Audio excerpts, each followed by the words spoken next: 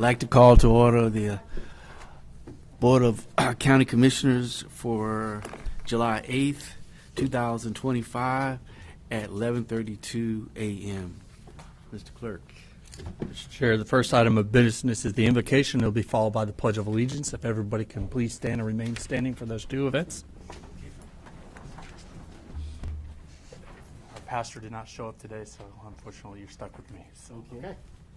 Gracious God, thank you for this day in which we have come to serve. We are here with grateful hearts as we call to mind the vision of freedom and justice upon which our country was built. We ask for your blessings of those who continue advocating for and pursuing a land of peace, liberty, and justice for all. We offer our thanks for the dedicated lives pursuing these goals. Please be with the supporting staff and interested citizens who bring their ideas and concerns as we work to continue the pursuit of a more perfect union. We thank you and praise you for all the joys and blessings you have bestowed upon this country and her people. In your spirit we pray. Amen. Amen. Amen. I pledge allegiance to the flag of the United States of America and to the republic for which it stands, one nation, under God, indivisible, with liberty and justice for all. Nice job, Steve. Good job, Pastor Steve. Mr. Chair, up next is the approval of the agenda, and I'm not sure if the county manager has any amendments to make. Okay. I believe that there is one item to be pulled from the consent agenda. Commissioner, if you're still the RTS yeah, I would item. still like to pull Okay. that if that's okay. And that is the RTS agreement on consent. Hold on one second. I don't have that number in front of me. Move approval of agenda with 7A moving to J. Is that right? Is there a second? Second. Second. Got a motion and a second. Or maybe Any not. further discussion? Are there any citizen comments to the motion? Moving to M, right? Yeah, sorry. Yeah. Yeah, okay. It's usually J. Okay. We just have more things.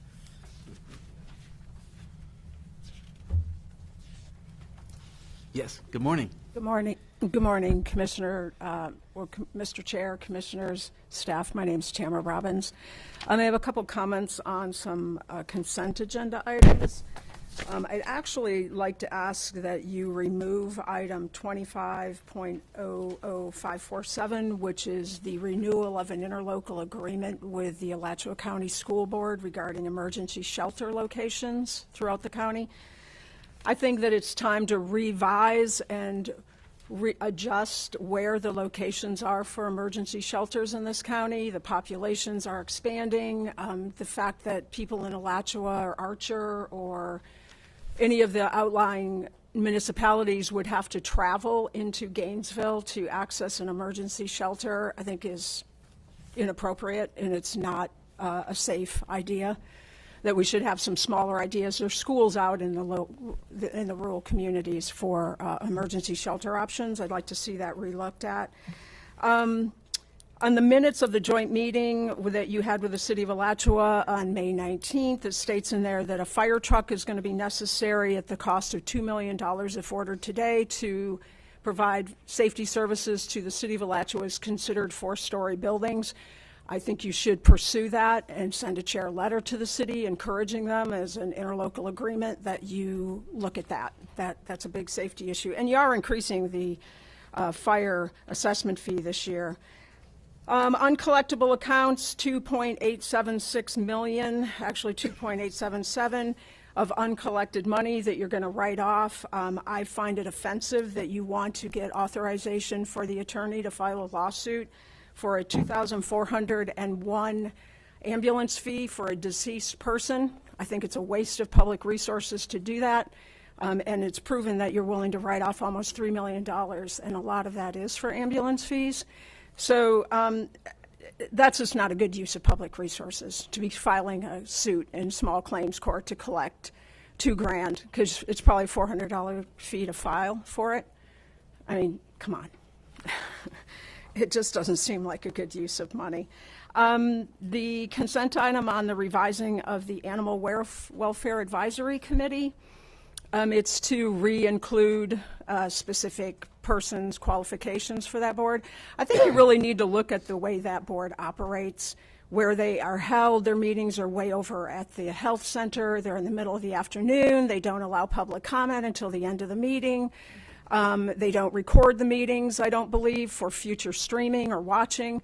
That board needs to be looked at again, and I'd like to see you pull that off and have a discussion on what that committee is doing and how it can do it better. Thank you.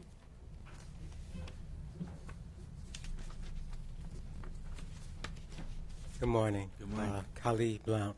I didn't quite catch what you decided about the RTS item in consent, but that's what I got up to speak about. Along with what you're asking for and negotiating with RTS, you ought to be concerned with their general customer service profile. Having served on the RTS board in the past, I'm speaking from what I know and from what I've observed in the last few days. You still ride into the downtown center and see buses leaving as other buses are just arriving. In other words, in a transfer station, how do you transfer between moving buses? When you see some of the conflicts that are not rider initiated between riders and drivers, or some of the poor treatment that people trying to board get, it reflects poor driver morale, which is a management issue. I don't believe that there are a bunch of evil drivers. I believe they're passing on their unhappiness in their job, and that's a management issue, and I hope you will help RTS become more customer service oriented. That is, how do you get the most people where they're going the most directly? That should be overriding all the things they do. Thank you.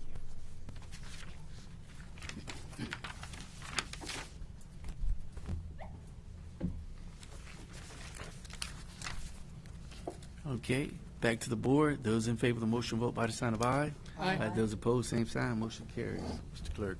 Can I quickly address the advisory board? Yeah, I just wanted to quickly say, I know that we have the advisory boards coming back to us, I believe, in August or sometime in the near future with sort of updates to overall policies and procedures for the way those are handled, managed, recorded, minutes, notices, recognitions, all of that.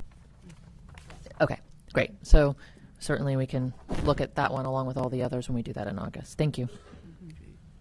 Mr. Chair, that takes us to the announcements. The Communications Director, Mark Sexton's here to present those. Thank you, Steve. Mr. Chair, good morning. We want to let folks know, you can see up on our screens, that the Disability Awareness Expo for 2025 is coming on July 23rd from 10 a.m. to 2 p.m.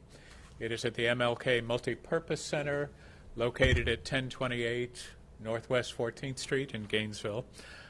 You can see we have a lot of partners this year, in addition to the City of Gainesville. The county and the city are the co-producers of this, and we've got a lot of folks helping. We encourage businesses and individuals interested in this to attend.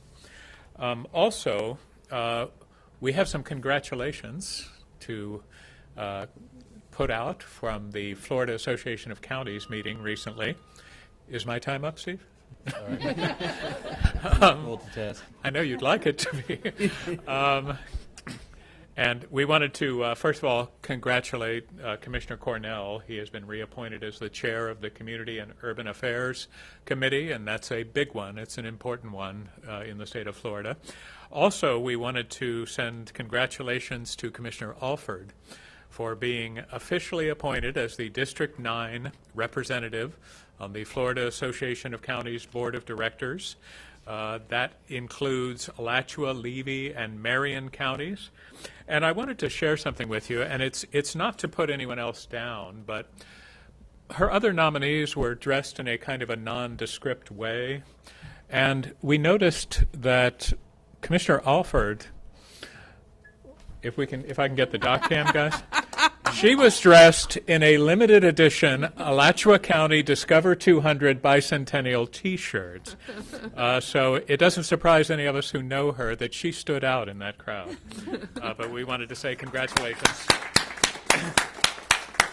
That's actually a really big deal. This is election of your peers at the table, and it's every 2 years. And Mary, congratulations.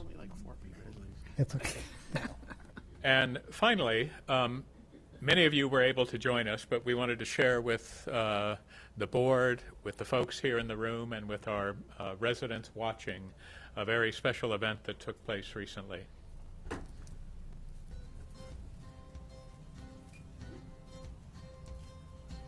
Alachua County recently celebrated the grand opening of Fire Rescue Station 21 in the city of Alachua with a hose decoupling ceremony. We appreciate so much you being here today to celebrate with us something that we have talked about and dreamed of for many, many years.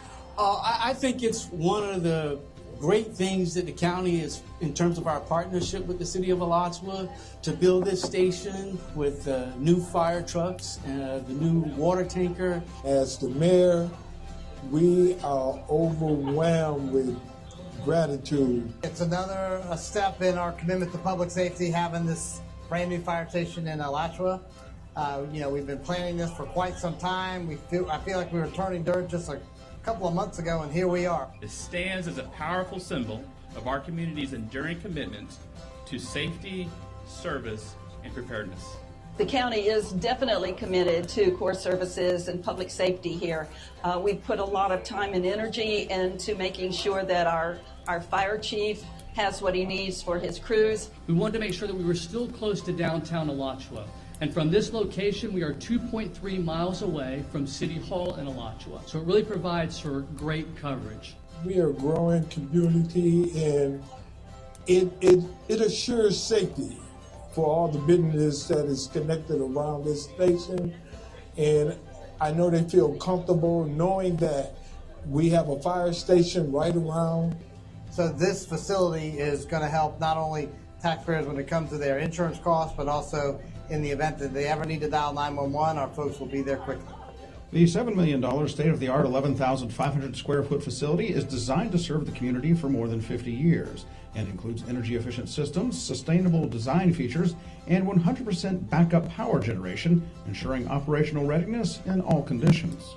A lot of planning has gone into place of this state-of-the-art building, and our crews are very excited. Not only is it going to serve the community well, but what it's going to do for us as a county is going to be a great magnet for us to be able to attract good personnel here and keep them. Now with this new facility, we'll provide the comfort that the firefighters need and also serve this area of Alachua.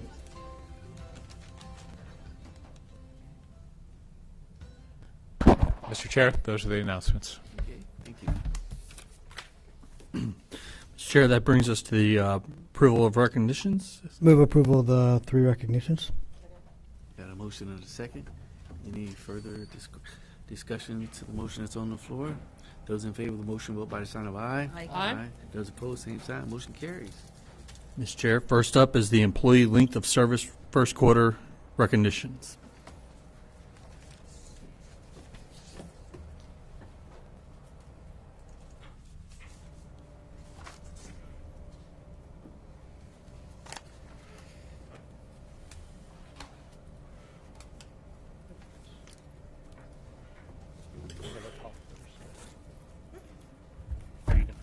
Are you going to say anything first? Yes. When you're ready. That right there. Good morning, Mr. Chair. My name is Wanda Santana from Human Resources. Today, I have the honor to present the Employee Length of Service second quarter recognition and retirement. As Franklin Delano Roosevelt once said, and I quote, "The public service is trust granted by the people to be exercised with wisdom, integrity, and compassion." So let's watch the presentation.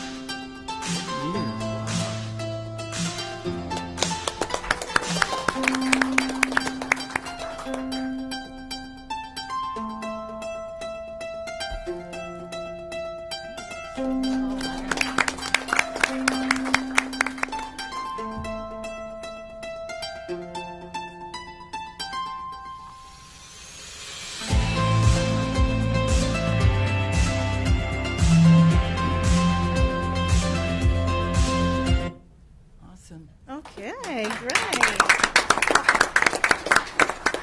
Congratulations to those who retired. So we have two plaques in here, and one is for Robert Jensen, and the other one is for Ivy Bell. So Speech. from Grove Management, and Jeff. Speech. You can for pictures. Yeah. She said, nah, not today. Right. And then she's giving her Take that picture right next to the microphone for after your speech. There's no speech, Mr. Chair, but I will say that Ivy and Bobby are exemplary employees and have been obviously for many, many years, and we're looking forward to many to continue. All right.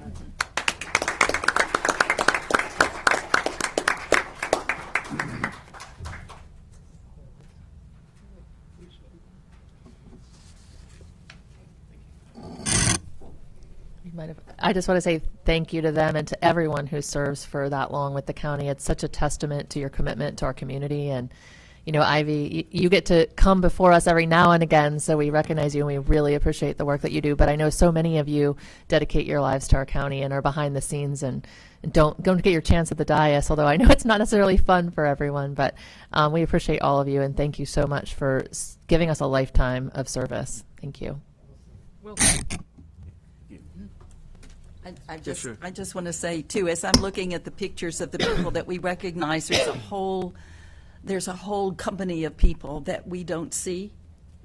We don't see their faces until they're up here, but we see the results of their work. And so thank you all so much for all of you. And I would also thank you all who are making these presentations to slow them down so that we can really absorb who they are. So thank you for doing that too. It makes it easier for us to really understand who these folks are. So, thank you, Mr. Chair. Mr. Chair, up next is a presentation of a proclamation recognizing July as Parks and Recreation Month in Alachua County, Florida.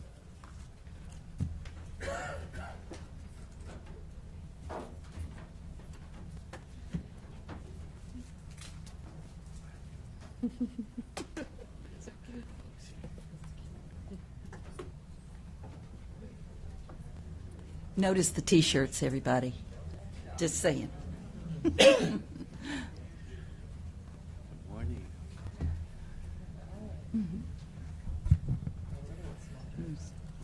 A proclamation declaring July as Parks and Recreation Month in Alachua County, Florida.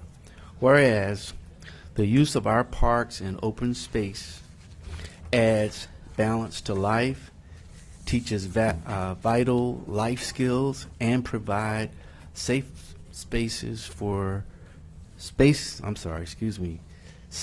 place to play.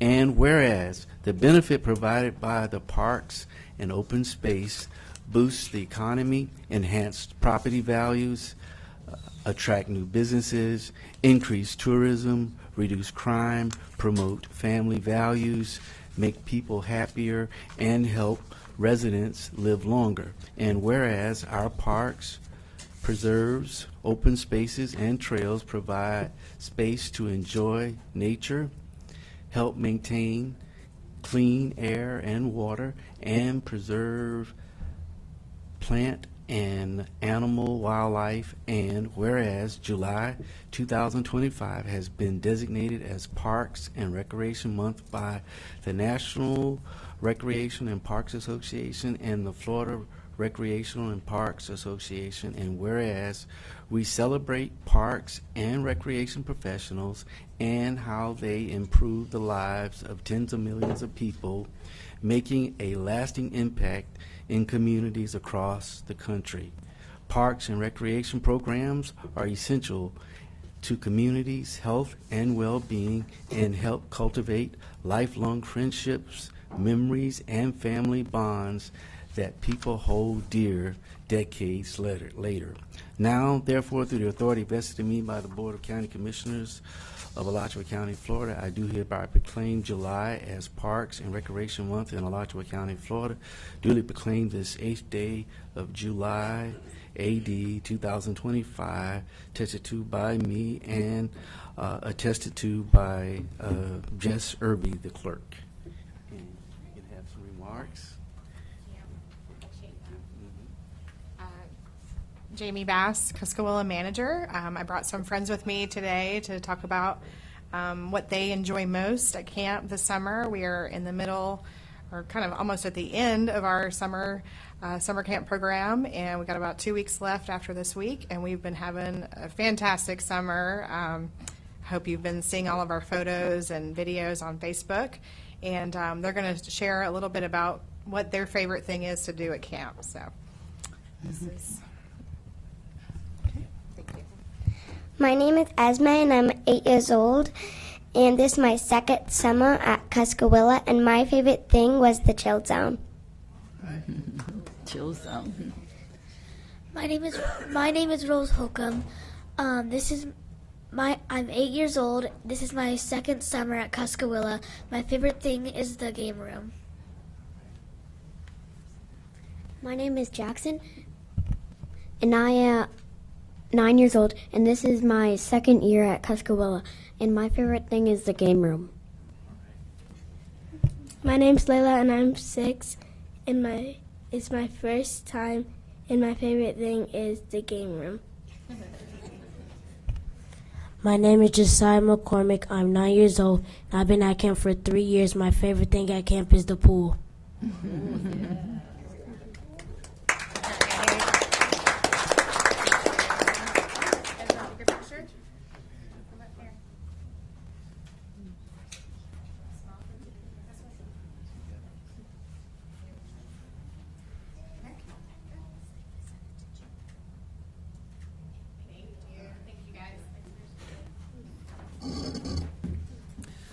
Chair, next up is a presentation of a proclamation recognizing July as Disability Awareness Month in Alachua County, Florida.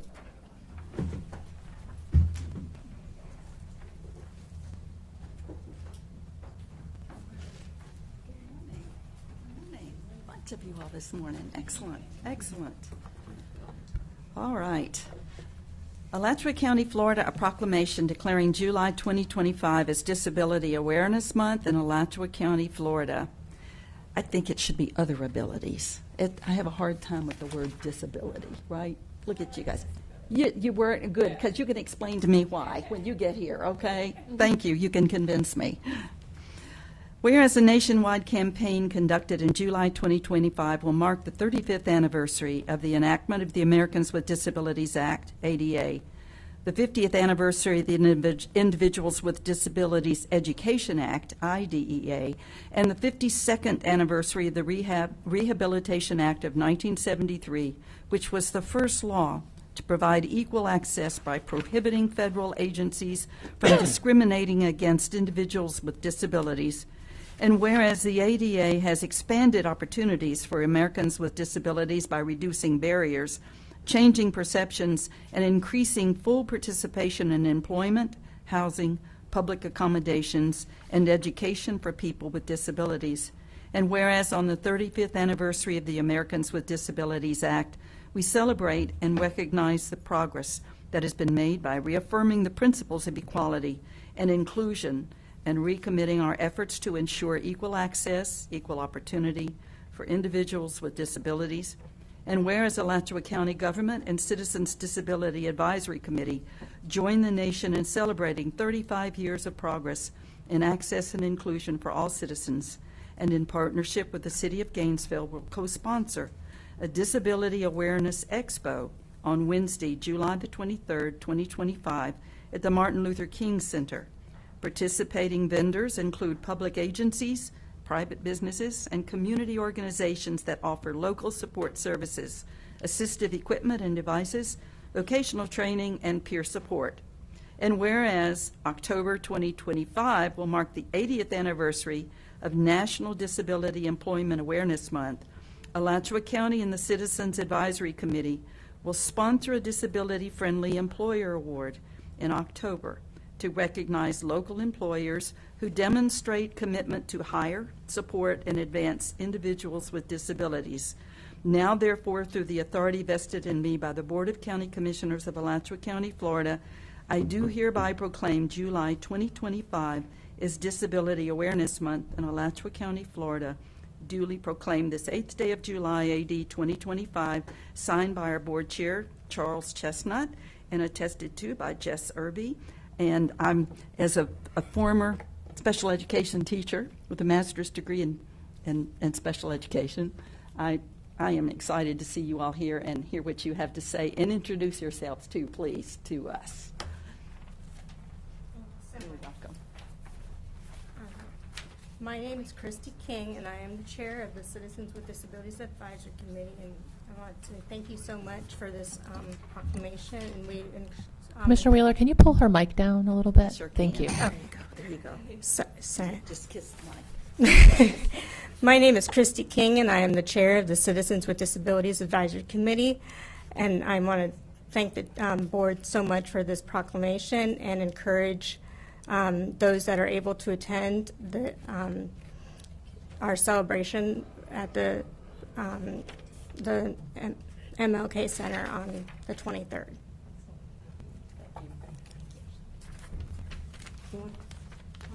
Yes. Yep, I'm just gonna be. I'll have to be sideways. Can you hear me?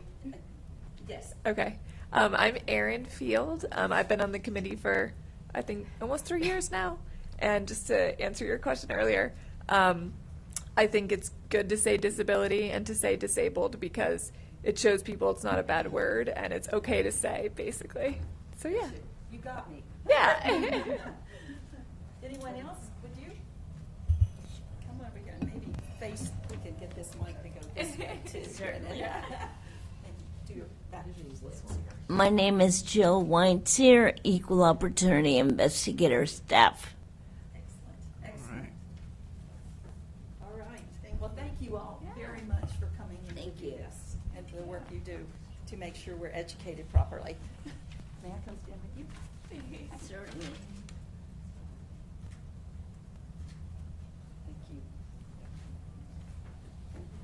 The expo is amazing, too. It really is. You all go if you can. If you have any interest at all in getting more information about what we have to service our community, please go. It's quite wonderful.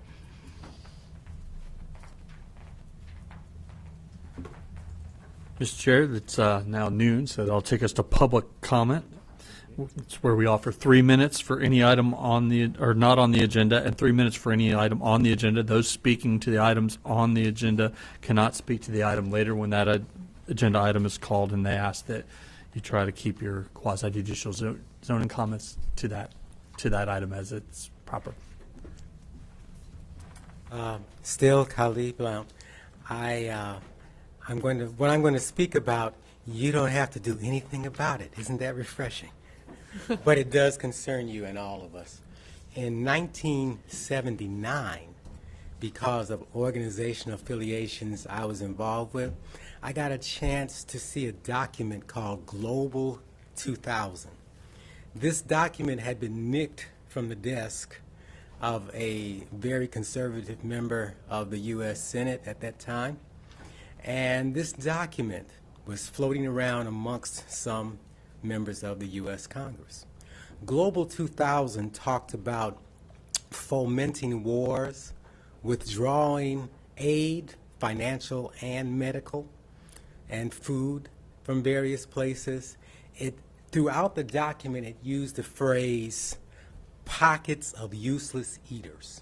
And it talked about getting rid of certain problem areas and bothersome populations sitting on valuable resources.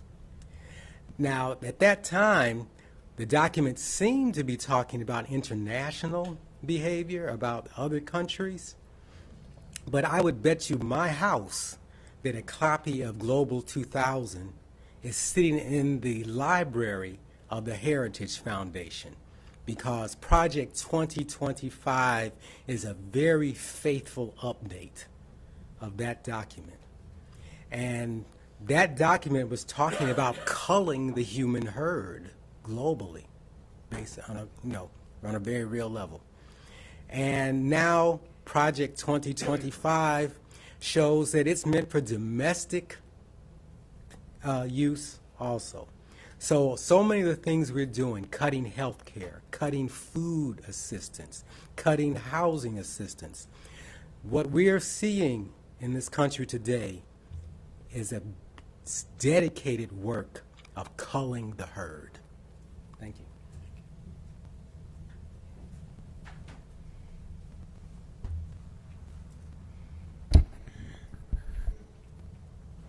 Mr. Chair, Jim Conish. May I have the overhead, please?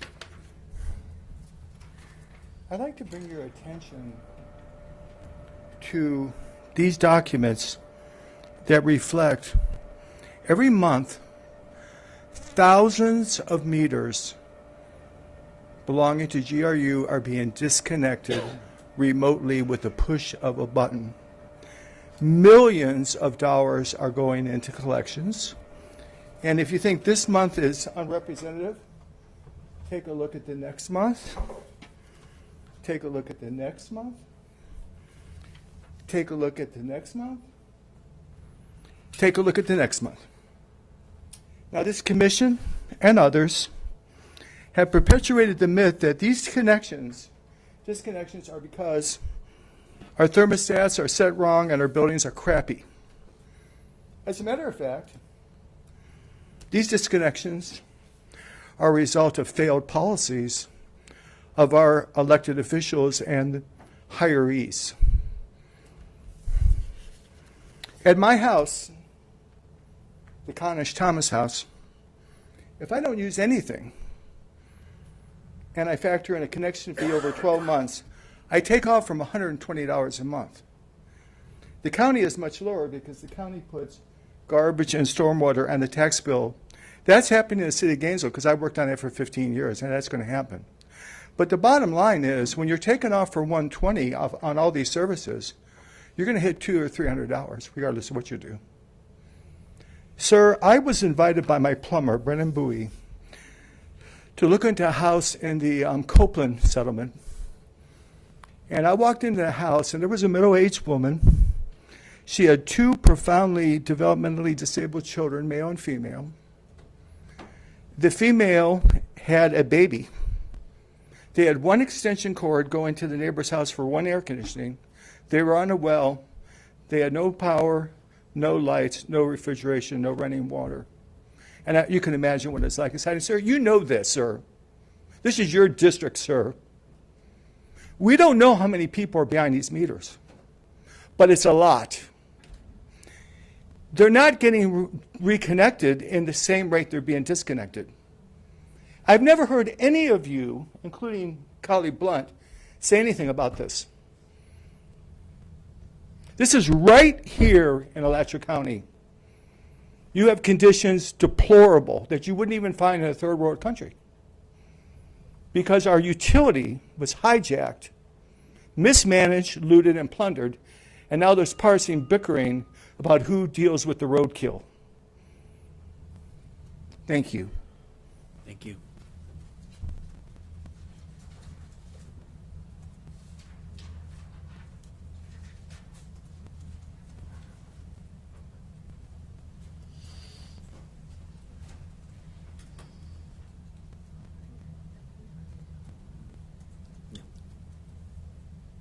Hello, Soria Lindberg. Need a pause after that comment. That's really intense. So I am calling here to ask questions about the process when it comes to upgrading the Santa Fe Hills well. I don't know how any of this works, so I am just going to put my questions on the overhead. I know there's only 3 minutes. So, Chair, I don't know if this is a question for County Manager or Ms. Daniels or Mr. Gavarete that's here. I would like to focus on 3, then 2. I just want to know what status we are at when it comes to the interlocal agreement from the county legal team and also the Public Works and Procurement team finalizing bid documents. I just want to know what to expect for how long this would take, which is question 2. Because in the last email I got, they said that after everything is, the paperwork's finalized, it would have to go to city and commission for review. Is this something that could ever be voted down? Like, that is a concern. And I bring this up because the well we're on is under threat by decisions that the city of Alachua has made between the golf course that's 90 acres. They're really proud of this thing called Fergitude. They're putting fertilizer in their sprinkler systems for irrigation. So that's going to go right to our water. And also whatever happens with the Terra developments with Millsink. So I feel like we're kind of on a time crunch when it comes to this. You may have seen my email. This started in 2022. I was just a glimmer in Alachua County's eye by then. I didn't live here. I didn't know anything about what's going on. There's $1.5 million somewhere for this. And that's why I put question number 4. Is it still going to cost that? Is it more? Because if that's an issue, that's another concern. So I just want some clarity on how this is going to work out. I'm a project manager by trade. I know scope creep happens. I know things change. There's hurricanes. There's lots of things that could affect this. But there is a plan, and everyone here is very good at their jobs. So I know this plan is somewhere, even if it's going to change. So I wonder if there's a motion you can make to provide a rough plan, maybe by July 15th, July 23rd, just so we know that there are moving targets and what is available, instead of me waiting, days to get an email or to come and ask you more questions. So I do appreciate Public Works participation and give me this information. I have neighbors come over and they're like, what's going on? How's it going? The neighbor across from me has 6 kids. They have no time for email or anything else. The other neighbor next to me broke their hip walking their dog on our broken sidewalks because our roads are orphans, and they haven't left their house unless a fire truck helps them. So I'm here to be that voice. So I would love any kind of answers to these questions. And since I talk fast and get emotional, you've seen me cry at meetings, I wrote it down. And you guys can keep it too if you need to. Thank you. Thank you. Mr. Can we if we could, yes, please. Can we keep that? Thank you. Thank you.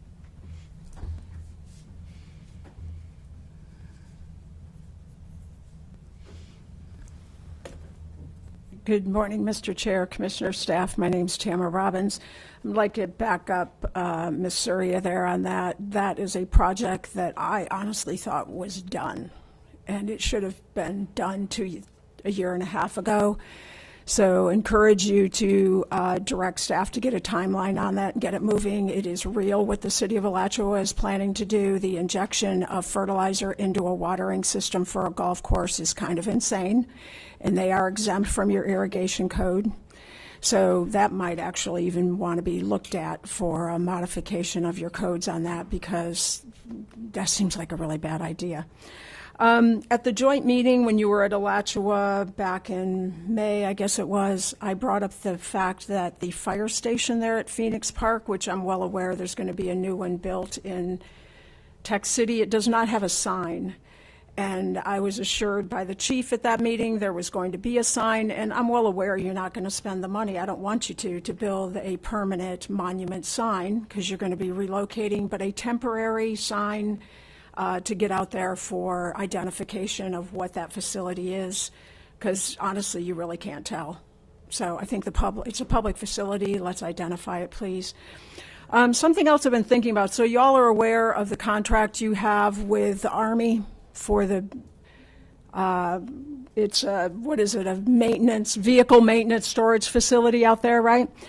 Well, it just dawned on me the other day that I think you ought to make sure, I'm asking you to put this on your radar, because you're all aware of Alligator Alcatraz, okay? Governor DeSantis has already said he wants to have other locations around the state. I'm sure the president would easily issue an emergency order to take over that facility if necessary. It's already in a 30-year, 10-year lease with the county for that facility. It is on an airport.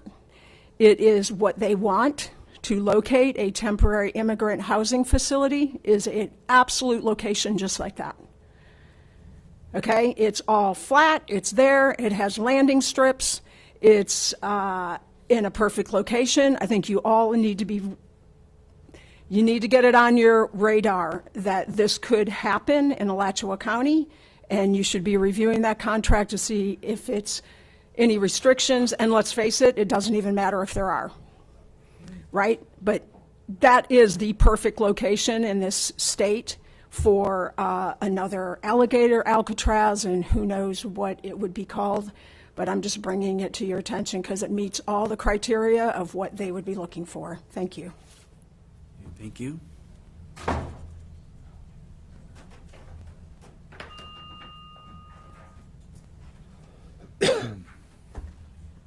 Good morning. Thank you for this opportunity to speak. My name is Debbie Ringhaver, and I am here to talk about Paynes Prairie. I have a half dozen things that I just want to give you some food for thought regarding the upcoming ruminations, things that y'all will be thinking about as you decide whether or not to rezone for these 143 houses. The first thing that we should consider is that increased habitat fragmentation is something that's really going to occur. Species can be isolated, populations can be harmed when animals can't safely travel between natural areas, and Paynes Prairie is unique in our state. And we need to be able to protect the wildlife, the cattle, the buffalo, the horses, everything that's out there. Increased flood risks. Less land means less rain absorption, raising the chance of flooding during storms. We'll have loss of groundwater recharge zones. If pavement replaces the prairie, that means less clean water seeps into the aquifer, and that is our main source of drinking water. Increased pollution runoff. Chemicals and debris from development, such as fertilizers and insecticides, flow into the prairie. It damages the water quality and it threatens the wildlife. Increased light and noise pollution. Construction and traffic disrupt wildlife behavior while inhibiting their natural rhythms. This is a dangerous precedent for wild Florida. Rezoning here could open the floodgates for more development on or near our protected lands. And so I ask you to give this prayerful thought when you are making your deliberations. Thank you. Thank you.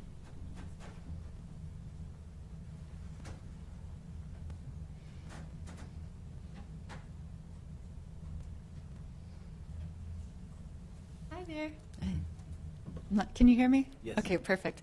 My name is Brianna. I am a Gainesville local. I'm also a ecotourism kayak guide. One of the really cool things about doing that job is that I get to see all of our green spaces that are available to us, and they're really amazing. People pay a lot of money to come and do those things. The number one question that I get while I'm doing these tours is, after we're finished here, what do you recommend we go do?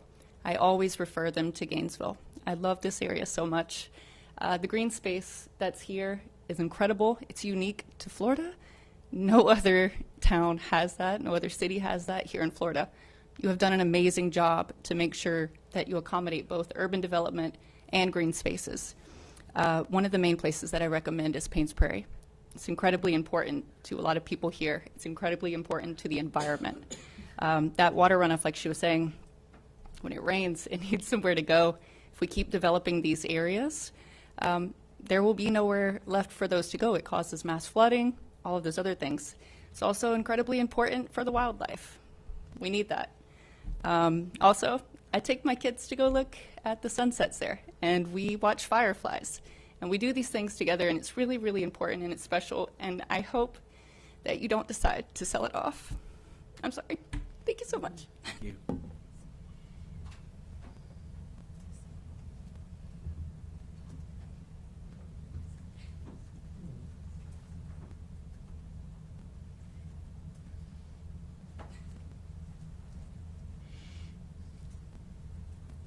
Hi guys, how are you? Good morning. My name is Bailey, and I'm also here to talk about the importance of thinking about what we need to protect Paynes Prairie. I know that this decision is not up for a vote yet, and who knows when it will be. But I just want you to remember this moment here today. I believe many people here today are showing up and calling in for the prairie and for the lovely place of not only ecological importance that this green space holds, but so many people have an emotional connection to this place, as you can clearly see. And it's heartwarming and heartbreaking to see something like this come up because it keeps happening. But it's heartwarming because every time it happens, I see people stand up, people that have never posted anything about advocacy on their social medias. They post, they show up. And this is true Gainesville. This is what makes people care. And when this decision comes to a vote, I want you to remember that the people of Gainesville will continue to show up, and you represent the people of Gainesville, and we are here to tell you that green spaces and places like Paynes Prairie that hold vital, not only ecological importance, but connection, history. These are the places that we need to safeguard, and these are the places that cannot be recovered once they're developed. And not only should we think about the 300 species of birds that live there, all the bison, that's one of the only places in the country that they roam naturally and uninhibited. But why don't we think about ourselves too? If we develop this land, we are also putting ourselves at risk. We're putting homes there, but we're putting the homeowners at more risk. These homeowners are going to experience increased flooding. They're going to, every time we pave over a wild development, we have more animal interactions. I mean, think of how many turtles you see on the side of the road dead. That's not because we're driving silly. That's because the turtles have nowhere to go. It's because of what we talked about, habitat fragmentation. These animals cannot move uninhibited in their own lands, and it's being divided, and it's continually being divided. Saying yes to this proposal, I know that a lot of you know the environmental impacts. I know that a lot of you have worked on a lot of amazing environmental projects, which I appreciate. But I also know that it's hard to say no when money comes along, but I want to remind you that this is only leading to more destruction down the line, and that this will continue to perpetuate if we don't say no now. It's like a sibling. You can't say no to them, to one sibling, and say yes to the other. So I urge you to remember what wild Florida means to us and protect it, please. Thank you. Thank you.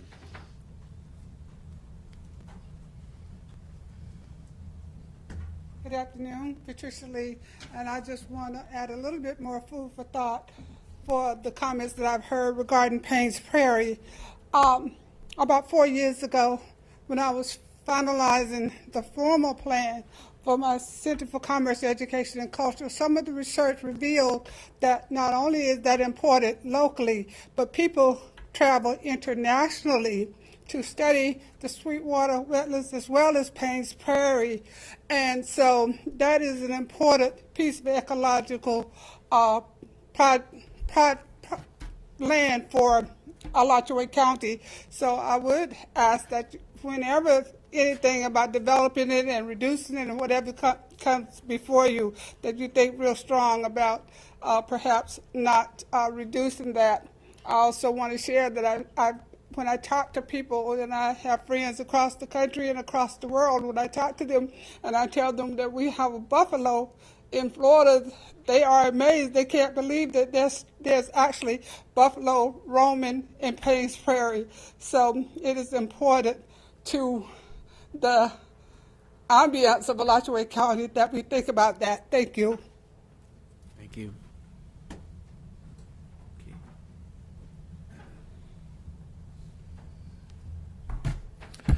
Mr. Chair, we have quite a few callers today. Okay. All right. I want to remind the callers, some of you have your hands up, some of you don't. If you wish to speak today, you need to press *9 to raise your hand and get in the queue. And Mr. Chair, we will start with the caller ending in 9267. If you will hit *6 to unmute your phone and state your name, you have 3 minutes. Hi, this is Kathleen Rupert. Hello, Chair, fellow commissioners, and staff. I'm calling regarding animal resources. Following your meeting of June 24th, wherein you voted to consider alternative sites in which to build a new animal resources facility, I was informed there is no written sheet of specifications, but that you were looking for about 20 acres, easily accessible, utilities, and either has or can get correct zoning. Since the UF property is buildable on perhaps 8 acres, does this mean you're looking for property 8 to 20 acres in size? Regarding utilities, does this mean the property can be served by a septic system? And what is the definition of correct zoning? Regarding the Animal Welfare Advisory Committee, I noticed on the agenda for their last meeting that the public comment section of their agenda was moved to the end of the meeting, with no mention of there being any response from the members of the committee. Is this the protocol for all advisory committees? The public can speak on a concern or an idea and no action or even a response is offered? I previously inquired asking if there was a document containing guidelines for all advisory committees to follow with a response that there was no such document. Why? Why not have an opportunity for an interactive dialogue during advisory committee meetings rather than waiting for a response that may not be offered even at their next meeting 3 months later? I appreciate your time. Thank you. Thank you. And Mr. Chair, our next caller is named Hannah. And Hannah, if you will hit *6, you have 3 minutes. Hello. Yes. I'm calling today in regards to the proposed development and rezoning next to Paynes Prairie. I think, just as others have said, this is really just not a good idea, given that it is one of the only pieces of dry land that remain dry year-round next to the prairie. So the habitat fragmentation that would come from this would mean that there would be animals going through and increased risk of floods. And of course, being so located nearby the springs, we know that the importance of groundwater recharge zones. So paving over this area that is right next to the recharge in the aquifer is just never a great idea. Construction materials and other human-made pollution is going to run off into Paynes Prairie. And it's a dangerous precedent for Wild Florida. We know that there are currently developments happening in wetlands all over the state. And Gainesville has been unique as a place in Florida where Wild Florida is still intact, and we don't want people starting to get the idea that they can come to Gainesville and run these wild places. So please don't set the precedent for this. Yeah, we don't want more increased light and noise pollution. Of course, that disrupts wildlife behavior and natural rhythms. And of course, as many people have also mentioned, this is a place of cultural significance, historical significance. The economic significance of our groundwater recharge system is really priceless. And so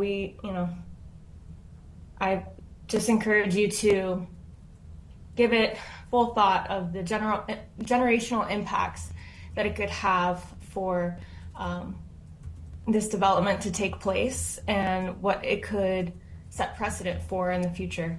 So, thank you. Thank you.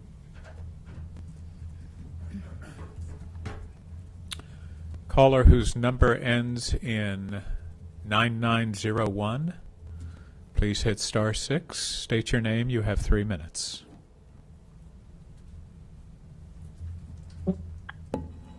Hello, everyone. My name is Caroline Love, and I'm a senior at UF. And I would also like to speak about Paynes Prairie. Just a few things to say. First of all, the fact that the housing company is requesting the land to be rezoned, I think, speaks volumes in of itself. I agree with what everyone said about how important Paynes Prairie is economically, psychologically, and ecologically. I think it's beautiful that the city of Gainesville and Alachua County have protected Paynes Prairie so far, And I really don't think that approving rezoning and the building of these houses, no matter how much environmental impact protections there are, I really don't think it's a good idea. I think that just the amount of people showing up for it and talking about it and being outraged on social media about the potential of it happening shows that the city of Gainesville citizens really don't want this.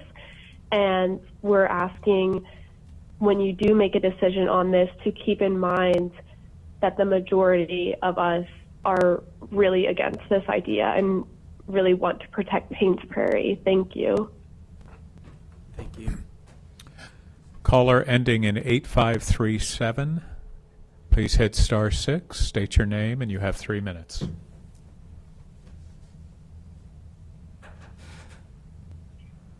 Hey there. Thank you for the opportunity to speak. My name's Haley Dancy, and I'm also here to comment on Miranda Home LLC's request for a zoning change. I know, again, as we discussed, this isn't currently up for decision, but I did want to just kind of echo other commenters' ideas about why this would be harmful for our town. Housing growth is one of the largest threats to biodiversity, but I also think it's a threat to our residents. Paynes Prairie provides really valuable ecosystem services to our area.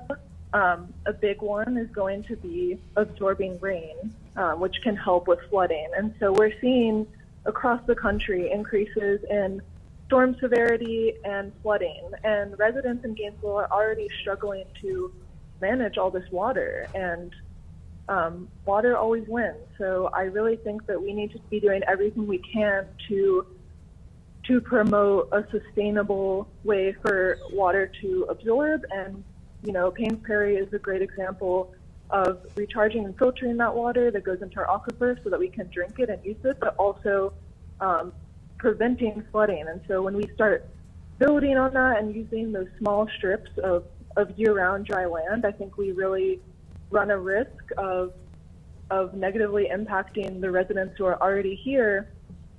And as we see more storms, like this just is a space that really needs to be protected regarding those ecosystem services. I also want to echo other commenters who have spoken about the draw of Paynes Prairie's wildness, its unique features and wildlife. This is a place that attracts people to Gainesville, and they're going to be spending money staying here, camping, purchasing supplies, and as a resident, it's a refuge. It's a place to relax and to be in touch with the space. And my career has taken me to many different places in the U.S., and this to me is just one of the nearest and dearest to my heart. And I really hope that you'll consider not only the ecosystem services of Paynes Prairie, but also the intrinsic value of its beauty, its wildlife, everything that lives there that's not human when it comes time to make these decisions. Thank you so much for your time and consideration. Caller ending in 2027.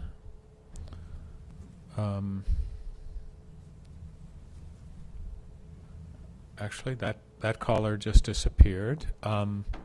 Caller ending in 9260. Please hit *6. State your name. Hello, my name is Harrison Cooney. Thank you for your time. I am calling about the prairie. I'm so stoked to hear everybody's emotional response to such sacred land. I'm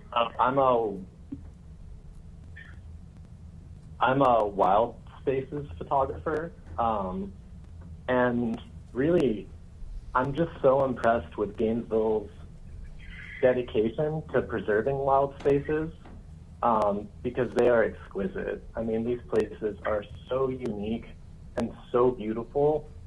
It makes me cry. I go out to these places and I literally cry because it's just like, it's so well preserved. You have bison and horses and migratory birds and so much incredible nature. to start to rezone these areas, especially areas around the prairie that are high and dry, it just doesn't feel like a good thing to me personally. So I'm really grateful for the time and the ability to communicate that, and I hope you're able to take that into consideration when it is time to vote on it. Thank you.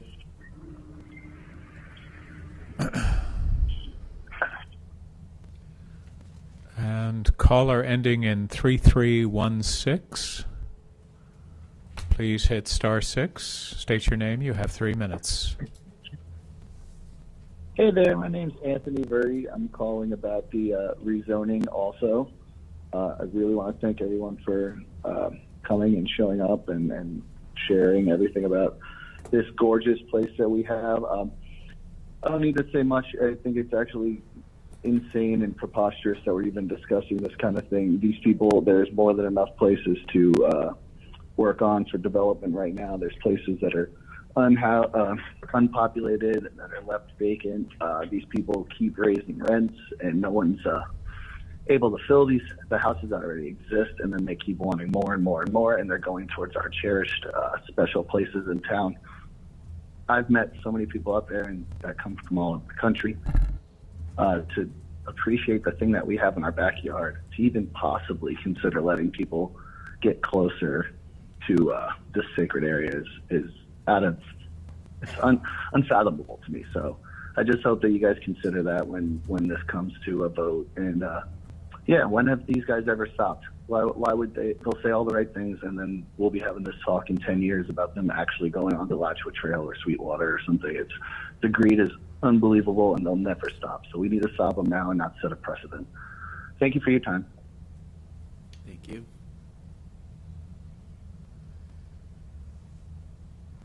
And caller ending in 2861, please hit *6. You have 3 minutes, and please state your name.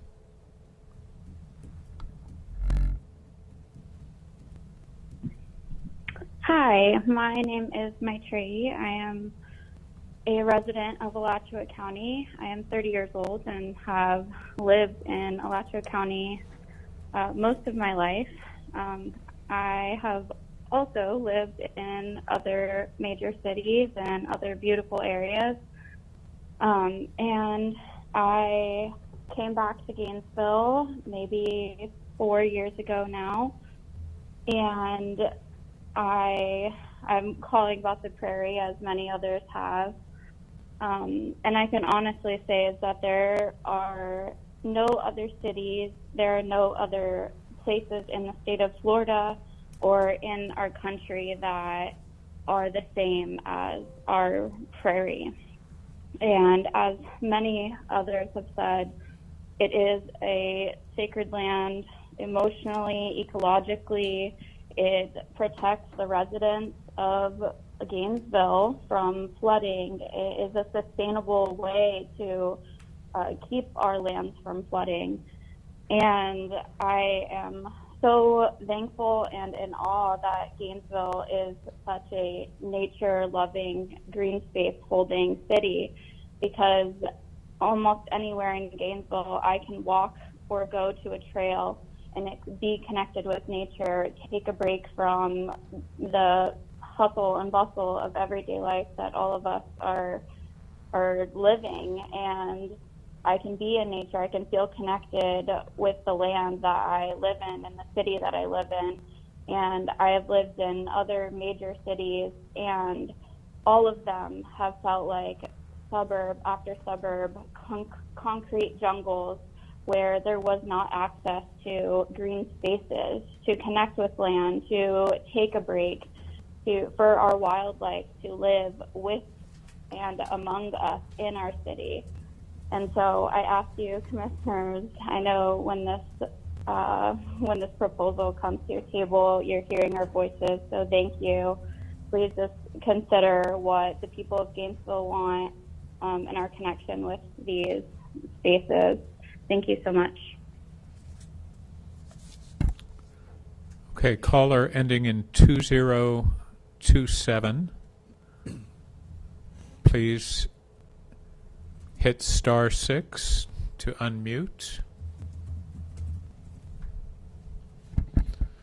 And hello, my name is Jana Moline. I am a graduate student at University of Florida, and I am also calling kind of to just add my voice about the rezoning proposal next to Paynes Prairie. I really just kind of want to add to what people have been saying, just the natural beauty and inherent value of Paynes Prairie. I don't think it can be overstated. As other people have said, if we rezone these areas and allow developments to be built right next to the prairie, that this will create a lot of changes that cannot be undone.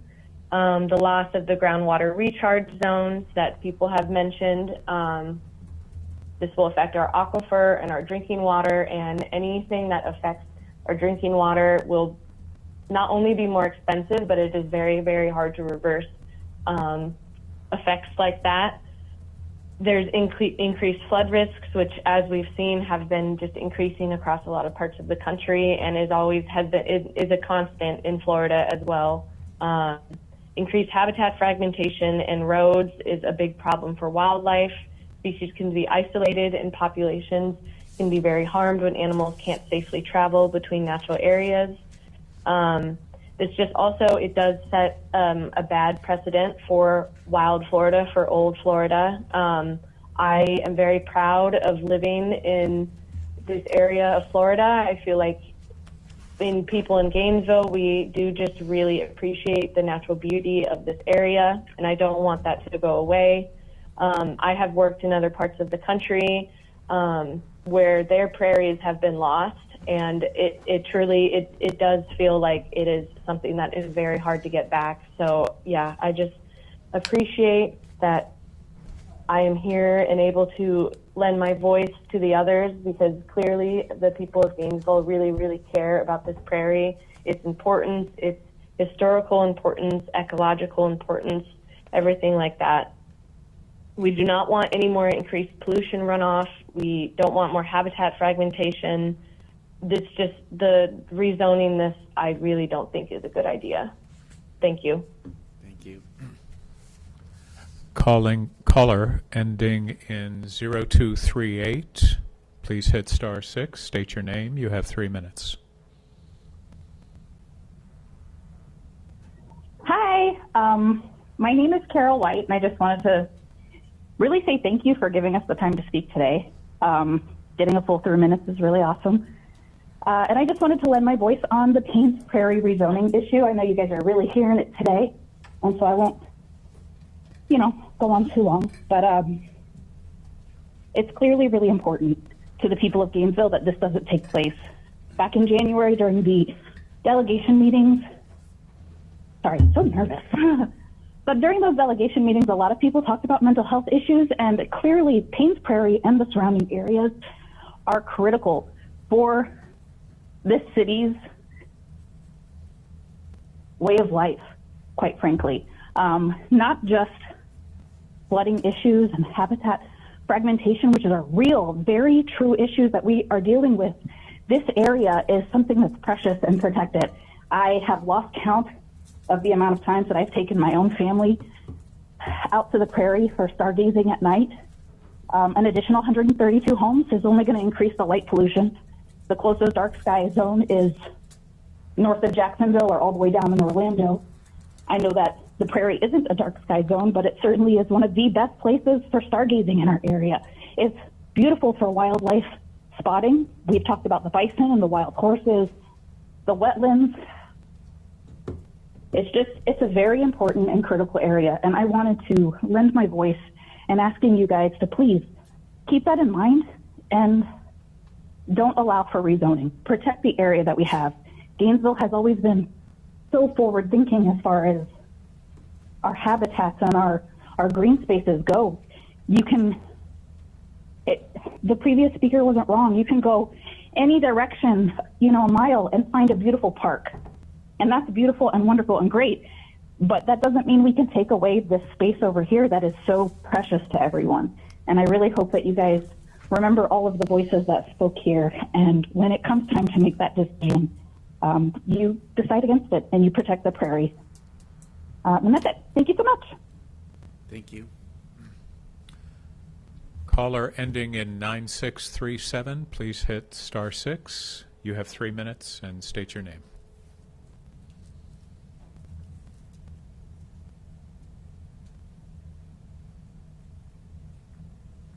Hi, my name is Amanda DeLorenzo. Thank you all for the opportunity to share my thoughts today. I'm also sharing about Paynes Prairie, my concerns about changing their zoning for 134 homes to be built.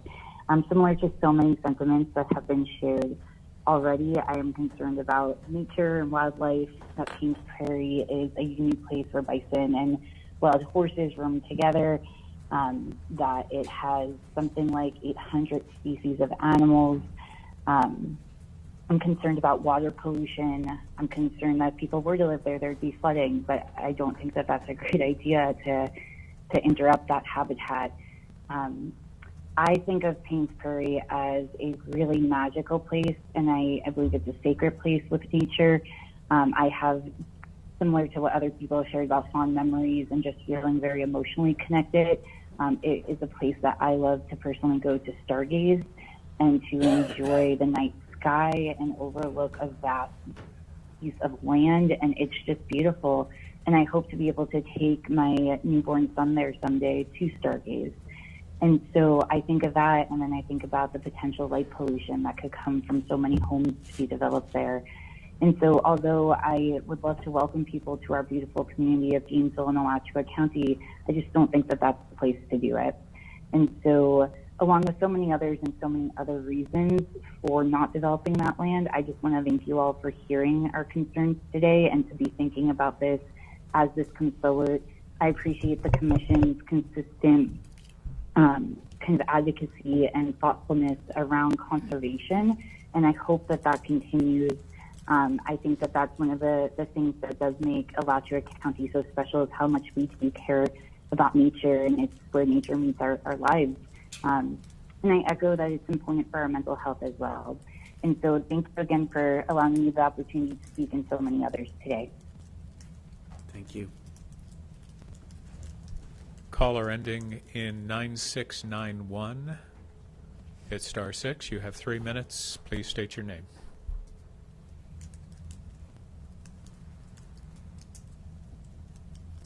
Hello, my name is Jamie Church, and I'm calling today to also speak on the Paynes Prairie revision of land. And I could talk about everything else that everyone else has said, but I figure you've heard it, and I just want to say that I echo that as well.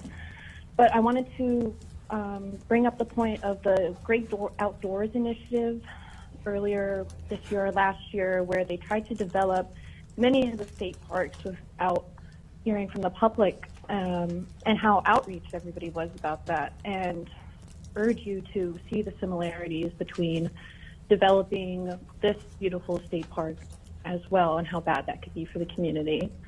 And then to also point out that we just recognized July as the Parks and Rec Month, and to continue to urge you to preserve and care for natural spaces.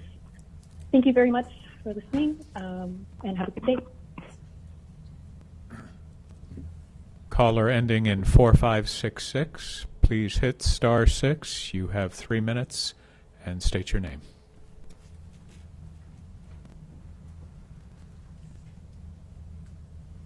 Hi there. My name is Catherine Pastor. I live in Volusia County, which has been crazy overdeveloped. I can't tell you the amount of light pollution we see, the water pollution, just the smog that happens in this. They started developing out by like I-95 area, which if you're from Volusia County or you know anything about it, it was just like the prairie. It was just a big open space. It was a park. And then they rezoned it, and then they rezoned some more. And now all of a sudden it's like 50 square miles of new homes. But, I've lived here my whole life. And every other house is for sale. This housing crisis, it's not a crisis. It's just manufactured. You know what I mean? Like, there's a ton of empty houses. People can't afford rent. There's a lot of homeless people. So rezoning it for new building, I see what might happen to Paynes Prairie is like what's happening out here in Volusia County, where they're like, well, you know, there's so many people moving to the state. We need to zone it and make more buildings. We already have half a dozen empty houses right here in my block, you know, and then they just get foreclosed on and they get forgotten about. And these are nice houses. There's a bunch of nice houses. So I don't think it's a lack of housing, but maybe they just see the dollar signs and they're just like, oh, well, let's just rezone this whole area and, you know, make a mint. Why not? I wanted to kind of stress to you that I've seen it happen here. And then we kind of had an outrage a couple of years ago, and then public comments and everything. Like, we really don't want this. You know, we don't want more pollution coming in. There's a ton of empty houses. And the manufactured houses that they're making, the apartments, you know, the new houses, they're not good quality. They're really, you know, you see them a lot go up within a month. And, you know, we have like stucco and brick houses. These houses have lasted since like 1940, 1950s in my area. And they're still good houses. They're still standing. They've withstood every hurricane. I'm just wondering about the construction of these new places. I don't think they're going to be willing to stand up to Florida. Florida is harsh. And, you know, make them out of cheap construction materials. They're just not going to last long. So I would really try to tell you guys to please vote no on all of this rezoning and all of the new manufactured building, because it's just not good quality. It's not going to stand up to what Florida can offer, you know, hurricanes and winds and rain. And it seems like the prairie is a really special place, and people really like it. It's got parks. People get, you know, to see the sky, which out here in Volusia County, you can't see the sky anymore. You just can't. There's so much light pollution. It's just crazy. Anyway, I know there's a lot of talking points, and people have better education than me. I'm just, you know, a Florida girl watching it happen around me. I'd hate to see it happen to you guys out there. Okay. Thank you. Thank you for your comments. Okay. Caller ending in 9963. Please hit *6. You have 3 minutes and state your name. Hi, my name is Yaquin, and I'm a lifelong resident of Florida and an Alachua County resident since 2018. I think everyone has made really good points about how beautiful this place is and the value of wildlife and having a beautiful place to live and to call home and to welcome other people to. I think those points have been well made, and I want to speak more to this company that's coming in to develop this place. And I think other people have spoken to the fear that if they do start developing, if part of the prairie is rezoned, then blood will be in the water and it will never stop. The person who is the director of entitlements for Miranda Homes, Alex Moldovan, he said that they're trying to be good stewards of the environment here. But if they were good stewards of the environment, they wouldn't be a land development company. If they start developing here, they will not stop. They do not care about the residents here. They care about their bottom line. The bottom line is not us. The bottom line is further development and expansion. And I think we all remember, those of us who have lived here a long time, we remember what the flooding from Hurricane Irma was like. It'll be 10 times worse if there is no ground to absorb the water. Like, it was rough then, it'll be rough now if more homes come in. If there's more impermeable ground, we will all be at risk. And they will not care. This company does not care about the residents of Alachua County. It doesn't care about our natural resources.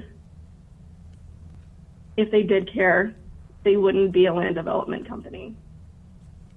And I want to speak more to just on a personal level.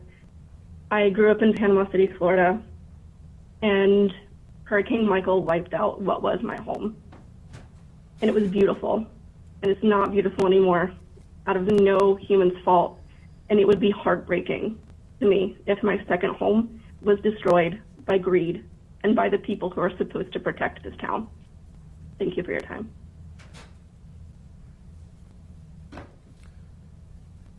Caller ending in 5745, please hit *6. You have 3 minutes. State your name.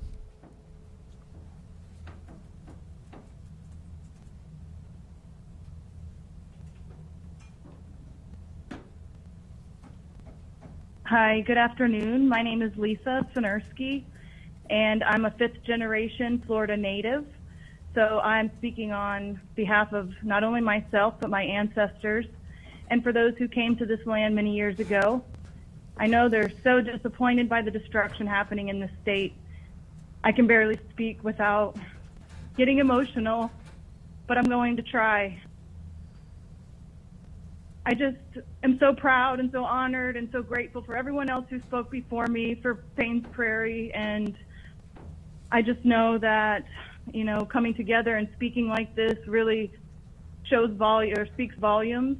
And again, just to reiterate what everyone said, this land matters, and there's just no reason why we should be here having to express the importance of it. The land, the ecosystem, the wildlife. It's just heartbreaking that we have to take the time to come and express something that is just so obvious, so clear. Our land needs protection. It needs to be honored, needs to be respected. And as one of the last speakers said, these homes are not necessary. They're not needed. As in my area, we have plenty of homes for sale, but they're not affordable. And so we need to look, you know, deep down, and the people making decisions, we have to really think about what we want to be surrounded by, what we want to see when we drive around our beautiful state, and we have to make the right choices.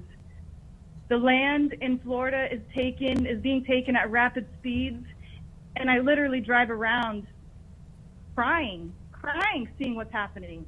We feel that we don't have a choice sometimes, but today we're grateful to be able to speak on behalf of the animals that can't be here, the people that are no longer here, and again, they'd just be heartbroken by what's happening here. So we have to stay connected, we have to stay together and be strong and fight for the ecosystem and the land, because there's just not much of it left. So please just say no to building these homes or rezoning, and protect our lands. Save Wild Florida. We just need it. We can't handle anymore. Please. Thank you. Caller ending in 6126, please hit *6. State your name, and you have 3 minutes. Hi, thank you for this opportunity. So my name is Hannah Gottesman. I'm a PhD candidate at the University of Florida. I'm commenting on the same thing as everyone else, the Paynes Prairie rezoning. And so my research is focused in part on isotope chemistry of the ear stones of fish. And those are surprisingly influenced by groundwater and aquifer hydrology. So I've had to do a lot of reading on that for my degree. And that's, I guess, introduced me to the issues of how taxed our Floridan aquifer is by all of the draws on it for drinking water, irrigation, and other purposes around the entire state. And it really does connect a huge part of the state. And Paynes Prairie contributes to aquifer recharge. It serves a unique role in that way. So I'm just concerned about how development and landscape hardening in that area could degrade that function. I think spaces like Paynes Prairie that have unique functions like that should be protected. So yes, thank you again for the opportunity.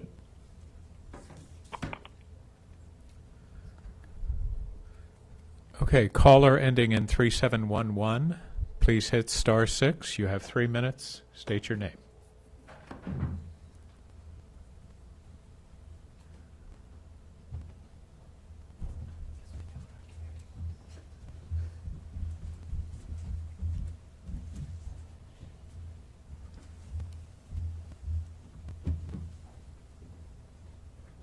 Mr. Chair, it looks like that caller has dropped off, and that was the last caller. Okay. All right. Thank you. Clerk. That takes us over to the board and committee items. The first one is the Alachua County Citizens Disability Advisory Committee Annual Report. Can we have a minute to respond to some of the public comments? Okay. I mean, Just took 30 minutes of. Well, I calls, mean, but all okay, these fine, people, all these people showed up and spoke, and I just wanted to make the point that, you know, all applicants have the opportunity to apply, and just because they've applied, you know, it's part of the process that they go through. And I appreciate you coming and letting us know how you feel, but I encourage you all to stay informed. We can't really talk about it because it's quasi-judicial at this point, but what you can do is come to public meetings, share your opinions at the Development Review Committee board meeting and at county commission meetings like this, and continue to stay updated on the project itself. But anything else you want to add, Michelle? No, Mr. Chair, I was just going to say this is a quasi-judicial application, so it's not something that the board should be commenting on at this point in time. And the application it just started along the process. I understand that September would be the earliest, but we're more than likely looking at October before this board would even have an opportunity to hear any information on that, and it has to go through Planning Commission first. So it'll be some considerable period of time. It's not something that the board has even had an opportunity to start reviewing. Right. That was staff has not even staff has not even begun to review the application yet. All I wanted to say was that if somebody lives in and or around that location or feels that they are more substantially impacted than the average citizen by the proposed rezoning, they can apply to be a party in that judicial hearing. So they would get the opportunity to present evidence or speak on issues related to the hearing. And if you're interested in that, our staff can walk you through the process of applying to become a party for the hearing. Okay, Commissioner Cornell. Yeah, and I, as Commissioner Alford said, it is quasi-judicial, so I don't want to speak specific to it, but I will speak in generalities. At the Florida Association of Counties, this issue of protecting Florida is front and center. We're seeing red counties elect blue commissioners. We're seeing red commissioners actually have more of an interest in protecting conservation lands. I remind them every time I see them that it's in the word to conserve. And so this isn't going to come to us before September, but I will tell you that our emails, our voicemails, and the communications that the public has given this commission from this commissioner has been heard as much as I've ever heard any other issue, and I thank you. I will remember this day when we get to that, and I will remember the future days that I know we will hear from the rest of our community. So I don't want to speak specifically about this particular thing other than to say I don't even think it's been a complete application yet. But I hear my community loud and clear, and it's what I ran on. And so I thank you all for letting me hear your voice again today. When I see people that I have never seen in 3 terms, it warms my heart, and it makes a big impact. So thank you. Thank you. Commissioner Wheeler, you have any comments? No, I am glad to see people acting accordingly. And let's see, is it Brianna? I want to talk to you too. If you're doing ecotourism around here, I am chair of the board, of the tourism board, and we need to make sure you have access to what we have to get. We launched from Rhode Island, so I'm not sure if it's been in California. All right. Yes, we do. We do. And Bailey, I want to talk to you some more too. Okay, so you all can find me. That's all. No, I was impressed. That's all. I'm impressed. We're looking for folks who are here invested in the community to engage, and all I would say is run for something. Just saying. No, just a minute. We'll talk. We'll talk. Can't Okay. do that. Sorry. We'll talk. That's why I say come find me. Okay. Yeah. Thank you, Clerk. Mr. Chair. Mr. Chair, that'll take us to the Alachua County Citizens Disability Advisory Committee annual report.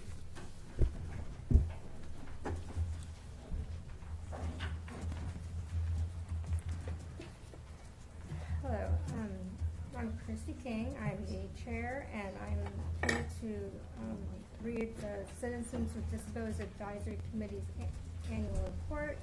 I'm just going to summarize it for you. The committee comprises of 6 members. The purpose of the committee is to assist the Equal Opportunity Manager in reviewing the county programs and services to ensure equal opportunity for people with disabilities. Some examples of accommodations provided are sign language interpreters using 711 Florida Relay service and providing documents in Braille or large font. Staff training. County staff receives training on the ADA to understand their responsibilities to ensure that county programs and services are accessible to individuals with disabilities, and over 600 employees participated in the ADA training last June. Public education outreach. July is Disability Awareness Month. The committee helps to raise public awareness of disability rights during the month of July. We have 2 outreach events coming up that were mentioned earlier during the morning announcements. The 2025 Disability Awareness Expo on July 23rd, 2025 at the MLK Center, and we also have the Disability Friendly Employer Award to be presented in October. The public is invited to participate in these events, and please contact the Equal Opportunity Office for more information. On behalf of the Citizens with Disabilities Advisory Committee, thank you to the County Commission for your support and commitment to disability inclusion. Okay, thank you.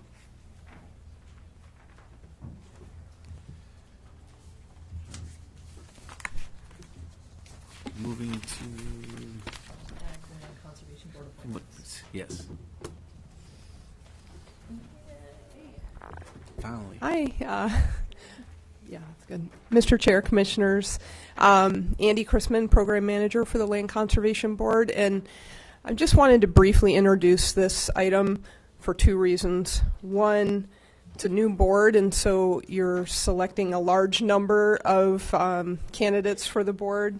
And I know we tried to make the tally sheet as clear as possible, but to be clear, for the folks that have applied that have experience with agricultural profession or education, you're selecting 5 full-term members plus 1 alternate, so it's 6 in that category. And then for the folks that are the citizen at large positions, you're selecting 4. All of the folks with agricultural experience are also listed on the tally sheet for the citizen at large as well.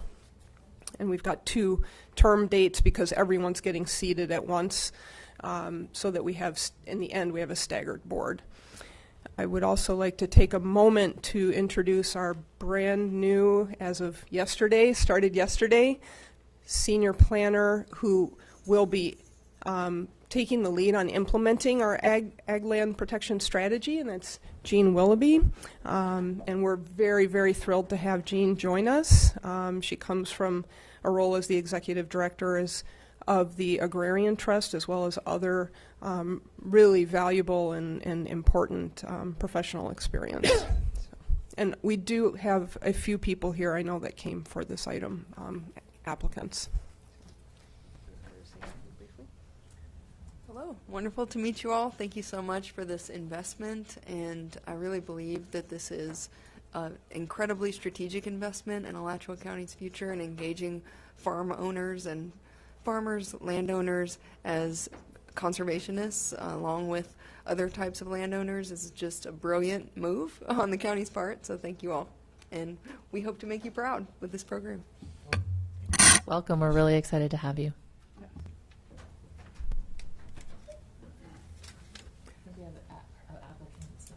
Okay.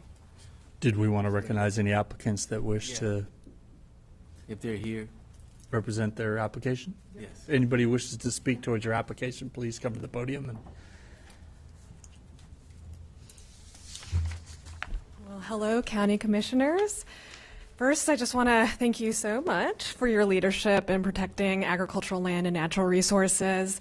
I'm Nina Bhattacharya, and as my application for the Agricultural Land Conservation Board reflects, I have valuable experience I want to bring to the table for this board. In my previous role with the USDA Natural Resources Conservation Service, I led our agricultural land easement program and our regional conservation partnership program to protect working lands, wildlife habitat, and spaces for people to have economic opportunities. I know that I can take this experience and help the county identify best ways and strategies to protect land. And so I just thank you so much for your consideration for my application, and it's an honor to be here. Thank you. Okay, thank you.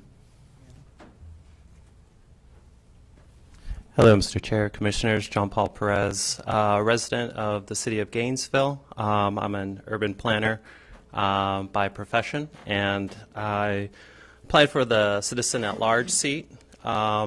Being part of our understanding development, I think, offers a different perspective as to good strategy for preserving land. Wanted to introduce myself to the board, offer you the opportunity to ask me any questions that you may have. Dedicated to public service, so veteran, now city employee, county employee, moved up to Gainesville. I appreciate the open space, would like to see it also protected, especially as we see Tallahassee take over, kind of erode some of the home rule that a lot of local governments have enjoyed in the past, and are seeing some of that go away. So any questions, I'm available. Thank you so much. Okay, thank you. Good afternoon. My name is Scott Eubanks, resident, lifelong resident. My family, my children are the 8th generation to be raised on our ranch in Micanopy. So I have a very long history here and a lot of ties to agriculture. Excuse me. So was raised on the ranch. I got my degree in agriculture, and I work for Farm Bureau. So I'll be also representing all of agriculture. I work with the farmers, ranchers across this county. So I really appreciate y'all's consideration, and look forward to hopefully serving with you guys. Thank you. Okay, thank you.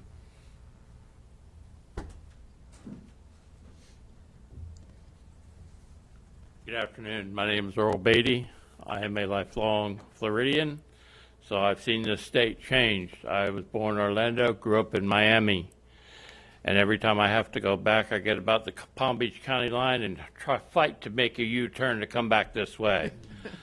So I don't have any formal education in land conservation, but I know what I like and I know what I need to see. I would like my great-grandchildren to walk out and see a cow, a deer, anything pertaining to it. I do not like clutter. So I would, if I'm appointed, I would work hard to protect this land that I like. Thank you. Thank you.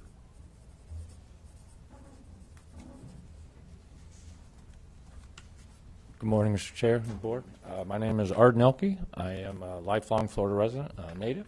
I am originally from Tampa, Florida, and I have watched that town develop, which is already a large town, historically, and I've just grew up in that rural area and watched it change throughout my life. I've moved away in work and then have been brought back, and I was brought here for work, and it is, I'm a new resident. I've changed. I would hate to see this natural spaces and green spaces be reduced. They are very rare. They are very important to us. They do protect our lives and our communities, and I would be very interested in helping out, be a part of a better future for this county. Thank you. State your name again. Arden Elke. Earlton, neighbor. Is that everybody that wishes to speak for their application? All right, Mr. Chair, we have 5 positions for members with qualifications, including education experience in agricultural lands management practices. Would you like to just pick your top 5, and then we'll pick an alternate from? Okay. Sounds good. Commissioner Alford, your top 5, please. I might butcher Bhattacharya. I always get that one not quite right. Eubanks, Lance, Hernandez, and McPherson. Commissioner Prizia, your top 5, please. Nina Bhattacharya, Scott Eubanks, Erica Hernandez, Kelly McPherson, and John Nix. I'm sorry. If we need an alternate, Lance. Alternate. We were going to take. I apologize. I missed. There's 5 and then an alternate. We need our top 6 because there's. Well, I just figured 6 would come out of 5 votes. Oh, I see. What I missed your. I missed someone on your application. I apologize. Nina, Scott, Erica, Kelly, and John. Nix. Okay. Kelly was who I missed. Sorry about that. Commissioner Wheeler, your top 5, please. Nina, Scott, Erica, Kelly, and John Nix. Commissioner Cornell, your top 5. The same. Nina, Scott, Erica, Kelly, and Nix. Commissioner Chestnut, your top 5, please. Okay, Nina, Scott, Lance, McPherson, and John Nix.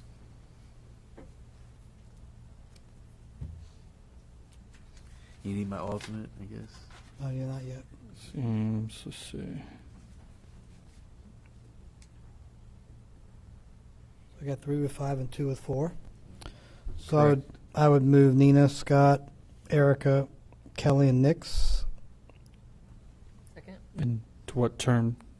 Oh, I'm sorry. Is that the 2029 term for the 3? Oh, I'm sorry. So the top 3, which would be Nina, Scott, and Kelly for the 2029 term, and then Erica and Nix for the 2028 term. I think that's backwards. No, we he's need right. 2. Oh, it's backwards. Oh, okay. We have it written up. We have it written up top one way and in the thing another way. So. Oh, my apologies. Okay. So there Whatever are. it is. Okay. I see. Are there 3 for the 28 term and 2 for the 20? Go with the text. Yeah, go with it. Not the columns. Go with the text. Yep. So you got it right. You had it right. You had it right. I was going with the words. So our top 3, which got 5 votes for the term ending in 2029, would be Nina, Scott, and Kelly. And then the next top 2, which would be Erica and John Nix for the term ending 2028. Good. That's my motion. Good. Second. Okay. Got a motion and a second. Are there any further comments to the motion that's on the floor? Those in favor of the motion vote by the sign of aye. Aye. Those opposed, same sign. Motion carries. And then Lance got 2, so we should name her as the alternate. I was going to vote. I didn't add her, but I would have voted to her if that was. Yes, I would move Lance as the alternate. Okay. Okay, sounds good. Okay. Got a motion and a second. Any further discussion to the motion? Those in favor of the motion vote by the sign of aye. Aye. Aye. Those opposed, same sign. Motion carries. Okay. Okay. Now we do move to the 5. 4. Was it 5? 4. That's 4. Oh, okay. Are any of these repeated? They're not. Yeah. They are. They're all repeated. That's They correct, all Alan. repeated, yes. Okay. Give us a second. Let's mark off those that are I'm trying to repeated. eliminate.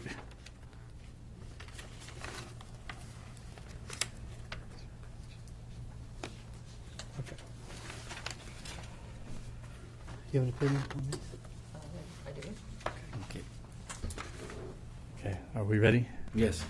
Start with Commissioner Prizia. I'm sorry? Start with Sure. Commissioner Prizia. We can do that. All right, we're going to start top four. And Commissioner Prizia, could we have your top four, please? Okay. I have Paul Pritchard, Juan Salva, John Paul Perez, and Arden Elke. Commissioner Wheeler, can we have your top four, please? Oh, my goodness. Atherton, Pritchard, Salva, and Perez, John Paul Perez. I'm sorry, could you repeat that? Yes. Atherton, Pritchard, Salva, and Perez.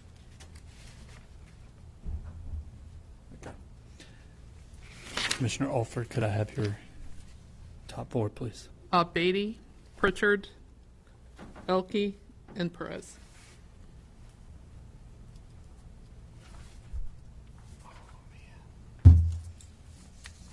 Dang it. You I did mess it up, didn't I? Commissioner Cornell, could I have your top four, please? Yeah. Perez, Arden,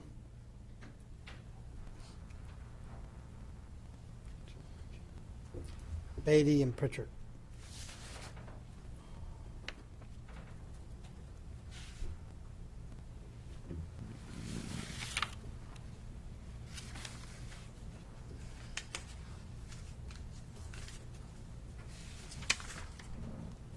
Sorry, you said Aiden? Yes. Arden, Oki, Elke.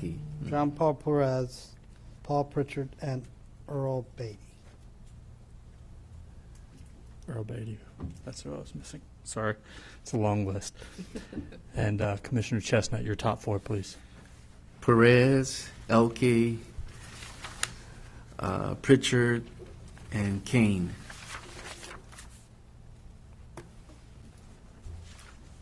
So I have. Who was your fourth one? Kane. Kane.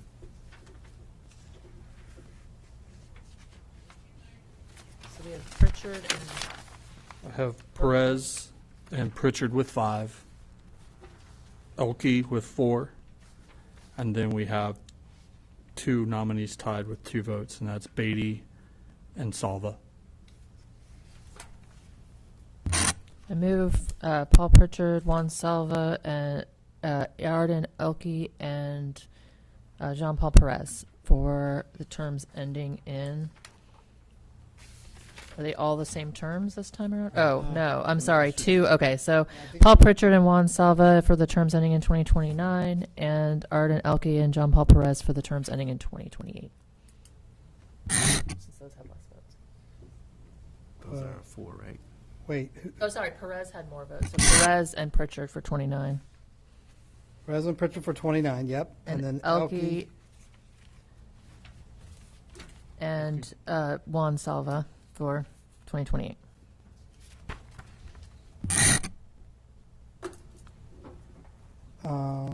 So Salva and Beatty had 2 each, They right? both had 2. What do y'all want to do? I move Salva. It's up to the board if there's a second and a vote on that. Yeah. I would have moved Beatty. I would have been Beatty too. So it's really Chuck and Mary Helen has to choose between Beatty and Salva. Do you have an opinion? If you don't have an opinion, it's okay. Salva. Salva? Okay. I'll do Salva. Okay, second.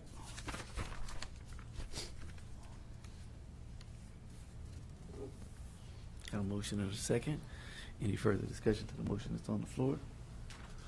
Those in favor of the motion will vote by the sign of aye. Aye. Those opposed, same sign. Motion carries. I just want to say thank you to everyone who applied. We had amazing candidates, and we appreciate all of your input and ideas, and I hope you'll stay involved, and there'll be lots of opportunities to fill in as new terms open. And can I say the applicants for this Yeah, were they're amazing. amazing. Amazing. Group of applicants. It was really, really hard to go through this list. Yeah. Good job, Anna. Clerk. Mr. Chair, that takes us to action items, and it's the Sports Event Center update and discussion.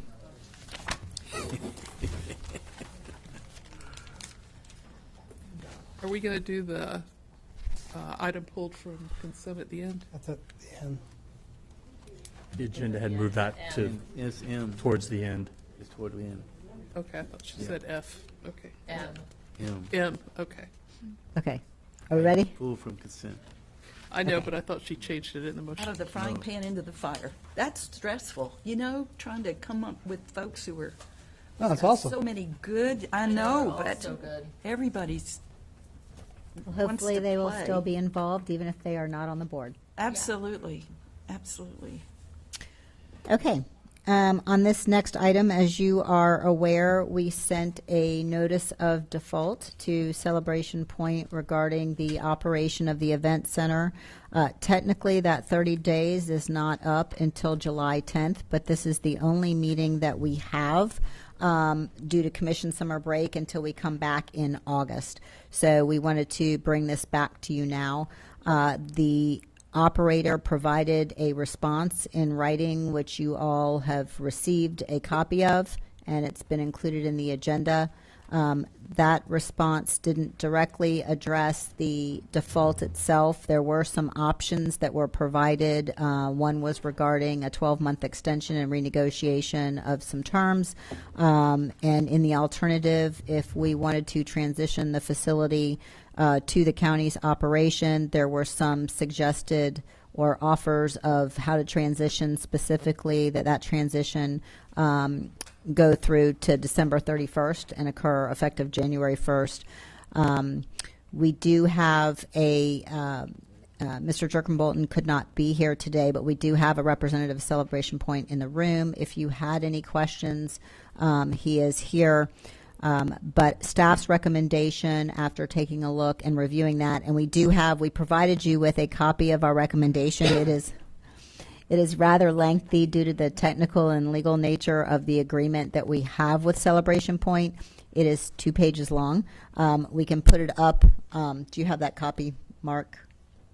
We can put it up on the Elmo for you, and I can read through it. The gist of that is to go ahead and move to default them on the agreement to transition the facility over to the county, make the transition date, boy, that's very small writing, make the transition date October 1st. That is makes more sense to us because we operate on a fiscal year, and we would just do it as part of the new fiscal year. And then along with that, providing me with certain levels of authority to take care of what I need to from an operations perspective until we can get back in front of you and until October 1st so that we can do what we need to do to operate. Essentially, there are programs, summer camps, things that are going on right now, and it is, in staff's view, extremely important, and I think the board will agree, to make sure that the children that have their plans there this summer, that have summer camp, that they still have that place to go. Their families have paid for that summer camp. And so we want to make sure that anybody who's rented the facility or is there for programs can still participate in those programs through October 1st. So that's the critical point. And, really, I'm back. We have a meeting August 5th. We have a meeting August 12th, August 26th. Our meetings in September. So this is really that we'll be coming back to you, and I will come back to you in August with the board, with the staff's recommendation for the operation of the facility from moving forward for the fiscal year from October 1st. We'll bring you a budget for the year, a staffing plan for the FTEs we will need. All of that we'll bring back to you in August. Okay, Commissioner Alfred first, I have, and then Commissioner Prizia, Cornell, and Wheeler. I'm happy to move staff's recommendation, but I had one question. I know there's been a lot of discussion about documentation of expenses and things like that over since the beginning of the operation of the Sports and Event Center. Will part of your efforts be to continue to collect that documentation in order to not only understand the expense of operation, but also to document the cost that the actual costs that have been put out by Spain and the company. We're aware of some of that. The records that we have been provided over the time have not all been what we've expected or what they should have been by agreement. Some of that information we are aware of, though, because we have gotten some of that. All of that has to be turned over to us and will be part of the transition. So whatever they do have, we will get, and we will start working to take over the whatever is necessary to transition from the accounts, the money in the operating account, that kind of thing, whatever we need to do to properly transition the facility. Okay. And as far as as far as what it costs to operate, we have a general idea already what it costs to operate just from conversations.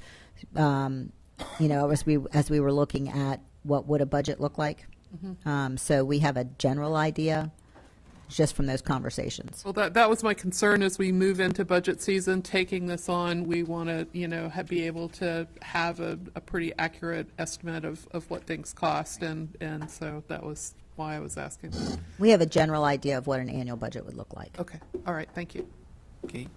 Is that your motion? You conclude? I make the motion. Second. Got a motion and a second. Okay, Commissioner Prezia.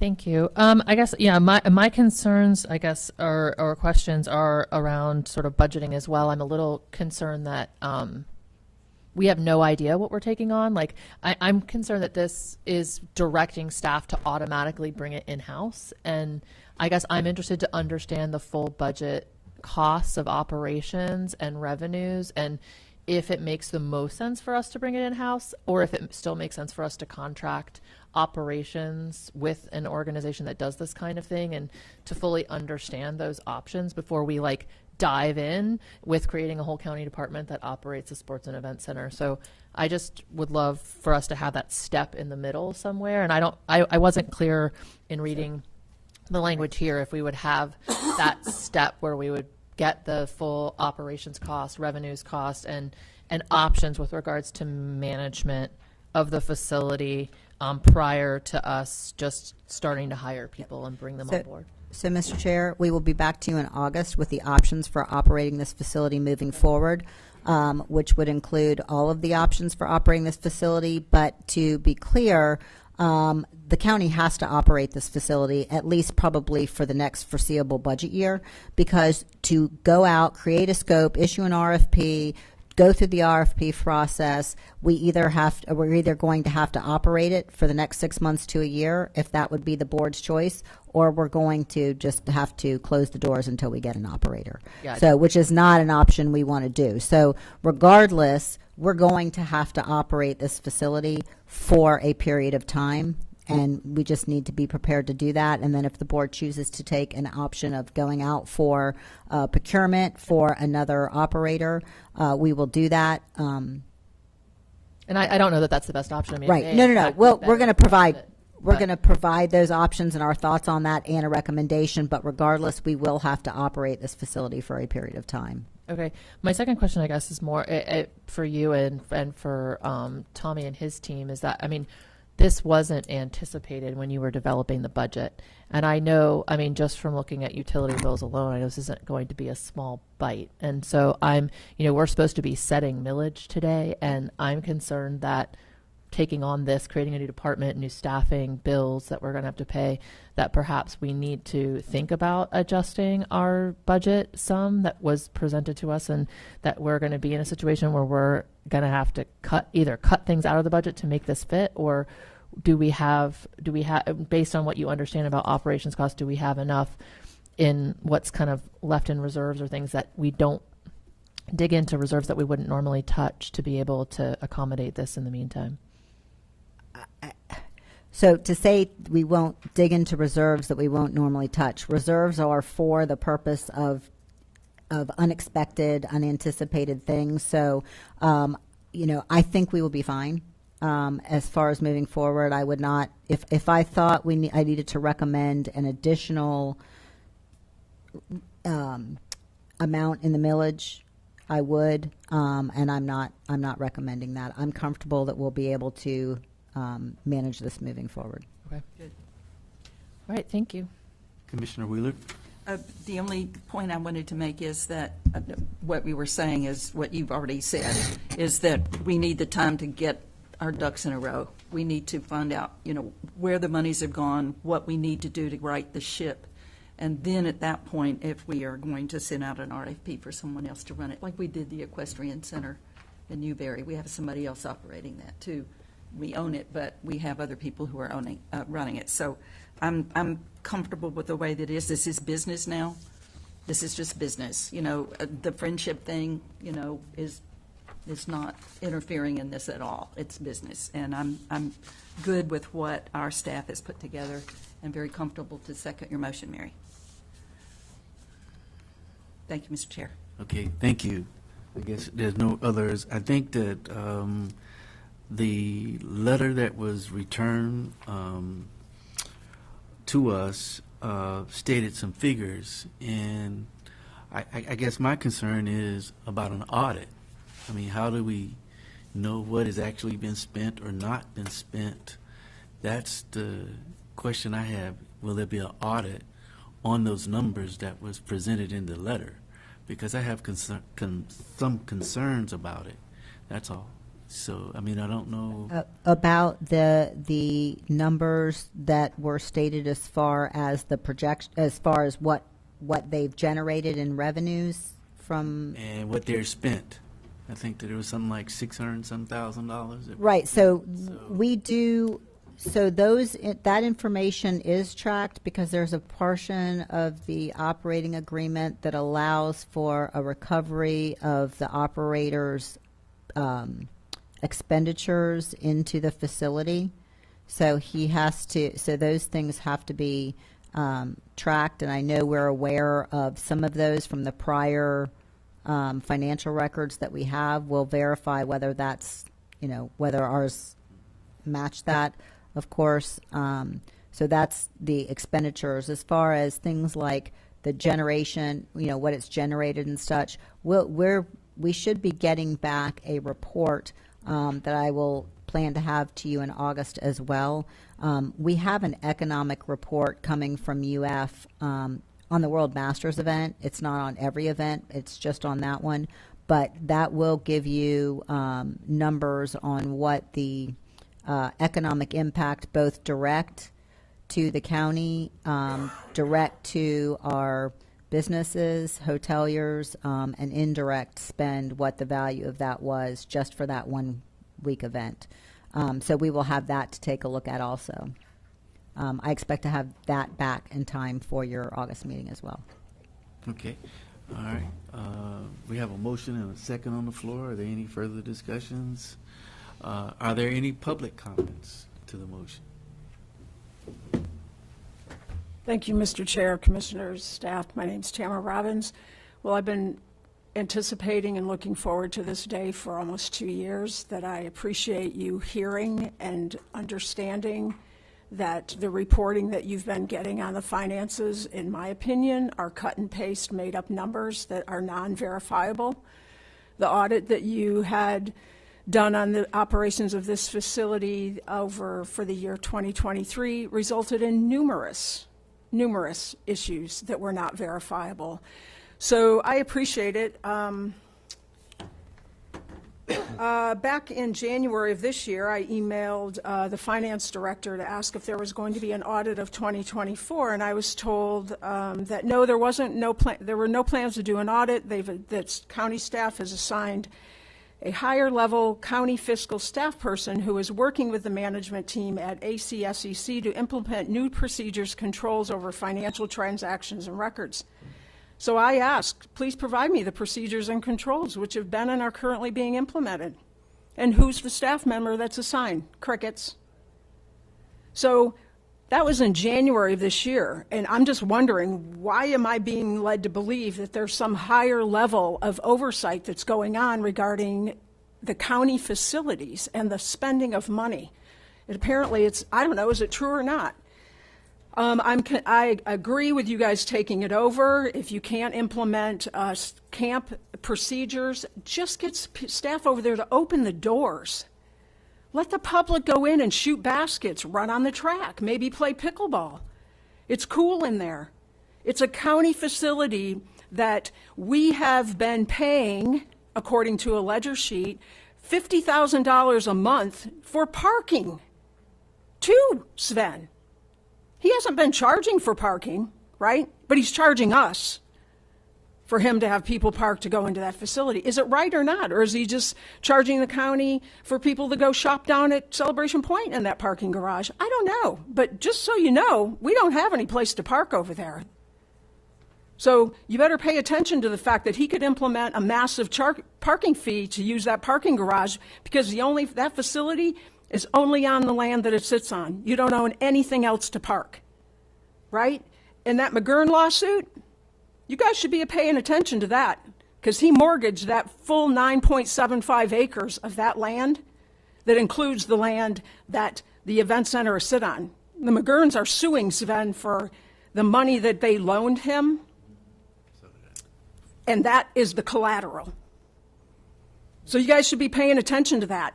McGurns may have signed a waiver to allow that, but they are suing Sven for the entire 9.75 acre value to get their money back from him, just like many other people who are lined up to sue him to get some of the, let's see, how many millions of dollars does he own? And please bear with me here, Mr. Chair, $500 million?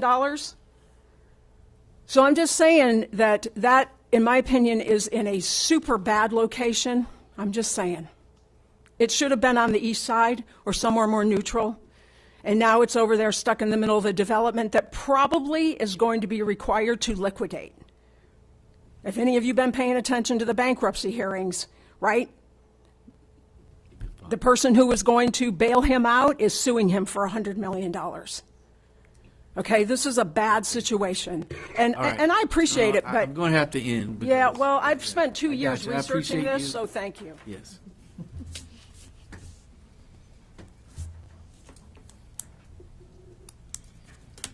I have a statement and a question. I guess I'll do the question first. I was wondering if the employees at the sports center are Alachua County employees, or are they the employees of the operator? And there's of the operator. I actually had a couple of years ago not a good experience with the person that was in charge. I tried to get some information and no response. And I see that the county hasn't been getting response too. I work for some of the largest corporations in America in their financial department, preparing finances for the presidents. And I would never have guessed that we would let an entity go 18 months without providing some kind of support and some kind of evidence that they were staying true to the contract. Typically, you would get a monthly financial report and projections for 3 or 4 months in advance. Internal controls seem to be non-existent, and adhering to generally accepted accounting practices as well as ethics in managing contracts is a serious issue, and I'm just surprised that we let this happen this long. I mean, when the county gives out little small contracts and what have you, there has to be accountability, there has to be reporting, and you have to do what you say you're going to do. How is it we can let an entity get this much of citizens' money and have them be as apparently inept and maybe shady as they are? Because it is the biggest surprise that I have seen in an entity anywhere that is supposedly capable of the positions that they have. Thank you. Thank you.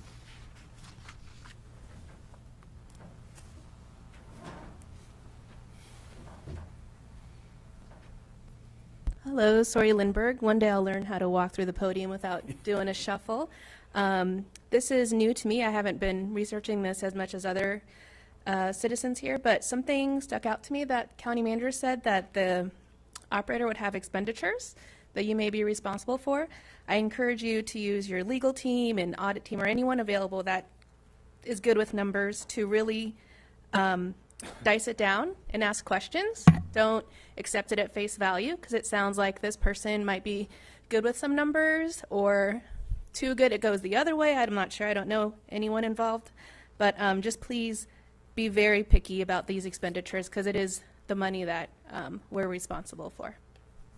Okay, thank you. Any further comments to the motion? Okay, seeing none, back to the board. Commissioner Prisney? Yeah, I guess Ms. Robbins did bring up a good point about parking. What are our options with regards to how the parking is handled now that we have? We own the land the facility is on. The portion that the building itself sits on, right? We own that. The lien or the mortgage holder, what's the phrase I'm looking for? Released that. Gave a partial release of their surety on the land of their for us to take that in fee. Gotcha. So while they have the interest in the front portion still remaining, the parking, there is a portion of parking in the operating agreement that we have with the operator. Currently, it does not charge for parking. We've not paid for parking. We have not paid for parking. Neither has their cash been submitted for parking. It may be something that is on a ledger, but there has been no money exchanged for the purpose of parking. The county has not provided any parking funds. Okay. Whether or not parking gets charged for that garage in the future, I can't say that there won't be a cost for the parking garage in the future. I mean, it was intended at some point that they be able to charge. There's not a mechanism in place to do that right now. The operator, as part of the agreement, and I know Dave knows the agreement better than I do, but the operator's part of the agreement was supposed to be paying something into parking. But I don't believe any parking has been paid because the operator is also the operator of the garage. Okay. I guess my interest is just as you're negotiating that transition plan that, special attention be paid to parking, particularly for, when we have vendors and we're negotiating, having parking as a part of that conversation. So that, and also the maintenance of the lands in and around the facility, because we don't own anything except the footprint of the building, those other pieces of property, because they are yet to be developed, can tend to get pretty weedy and just sort of left to sit. So if we can also make sure we're focused on maintenance of the, just the grounds and the facilities surrounding the building so that the building looks presentable, either that we're able to go in and mow and take care of it and have that capability and right, as well as that they maintain their own pieces of property to a standard. So, but thank you. And when it comes to the parking garage, we will do what we can to negotiate with the parking garage. Obviously, that is an important part, but that is also part of the current financial proceedings. So we will do what we can to get an agreement on the parking garage as soon as possible as part of what we're working on. Okay, Commissioner Alford? Yeah, in addition to the parking, compatible uses in the parcels that surround the event center is I know also of concern, because you and I talked about it. But that's part of your negotiation as well. There is currently that is planned development. There's currently a overall master plan development plan that goes over that, which includes that parcel. So at least we have some amount of control there.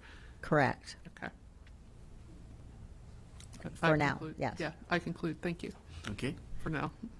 All right. Any further discussions before we vote? Okay. Those in favor of the motion vote by the sign of aye. Aye. Aye. Those opposed, same sign. Motion carries. Mr. Clerk. Mr. Chair, that takes land conservation projects. First item is Alachua Creek Flatwoods Weyerhaeuser tract purchase and sale agreement to purchase real property.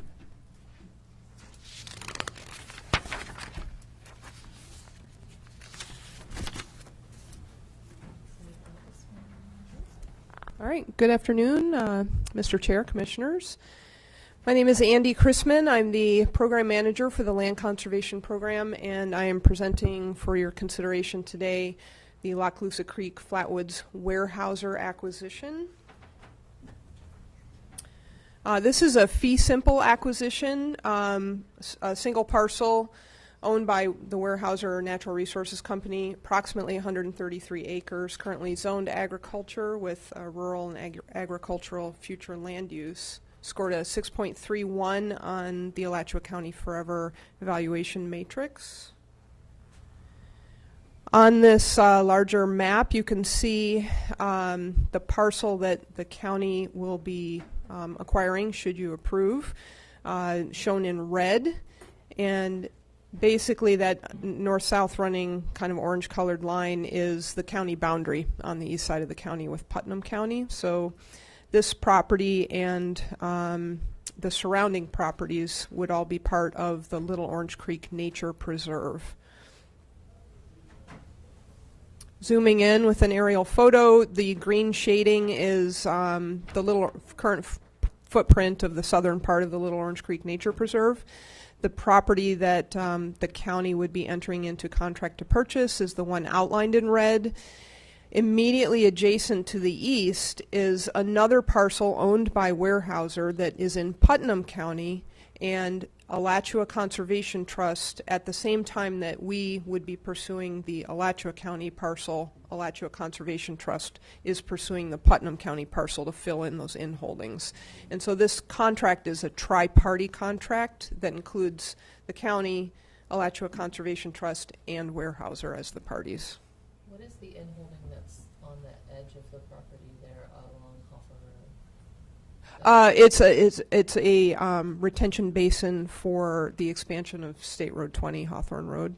The little cutout, yeah. Mm-hmm. So we would not be acquiring that. That's owned by DOT. Mm-hmm. That's huge.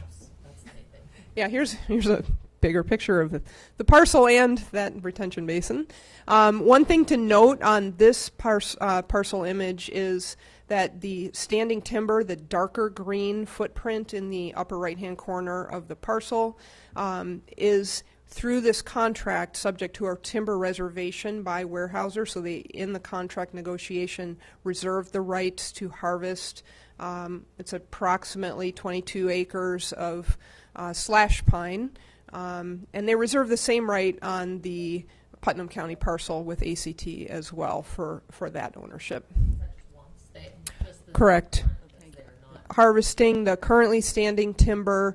They have 12 months to do that with, if there's consistently wet weather, up to a 6-month extension. If they're not able to conduct the harvest in that time period, they waive the rights to harvest the timber after that. The site is upland pine forest, former sandhill. It's been recently managed as pine plantation, but retains many of the species of the highly diverse sandhill natural community. Falls within our Alachua County Forever Alachua Creek Flatwoods project area. It also falls in the Little Orange Creek Strategic Ecosystem and is part of a recently established Florida Forever project area called the Little Orange Creek Conservation Area. And it will be, the intent is that it would be incorporated for both recreation but also all other management into the Little Orange Creek Preserve. Some images on the ground, and this image actually shows the intersection of the previously harvested area and that remaining standing timber on the site. And the aerial photo taken during the appraisal tour. Yeah, on the left is actually an endemic species, a Florida endemic. So it's not the most beautiful plant picture, but and on the far right you can see there is natural regeneration coming up in the harvested area currently, and that is likely to be managed over time with fire and converted to longleaf pine across the entire site. This is slash pine. So again, the details, again, it's a fee simple acquisition. It's a tri-party contract, but it is a purchase and sales agreement. So instead of you signing a notice to exercise the contract, you would actually be signing the contract at this time. We, the Alachua County, acquiring one parcel, and Alachua Conservation Trust acquiring the one in Putnam County. Weyerhaeuser retaining that 12 months plus 1 6-month wet weather extension for harvesting that stand of approximately 27-year-old slash pine on the site. And land management would be assigned to Alachua Conservation Trust, who currently manages the entire footprint of the Little Orange Creek Preserve, including lands already owned by the county, lands owned by the city of Hawthorne, and lands owned by Alachua Conservation Trust together under the partnership of one preserve. And we have a land management agreement with ACT for that management of the county-owned property, with a closing date mid-November. One thing to note, and in the map on this, you can see in the lower right area of the preserve is that cutout of those two parcels. But you can also see the ownership that makes this really nice partnership in this property. Alachua Conservation Trust does many innovative things in the area, and one thing that they're doing that's really innovative at Little Orange Creek Nature Preserve is hosting the Creekside Environmental Education for Kids program each year, and that is done with the Friends of Little Orange Creek, which is a CSO that's established there. And they have approximately 1,700 students from the underserved schools in Gainesville and Putnam County learning basically wetland and wildlife ecology at that site. So it's a really, really fantastic program they're implementing there. One of the other unique features of this purchase and sales agreement is that it includes more language about title exceptions and contract exceptions than our standard option agreement does. And so this first slide lists some of what we normally would call standard exceptions that we wouldn't even present to you because they're things that are typically just agreed to in our acquisitions.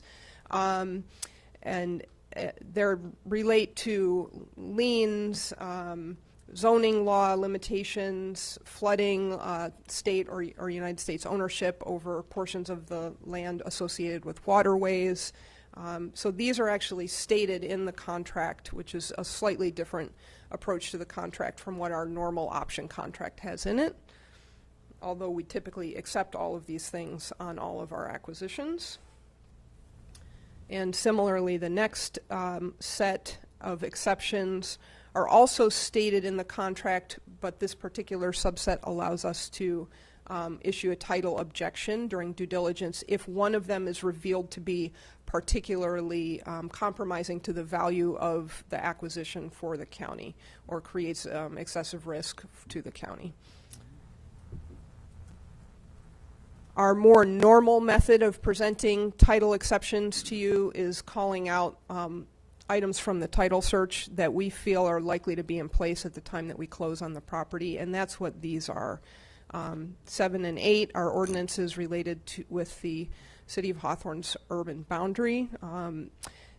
9 is a easement on the west side of the parcel that the county is buying that provides the City of Hawthorne access north along that west boundary to get to their land that they owned, which was purchased with a Florida Communities Trust grant, and which is constrained by that grant to remain in conservation and natural recreation conditions, so we don't perceive that to be a significant threat to the property value. Purchase price for the land, $669,950, with approximately $49,212 for due diligence, for a total expenditure request, including the 10% buffer contingency, of $791,078. And these are the recommendations. Move staff's recommendations and approve and authorize them to move forward with the purchase of this property. Okay, got a motion and a second. Commissioner Alford.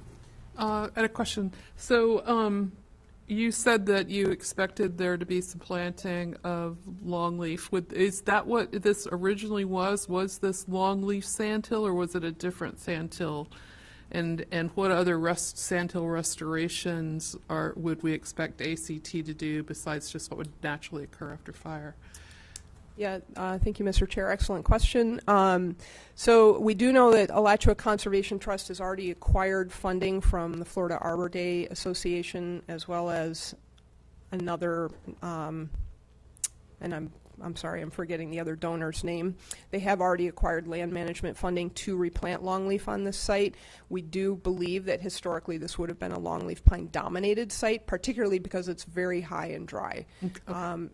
In terms of ground cover restoration, we do anticipate them to be doing management of the non-native invasive grass, Natal grass that's found on site.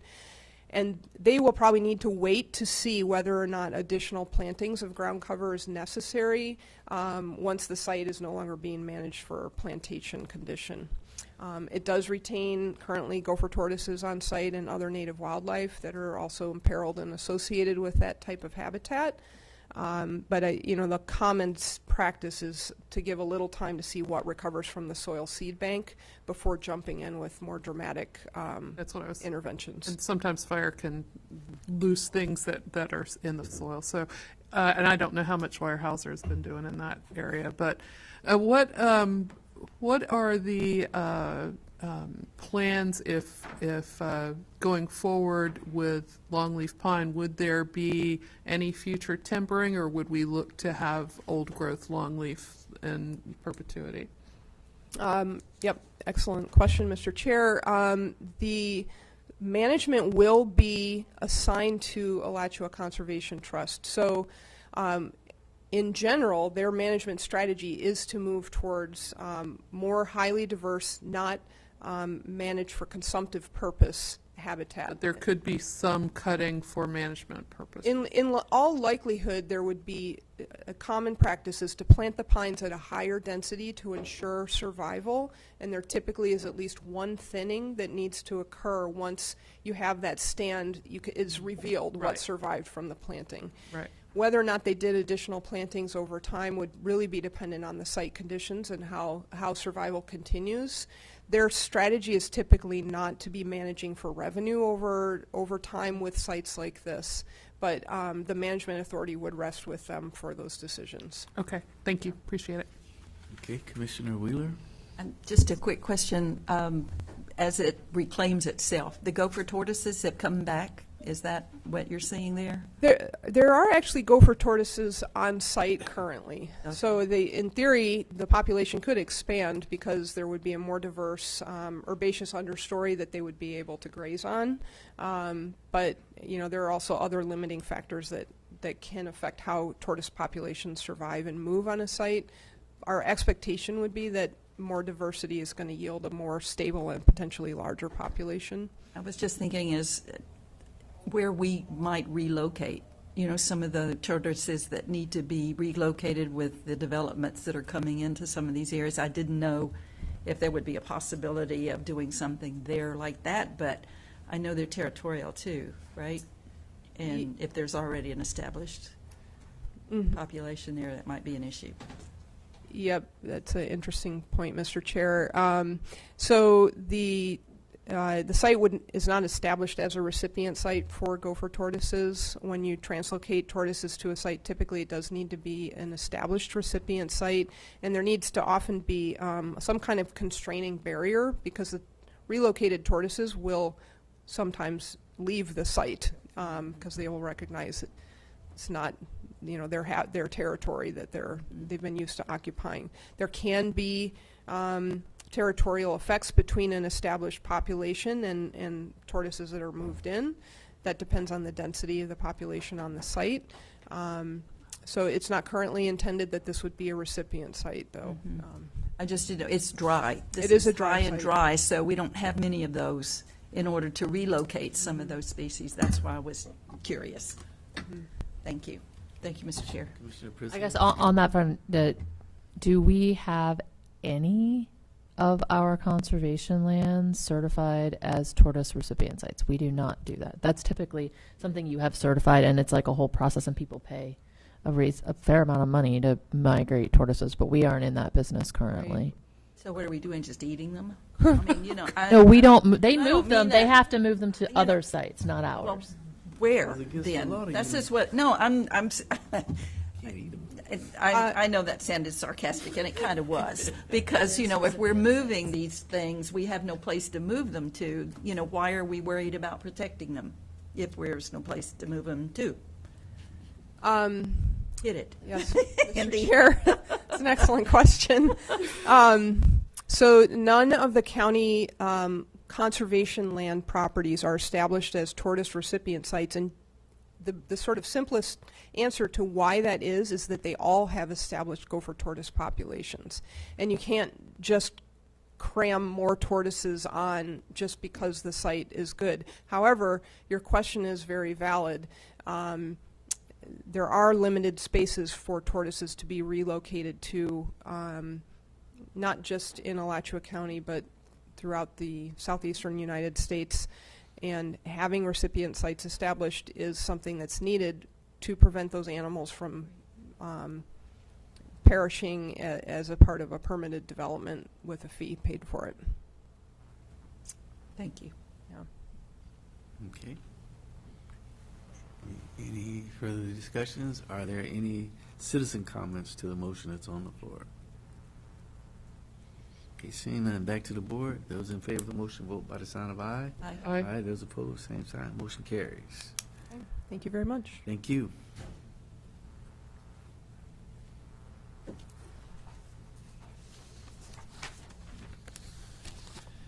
Chair, that takes us to item K for public hearings. The first one is a special assessment district for Quail Street roadway chip seal improvements. Yeah.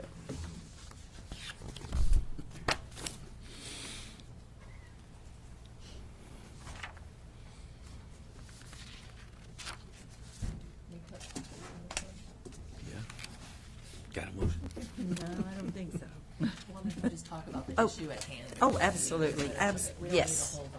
I see what you're Presentation, saying. not slides or anything like that. I see what you're saying. Let's see. I got it. Give us an overview. Good afternoon, Commissioners. Ramon Gavarrete, Public Works Director. Generally, this will be pretty fast, but we do have a gentleman, a resident today here that I'm sure is going to want to speak. So Okay. I'm going to have to actually Go give through you a it. presentation this time. This is a special assessment district. The board established this a few months ago, Quail Street in Melrose. The background is that, again, the SID or SAD was created in accordance to the Florida Statute 197.3632 and also Chapter 37 of the Alachua County Code of Ordinances. Property owners, we followed the procedures, petitions were made, we got the required responses. The estimated cost at the time that we provided to the owners at first was $74,459. And the actual cost of the improvements came in at $62,133.16. You know, we cannot forget those 16 cents at the end. So, which yields a proposed special assessment assessment of $766.66 per parcel per year. This the map that you're seeing right now on the screen, Commissioners, includes those properties that are included in the special improvement district or special assessment district at this time. There's actually more dimensions later in the presentation, so I'm just going to move on. I included this in the presentation as to give you an overview of Quail Street. Quail Street is not a road that goes from a paved road to a paved road. It's a road that goes from a paved road to over 2 miles before this chip seal project of Lime Rock Road, because it goes from Quail Street to 255th Drive to 35th Avenue and then to County Road 219A. So it's a long road. As far as this project, we actually went further south than South Street. because those were the property owners that wanted to be included in the district. Just to give you an idea, Commissioners, what you see on the map here is this long road that you see here where my cursor is going. I don't know if you can see that cursor on the screen. You can. This is, Quail Street is just to about this point right there. Then it goes to Northeast 255th Drive to about this point here, and then it turns into Northeast 35th Avenue, which then connects to County Road 219A. This entire road from State Road 26 all the way to County Road 219A is Lime Rock Road, with the exception of the chip seal surface that we already did. So this is just the final cost that would just provide. These are pictures, Commissioners, for before and then during construction.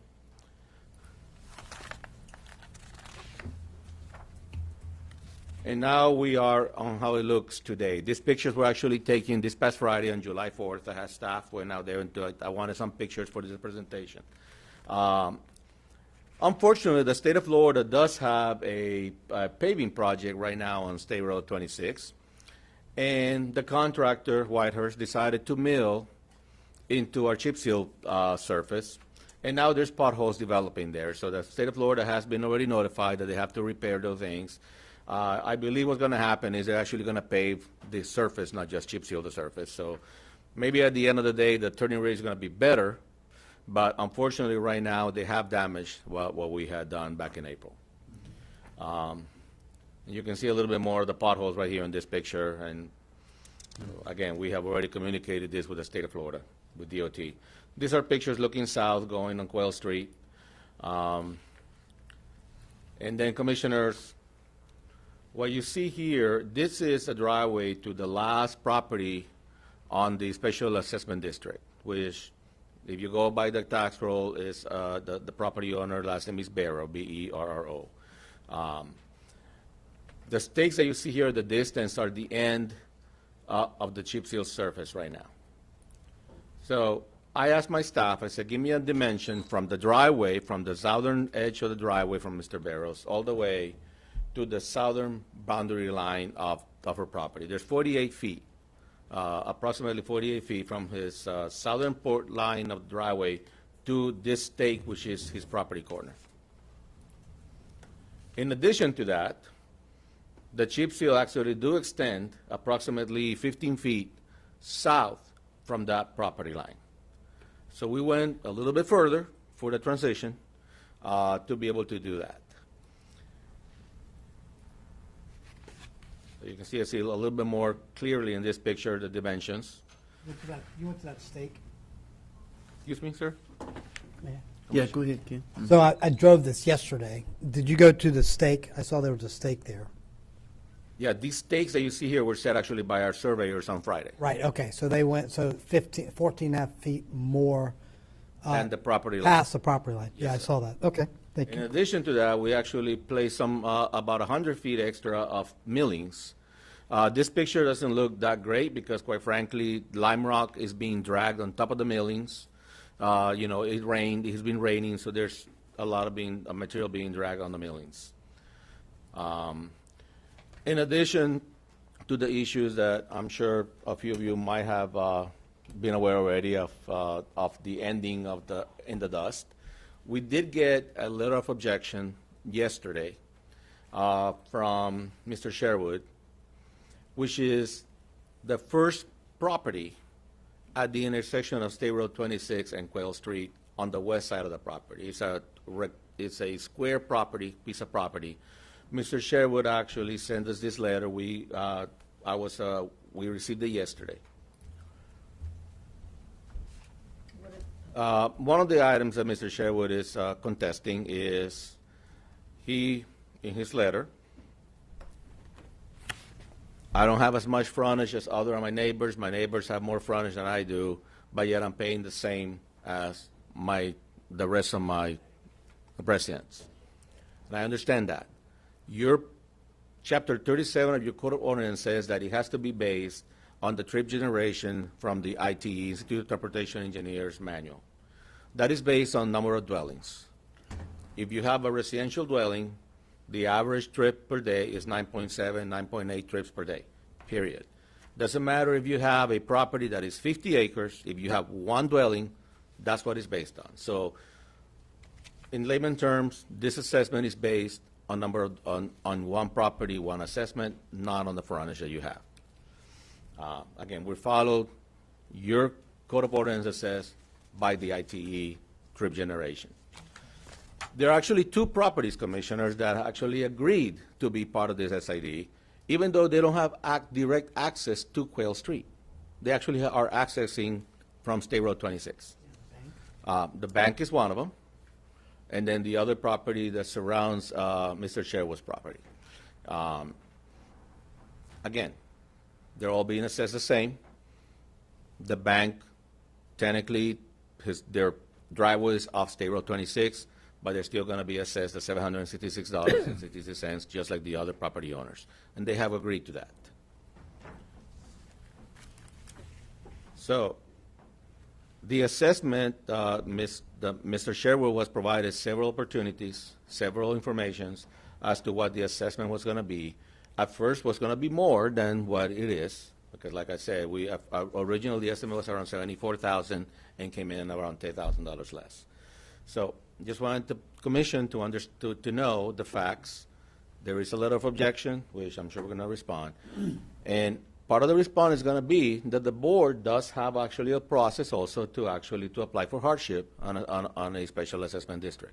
So that's going to be included in the letter that we're going to include to Mr. Sherwood responding. But once again, all the property owners were notified following your procedures. Several notices were sent out.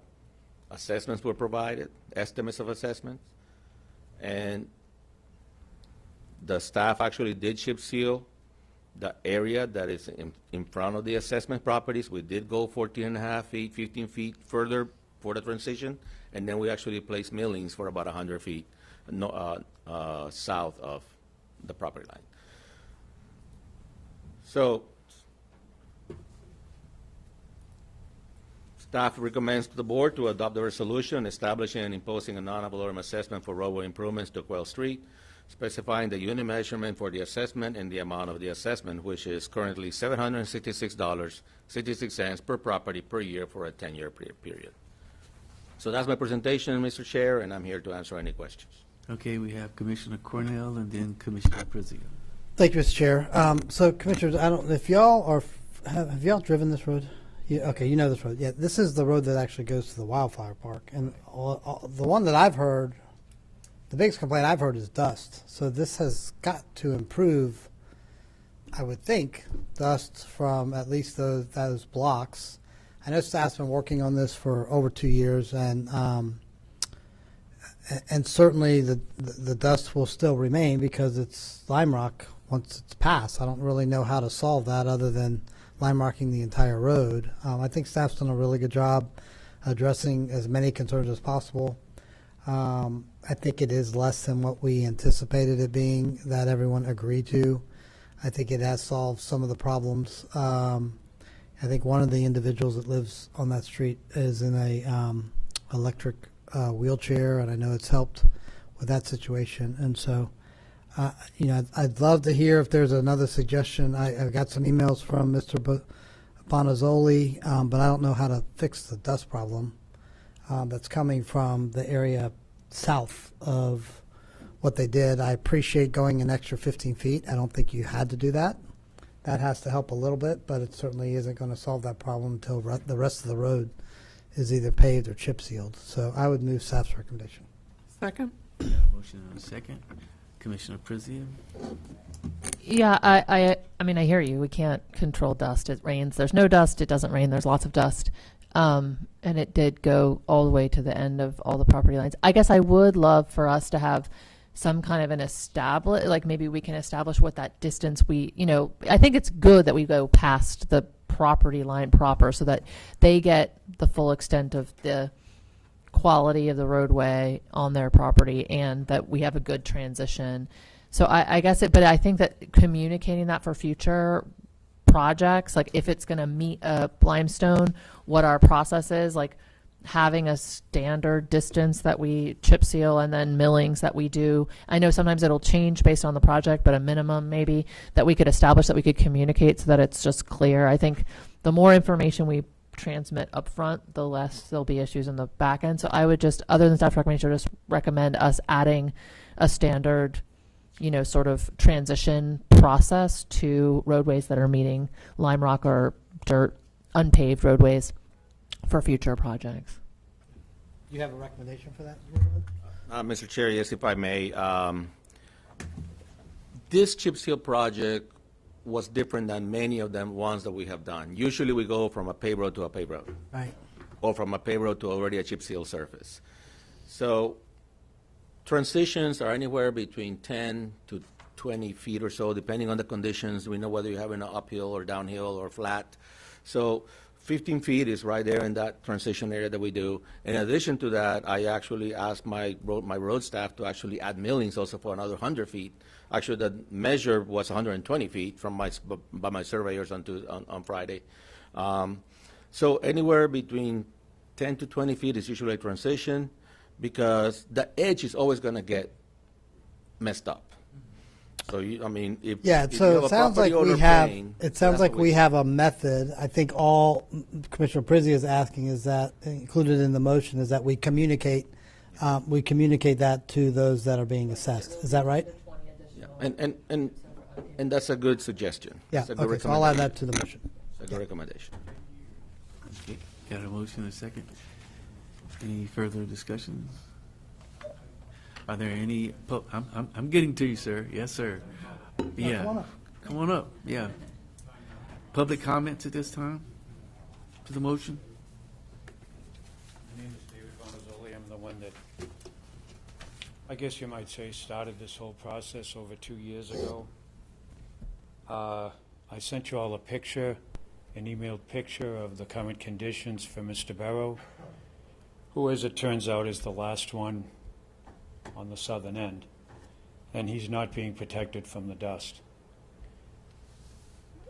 I was repeatedly assured that he would be, and the reason that there's millings at the southern end is because they removed the lime rock, because they were going to go further and do what they promised to do.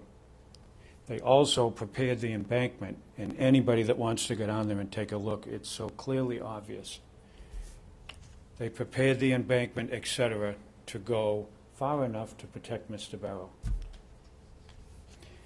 I've got numerous emails assuring me that this would happen.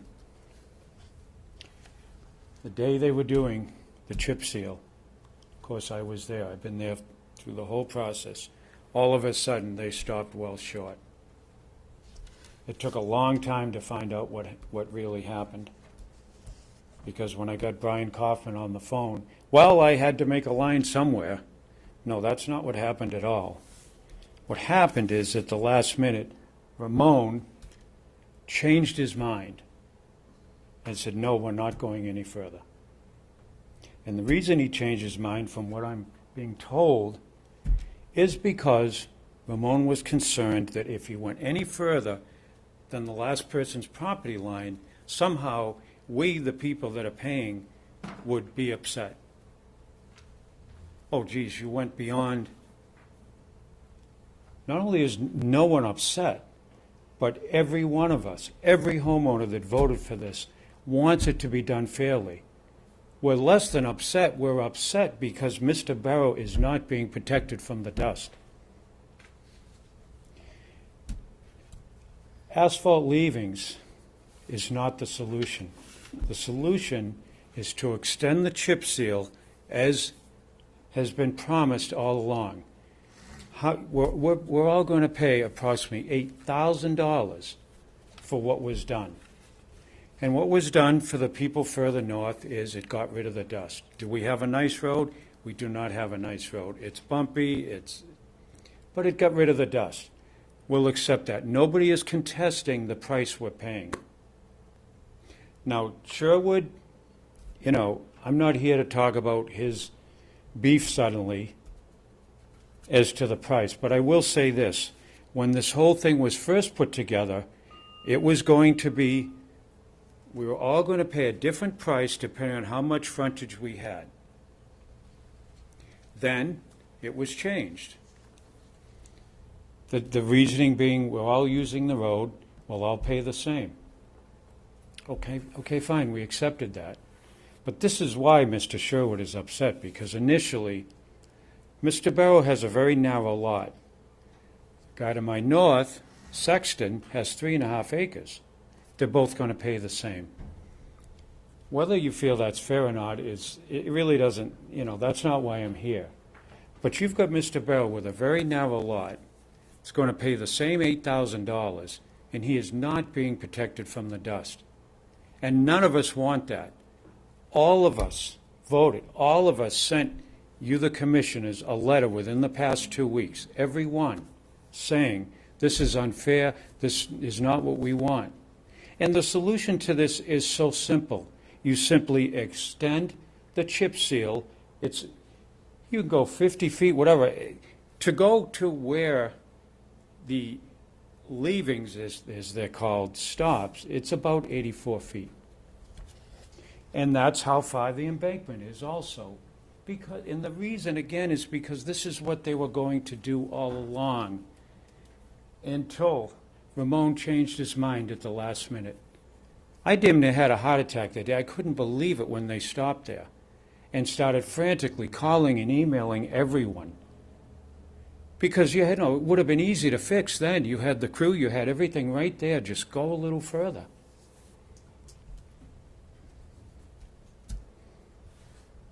So I'm going to have to ask you to conclude, sir. The chip seal was laid in January. Right away, it left this unresolved issue. There was talk about doing this, there was talk about doing that. I've been very patient. I waited 6 months waiting to see what's going to happen. I finally sent an email to Public Works saying, what's going on? Turns out that the certified mail that was sent to each one of us homeowners crossed in the mail, you might say.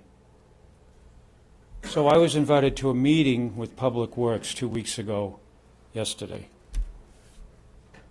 which, I was belittled. It was just awful. I was treated terribly. And so, again, the point is it fair for Mr. Barrow to not be protected from the dust? The procedure seems to be, if you happen to be the last guy, you're going to get dust. Oh, well, sorry. Well, the simple solution is we simply extend the chip seal in this and every case coming forward far enough so that everyone is protected. It's not a big deal.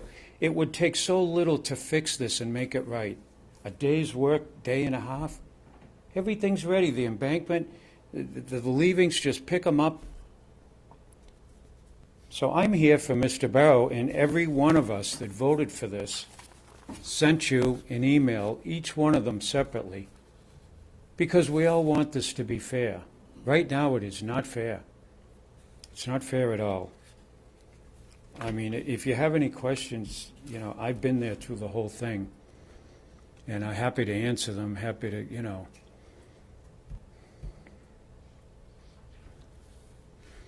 And so I feel that the vote to move forward and, send us the bills should be delayed until this is fixed. Because once you approve it, I can guarantee you nothing will ever get done. I hate to say, but, now that I've been dealing with Public Works for 2 years, man, I'll tell you, I haven't been well treated. I mean, there's been falsehoods, it just hasn't been pleasant at all, and I don't trust them anymore. At the meeting 2 weeks ago, Ramon, you told me that you would go the next morning. Sir, please make your comments to the chair. Okay. Thank you, sir, please. Ramon told me that he would go the next morning, that Tuesday morning, and look at the road, and that he would give me a decision by Friday. Well, Friday, geez, you've run out the clock. We only had 20 days. Monday was the last day to object. And I didn't hear from Ramon till Friday. Then I get an email saying, oh, you know, your neighbor to the north, your neighbor to the north. Well, first of all, it's the neighbor to the south. So right away I got to thinking, I don't think Ramon went. I don't think he ever even took a look, even though he said he would. Well, sure enough, when he sent his 2 men down on Friday to take pictures, didn't they admit to me, no, Ramon never went to look. We're taking pictures for Ramon. Well, this is just another example of a falsehood. He didn't go look. But once he said no on Friday, I figured, you know, I'm done with Ramon. You know, I need to appeal to you. And what I'm asking you is to make this situation fair. It would be a very small job to extend the chip seal far enough, as they were going to do, to take care of Mr. Barrow. And this thing with leavings do not work. They're there now, they don't work. And you saw the picture that I sent you. It's on my phone. If anyone would like another look, I'd be happy to hand you my phone. To approve this as it is, it's wrong. It's just plain wrong. And I thank you for your time. Okay, thank you. Do you have any questions? Yes, I have some. I don't know if they're questions, though, but no. Okay. Commissioner Cornell, Commissioner Wheeler, and then Commissioner President. Are we going to go ahead and do that and not hear the rest of the public comment? Oh, I thought that was the only one. No, yeah, one public comment. Is there any other public comment? That was all, because there were other citizens here. He said there was other citizens that wanted okay. to speak. I'll be the only one here, Dave. Okay, all right, sorry, I misunderstood. Yeah.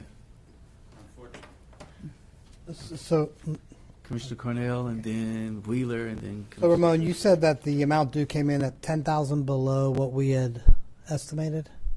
Yes, Commissioner. What would it cost to extend it 85 feet? Would it come in at basically what we originally? It'll be less than the 10,000 most likely. Is that something that we're able to do? Well, let me, if I may, Mr. Chair. Yes. The board needs to make a decision. Here's the issue. You're going to pay, if you're going to extend the chip seal surface on this one,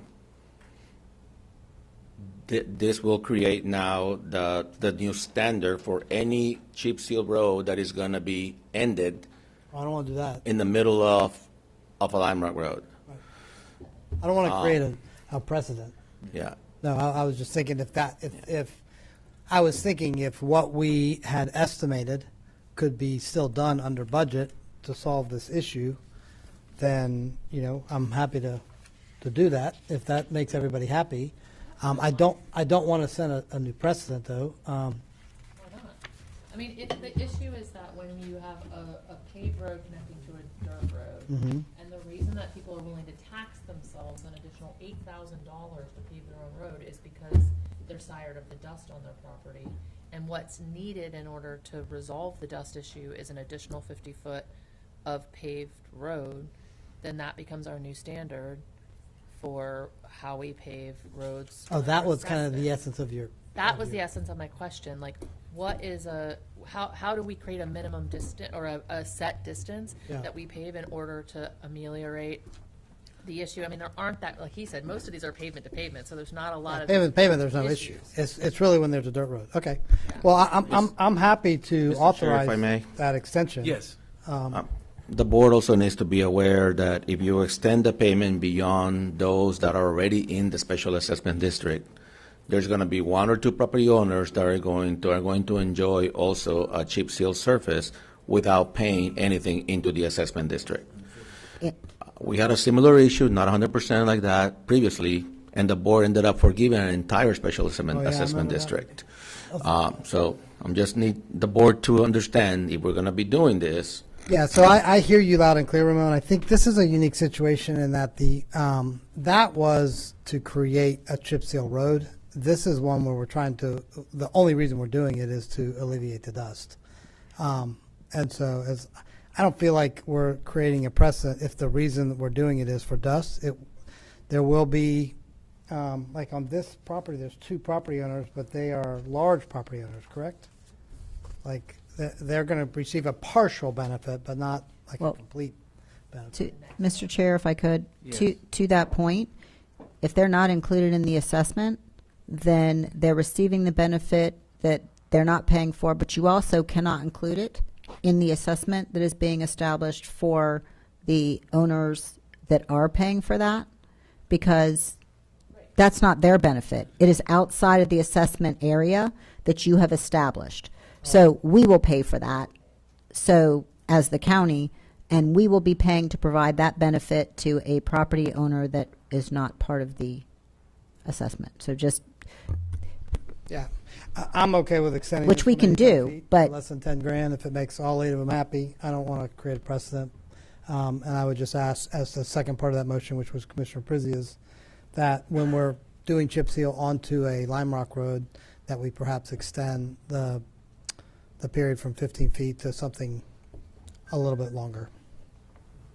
I believe that's that.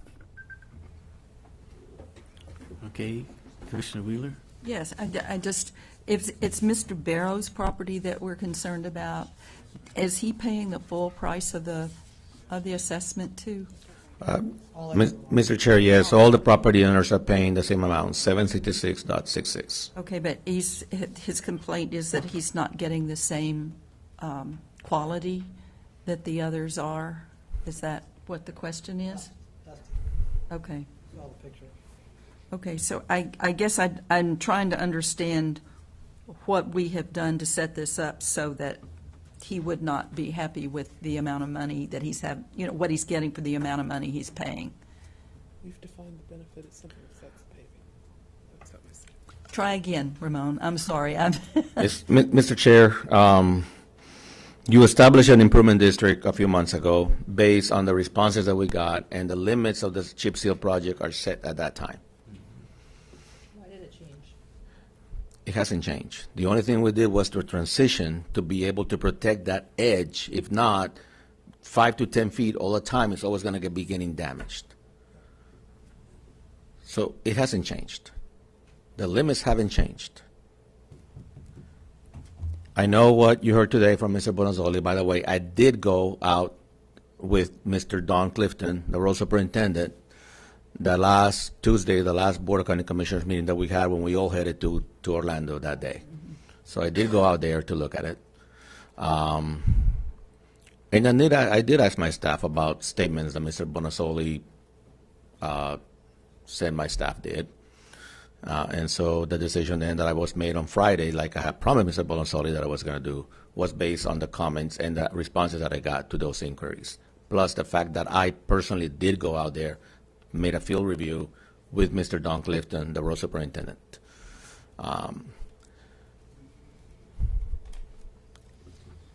My job as the director is just to caution the board. You, the board, are going to make a decision, and staff is going to do what you tell us to do. But once again, if we extend the limits of the chip seal to then include more properties, again, there are going to be properties that are not part of USID that are going to be benefiting from the chip seal service. And then, like your county manager says, from what I've heard from legal already, was that extra cost is going to have to be paid by Alachua County and not by the SID. Well, I'm okay with extending it 50 feet and charging the SID because the reason we're doing it is for the dust. Is that can we do that, Sylvia? Define that as the benefit? So maybe you could have to begin with, but my understanding is that that is physically beyond where you've drawn the dust. Oh, we can't do that now. That's my understanding. All right. Legal. Oh, okay. That's my understanding. Well, Commissioner Wheeler? I guess I'm still puzzled by the quality of the work that is not being done, that's being paid the same that everybody else is getting. If it's not the same, but you're saying it is the same and it just happens to be close enough to the dirt road that's impacting what we've done? Mr. Chair, the entire road from State Road 26 to the end of the chip seal is a chip seal surface. There's always going to be the people at the end closer to the lime rock that are still going to be getting dust. Okay, I see. I understand. All right, thank you. Thank you, Mr. Chair. No, sir, I can only give you one shot at it. I'm sorry. Yeah. Well, no, sir. I'm sorry. Well, if we ask for the citizen to respond, we can do that, yes? I don't know. You have to ask the attorney. I don't think that that's what they're saying. They're saying we're that the boundary has if we been have questions. set, and that was it. So, Mr. Chair, if you're asking whether he can step up and speak, then this is the chair's meeting to run. Right. So that is your choice. But as to whether we can actually add improvements outside of the district into the costs that you're assessing property owners in the district, you may not do that. Cannot do it. Because it's been set. The fee has been set, right? The physical boundaries, the geographic boundaries of the district has been drawn. Mm-hmm. But it was based on the fee too, right? I think, and I'm would have to pull up the ordinance, but it is. I think what we decide, now you can certainly assess higher than that, but I think what we decided in our ordinance was that once you give an estimate, you're not going over that estimate as far as what you charge them. And that would be what would be charged on the property owner's basis. I'm not particularly concerned about the cost. Okay, gotcha. I'm concerned about the physical. I'm concerned about the physical limits of the district and about other property owners getting benefit and you shifting that cost from those other property owners onto the people who are being assessed, other properties that are being assessed. Okay, Commissioner Wheeler, you conclude. No, I just wanted to ask Mr. Bonazzoli a question about his involvement with Mr. Barrows. He's out of town. Does he live out of the area? He works out of town. He's only home weekends. But this is his homesteaded. Yes, it is. That's what I think. I remember reading that too, because you and I have talked a couple of times on the phone about all of this. I did not realize, that you were advocating for your neighbor too. So is there something else that we have missed? Well, something that you've missed is that this whole process, as it currently stands, is flawed, as Ramon has admitted. Well, but you have specific answers for what we've been talking about up here. So whoever is the last guy in line, as currently set up, is not going to be protected. That's a flawed system. Okay. Everyone that's paying should be protected. Okay, I got you. Thank you. Thank you. Thank you, Mr. Chair. Okay, Commissioner Prisium. Well, I guess I want to say one thing that's general, and then I'll say something specific about this project. In general, I think that from now on, I will never be voting for another special assessment district again. Not that aren't established at the outset of a development, because they don't work. We've always had this issue. We've always had, every single time we have in a special assessment district, there's some kind of problem. And so there's either a problem with the process, because we have issues with the way that communication happens and how clearly communication happens. It happens in bites and steps, and it's confusing to citizens. So we either need a much smoother, much easier to communicate and much easier to understand process for these things, which I would ask that we consider. If the board wants me to make that motion, I will, or to add it to the motion, I'd be happy to. Otherwise, I think we should stop doing these things altogether, because they just cause issues and conflict. I understand that it's citizen-led, but it's one or two citizens always on a road that lead the initiative because they don't like the situation. Then they talk their other neighbors into it. Their other neighbors do it, and then somebody's mad about some kind of issue. It's happened every time. I mean, I've only sat through 2 or 3 of these, but they're never smooth. They're never happy, and there's always issues with we didn't know we were going to have to pay for this, and we didn't know we were going to have to pay for that, and we're being nickeled and dimed here, and I didn't get the value, and it happens. I know it's not staff's fault, except that I will say that what is staff's fault is that it's not being clearly communicated. All the costs up front aren't being clearly communicated. All of that part, no, because I've had the experience with multiple where I was like, you have to pay for the mailing, now you have to pay for the survey, now you have to pay for the second mailing, now you have to pay for the paving. I just think we need this is how much it's going to be, period, the end. This is how long it's going to take. This is exactly the spaces we're going to pave. This is the deal. And I feel like that never happens. This happens every time. And that may not be staff's fault exactly, but it's nobody's fault, and they're just a bad idea. Well, yeah, if I could. They could just hire somebody privately to pave their road. We don't have to. They can't. It's a county road. So that I wish that were the case. If it were a private road, you're absolutely right. But in this case, this was something that this group of citizens were attempting to deal with the dust, and I think staff tried. I really think they tried to deal with the dust, and I think all but the last one, it has improved the dust situation. I think what you added to the motion is a really good one, which is to communicate, even though this is where the property ends, we're going to go this far. Right, 50 And everybody understands this is how far we're going. It's not going to solve the dust problem. It's going to help the dust problem. And I think that's a great addition. I mean, I hear what you're saying, and there is always issues with these special improvement districts, but they're usually citizen-led. I mean, I'll tell you on my road, it's the worst road. It's as bad as Wakahuta, and the majority of my neighborhood wants to do an SID to improve that road. And so is everybody going to be happy? No, but most people are going to be happy, and it's the only process we have because it's a county road.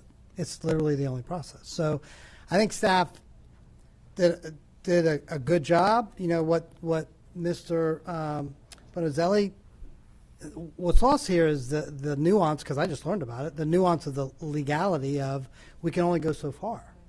We can only go so far because otherwise we've got to include that neighbor, and you didn't get that neighbor. Now, that's going to affect dust. I wish, and so maybe we didn't communicate that as well, and we can seek to do that better. But I think staff did a great job on this, and I know they've spent a lot more time and effort than $62,000. And for some of the people, like the lady, and the reason I wanted to do this was I wanted to respond to the citizens, reduce the dust, but also there was a lady that basically has an electric wheelchair. And I've watched her go around the Lime Rock potholes in the rain. And I was like, this is going to fix that. And this has fixed that. So, I hear your frustration, and I've had it too, but I don't want to abandon SIDs when citizens ask for them.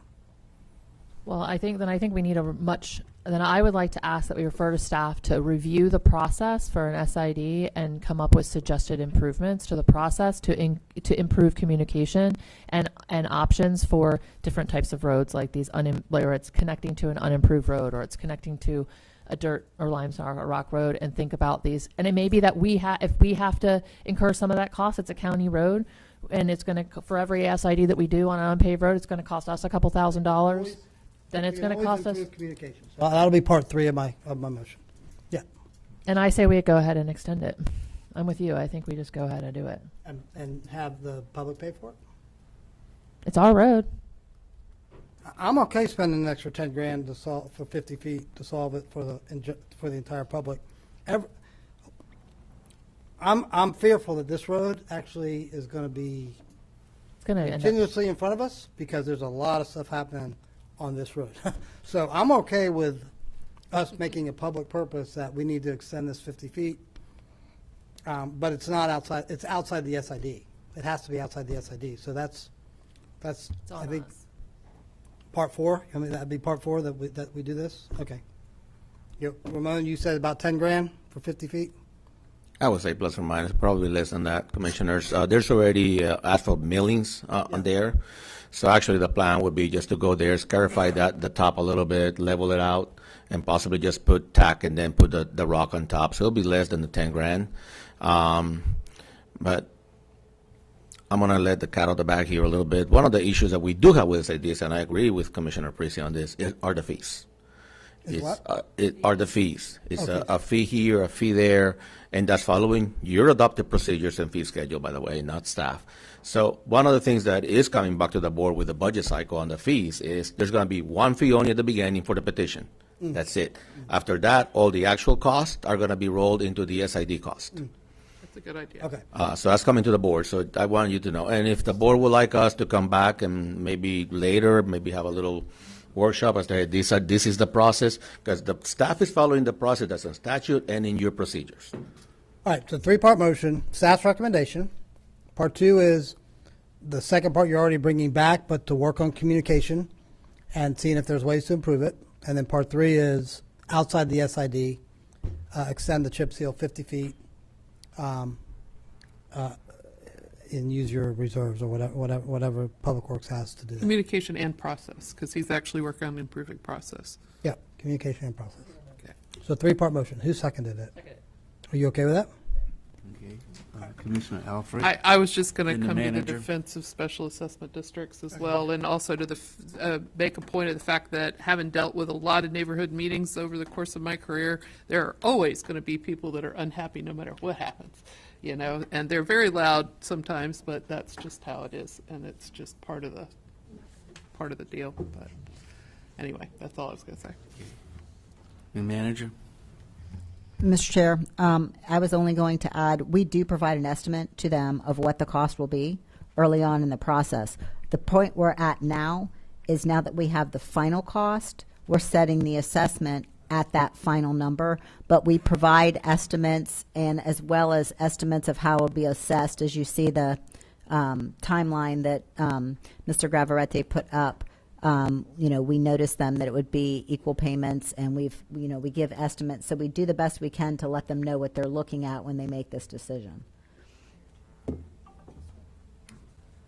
And remember, that 50 feet is around whatever you when you ground truth, if it's 52 or 48, whatever makes sense. So approximately 50. Right, and then when we get to this point, this is when we know the actual cost. So now we're setting the actual number.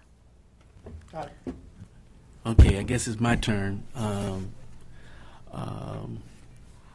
I can go back, I guess, early on in, I guess, my terms as a county commissioner. And I'll never forget that we did a chip seal road in Newberry. For this, yeah, Newberry too. Yeah, Newberry. That's what started it.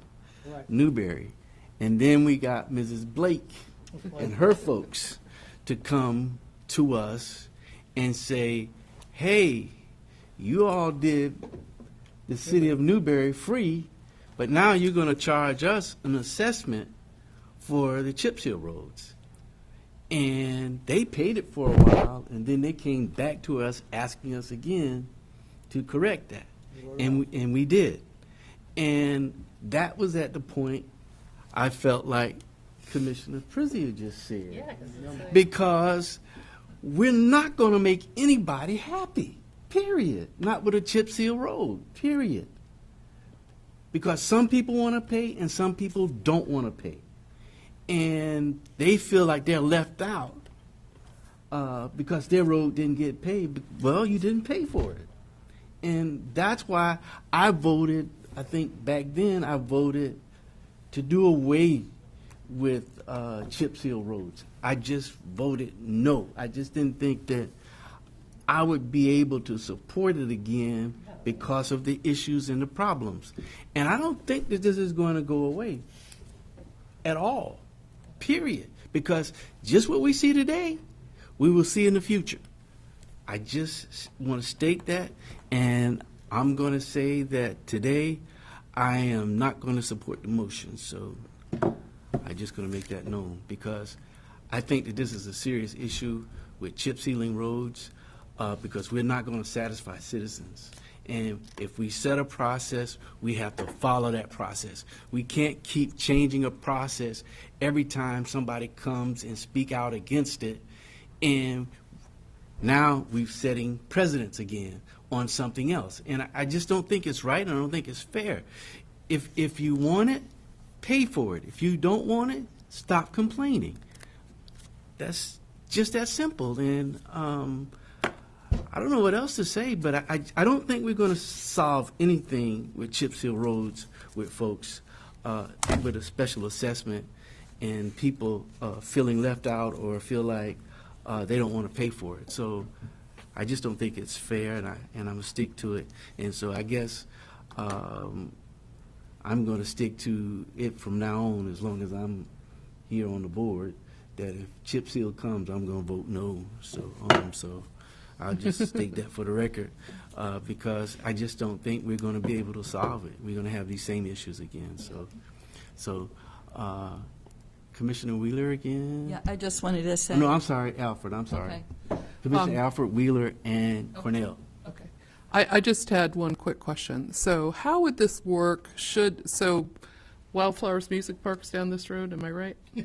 Yep. So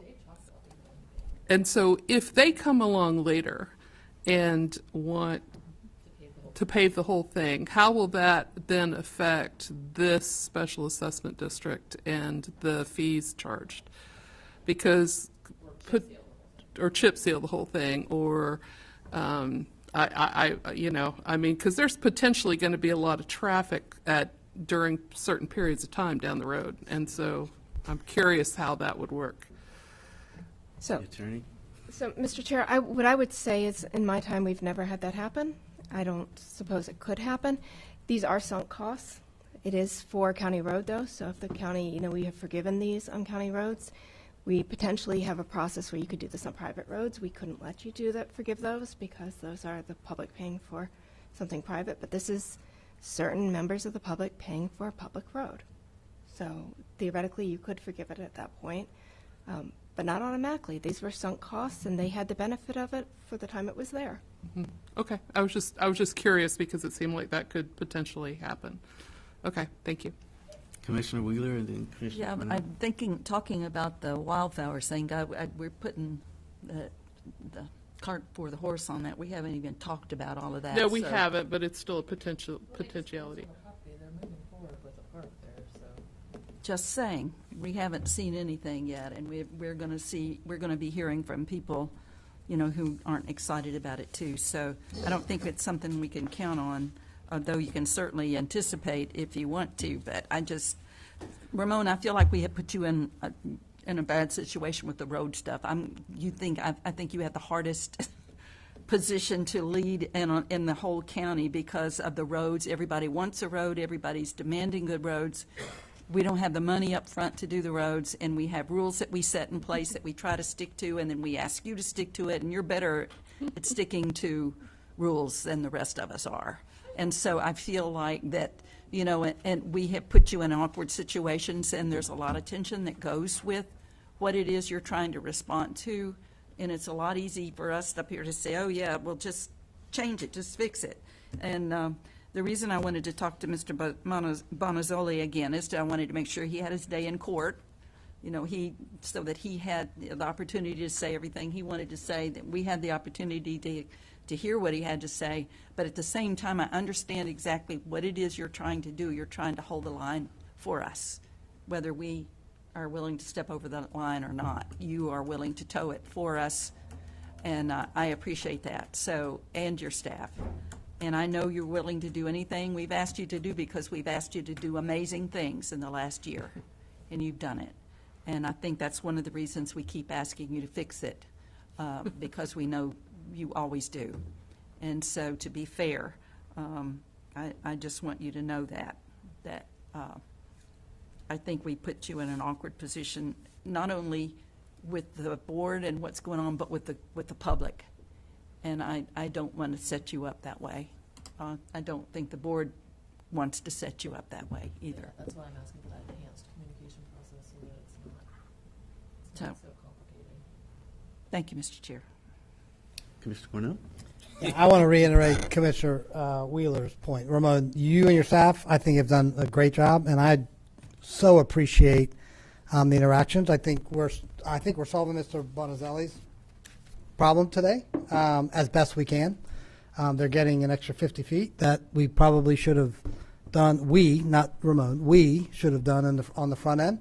So I think that's really good. But I got to talk to Chuck. Chuck, don't give me an absolute, because if I bring you one from my neighborhood, I want you to at least consider it. I think the problem between chip seal and paved is, and you're right, $1 million or something. it's a lot of money, and so everyone says, okay, well, let's just chip seal it. And then what happens is, after 5 years, like you said, it starts to fall apart, and then they're like, we paid for this road, but that's back to what Commissioner Prizia says. We have to communicate, look, we can pave it under an SID, it'll cost $1 million, and last this long, or we can chip seal it, and it'll cost a couple $100,000, but it's not going to last as long. Does everybody understand that? So I think if the citizens want to extra tax themselves for the benefit, let's just communicate it up front. And if my neighborhood comes to you, I'm going to say, Chuck, I know you said you'd never do it, but maybe make an exception. So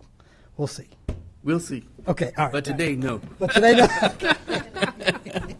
I guess I'm interested to also to understand, like, if there are, you know, on some of our roads, we're doing like maintenance stuff. You know, we put like a coating on them so they last longer, things like that. Like, I don't know if any of that applies to chip seal roads at all, but I do think that I just want to also be clear that if there are maintenance things that can be done for chip sealed roads, and those maintenance costs can also be built into an SID so that they get the maintenance and upkeep built into their SID. Because right now it's like we pave it and then we walk away. Can I respond to her?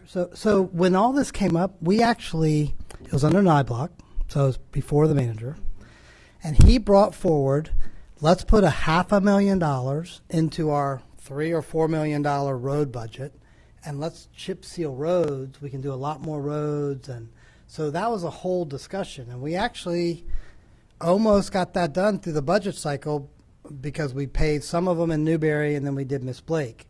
And then we decided as a board collectively, kind of what Chuck said, which is no more chip seals because they don't last long enough. People, they don't hold up. You know, we can't. It's not going to be a 30-year road. It's going to fall apart. And so so that's when we stopped doing chip seals. Still allowing it under SIDs, why? Yeah, go ahead, Ramon. If I may, yes, the history is sort of correct. Yes, we did have a $500,000 a year chip seal program at one time. Yeah. And we did a lot of those roads. By the way, a question was asked, what do we do now? I can tell you that road staff this year and last year, we did what we call fog seal, some of them already. We're actually looking at having to go and put some sealant and maybe another layer of rock on some of them already. And that's being done on the maintenance. So, yes, if we're going to bring to the board a revised procedure, well, probably going to be adding in there the option of include maintenance in there, just like you do for the new subdivisions. So that might have to be there, which means SADs are going to be more expensive. And that'll be up to the board to decide. So, yes, we did have a program of $500,000 at one time per year. The other thing that the board did many years ago before I got here was establish the standards for chip seal. They're actually called unimproved roadway still. And the reason is that once you put asphalt on it, real asphalt, then it becomes a paved and improved roadway. And then that has a lot more meanings when it comes to licenses, liability, and other issues. So that's one reason why we don't just go straight to paving, because, for example, in this road, we would have to clear the entire right-of-way. Those rails would have had to most likely do stormwater retention and other type of treatments. That's part of the reason why paved roads are way more expensive than chip seal roads. So those are and yes, by the way, when people ask what's the difference, we do tell them the difference. So communication does happen, Commissioner. It's just that usually you have one person communicating with us, not the entire neighborhood. That one person is the one that goes and communicates on behalf of the property owners. We do send mailers, like you see on my list, following your procedures, following your steps, and we communicate everything in writing also to all the property owners. Whether they read the notices or not, I'm sorry. But there are multiple notices that are sent, multiple mail-outs that are done when it comes to a chip seal project. But we are going to bring back to the board the policy and procedure, because maybe we all might need a refresher on how things are getting done. But if the board wants to actually include maintenance costs in there, I'll be the first one to say, yes, let's do it. It'll be up to the board to say yes. But we'll bring back to the board. But again, I just want the board and the public to understand. Staff followed procedure. Staff did communicate. Staff provided the limits. Staff provided the cost. And yes, we're always going to be a little bit on the high side when we first give a cost, because you don't know what's going to happen. In this case, usually when you already have lime rock on a road, we're still going to assume that we're going to have to put in 8 inches of lime rock. So a lot of the savings are on the lime rock, because maybe we don't have to bring all that in. And yes, we've had some issue with chip seal roads before, but Commissioner, we have done many chip seal roads in these projects where you only come here, you do assessment, and nobody ever comments. So I don't want the board and the public to say, Just because we had one or two where people do come and have concerns, that we need to go ahead and throw the entire program out. So I just caution that as the director for that. Chip seal roads have their purpose and when they do it. Maybe part of the agreement, maybe part of the procedure should be you're only going to chip seal paved surface to paved surface. And then you won't have this problem anymore. You got to pay for it. Yeah. Yeah. Gotcha. So. Commissioner President? I think we've covered all other things. I mean, I think that if we improve the process, the communication, and get a system together that is much clearer for the public to follow in these situations, I'm not necessarily against them, but I just want to be, and I think adding the maintenance in makes a big difference, because that's another piece that we often hear is it's not right away. It's 6 years down the road, or they've been paying this assessment, and then they come and they're like, but our road. So I think that all of those things are great opportunities for improvement, and I'm sorry that the people on the street have had to deal with the challenging issue of being our trial and error around this unpaved road to paved road and a different scenario. We appreciate your patience, and hopefully everybody's problems will be solved with this motion. Okay. All right. We've had public comments. We've discussed the item. Those in favor of the motion vote by the sign of aye. Aye. Those opposed, no. Motions carry 4-1. Mr. Chair, the last item, you make me laugh and I love it. The last item, I was out of the room. I just wanted to have the clerk hear that I was in the affirmative on the Alachua Creek Flatwoods. You can just make note of that, because I wasn't here to vote. Are you wanting me to make the vote 5-0? Yeah, because I was out of the room. I heard in the back, but it was 4-0 with me out of the room, right? So I just. Yes, 4-0, yeah. Just. I would just make a note in the record that he would have voted for it. Right. He'd been in the room. Thank you. Okay. Mr. Clerk, next item. Thanks, Dave. The outcome is we approve the SID, and the county is paying for an additional 50 feet. Thank you very much. Yep, you're welcome. Thanks for being here. Your neighbor owes you dinner. Yeah, he should have been here, personally. And Mr. Chair, that takes us to the quasi-judicial zoning item, and I believe the county attorney has Yes, some Mr. procedures to provide. Mr. Chair, all persons wishing to testify or present evidence during quasi-judicial hearing will be sworn in prior to speaking in this proceeding. All persons have the right through the chair to ask questions, to seek clarification of comments, and respond to comments or presentations. All persons who present written materials to the commissioners for consideration must ensure that a copy of such materials is provided to the clerk for inclusion in the board's records of proceeding and official minutes. While we welcome comments from all persons with an interest in this proceeding, Florida law requires that the County Commission's decision in a quasi-judicial action be supported by competent substantial evidence presented to the board during the hearing on the application.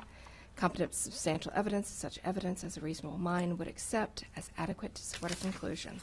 There must be a factual basis in the record to support opinion testimony from both experts and non-expert witnesses.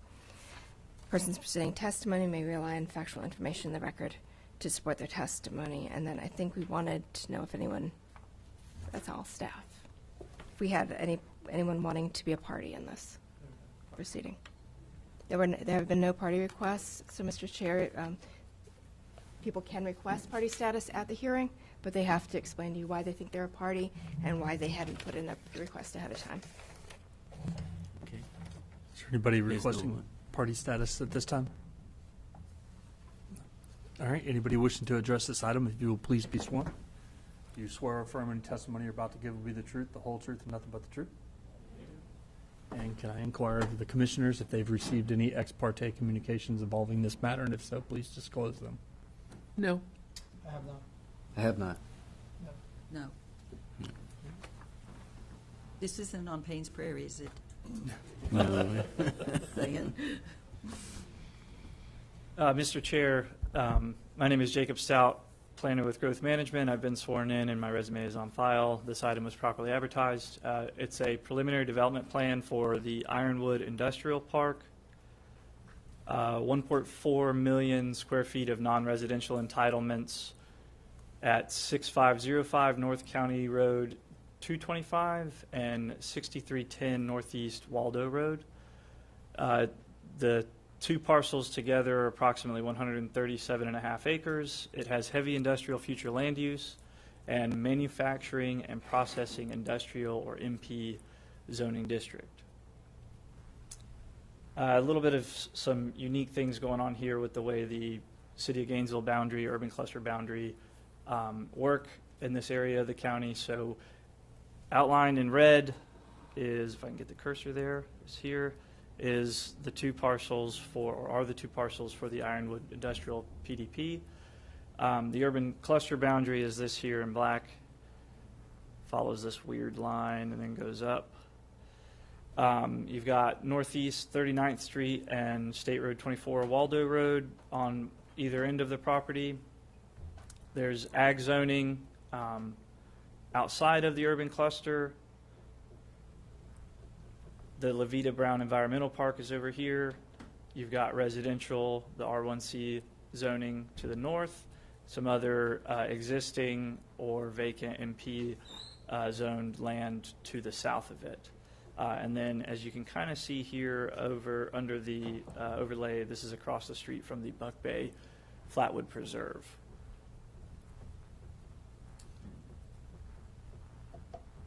This is an aerial view of the existing conditions on site and surrounding areas.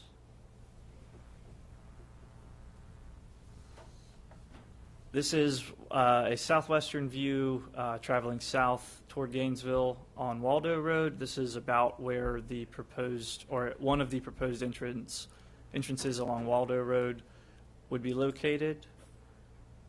Again, in that southbound lane looking back the other direction. Northeast 39th Street is a county-maintained road, and the access here would be a single access, and it would be gated and emergency only, and I have a little bit more details on that later in the presentation. That's looking north then on Northeast 39th Street. So here's the preliminary development plan. The tree canopy retention areas, open space, developable area, access points, buffers, and the wetlands, conservation management areas are all shown on this. There's a 75-foot buffer along the northern edge of the property as required by the code due to the residential properties to the north. And then collector road and project boundary buffers that are required both in the landscaping code and in the MP zoning district on the frontages of Northeast 39th Street and State Road 24. You've got a few different conservation management areas. These are the hatched and green areas. This is also the tree protection areas for the site. This line here delineates the secondary and tertiary wellfield protection zones for the Murphy Wellfield plant, or Murphy Wellfield. The secondary zone is here on the western portion of the parcel, and the tertiary zone is then on the eastern area of the parcel. There's specific criteria for wellfield protection and hazardous materials in Chapter 353 and 355 of the ULDC. There's also specific requirements that GRU would impose for wastewater treatment and any hazardous material storage due to the wellfield protection zones. The application proposes overall entitlements, but not a specific use. Allowed uses in the MP zoning district range from those by right, like warehousing or distribution, some that are required to go through a special exception or a special use permit, which would come before the Board of County Commissioners and require additional analysis by staff. Those things might be a concrete batching plant, a junk or salvage yard, for example. And then the review of the zoning standards for building setbacks, height, lighting, and plantings for the landscaping, buffers, and stormwater basins would all take place at the final development plan. That would also include parking, any other engineering for horizontal infrastructure on the site. So open space is not required in the ULDC for non-residential developments unless conservation management areas are present. As you can see, And as I've alluded to, there are several in the wetland areas and their buffers, and these constitute 18% of the site, or approximately 25 acres.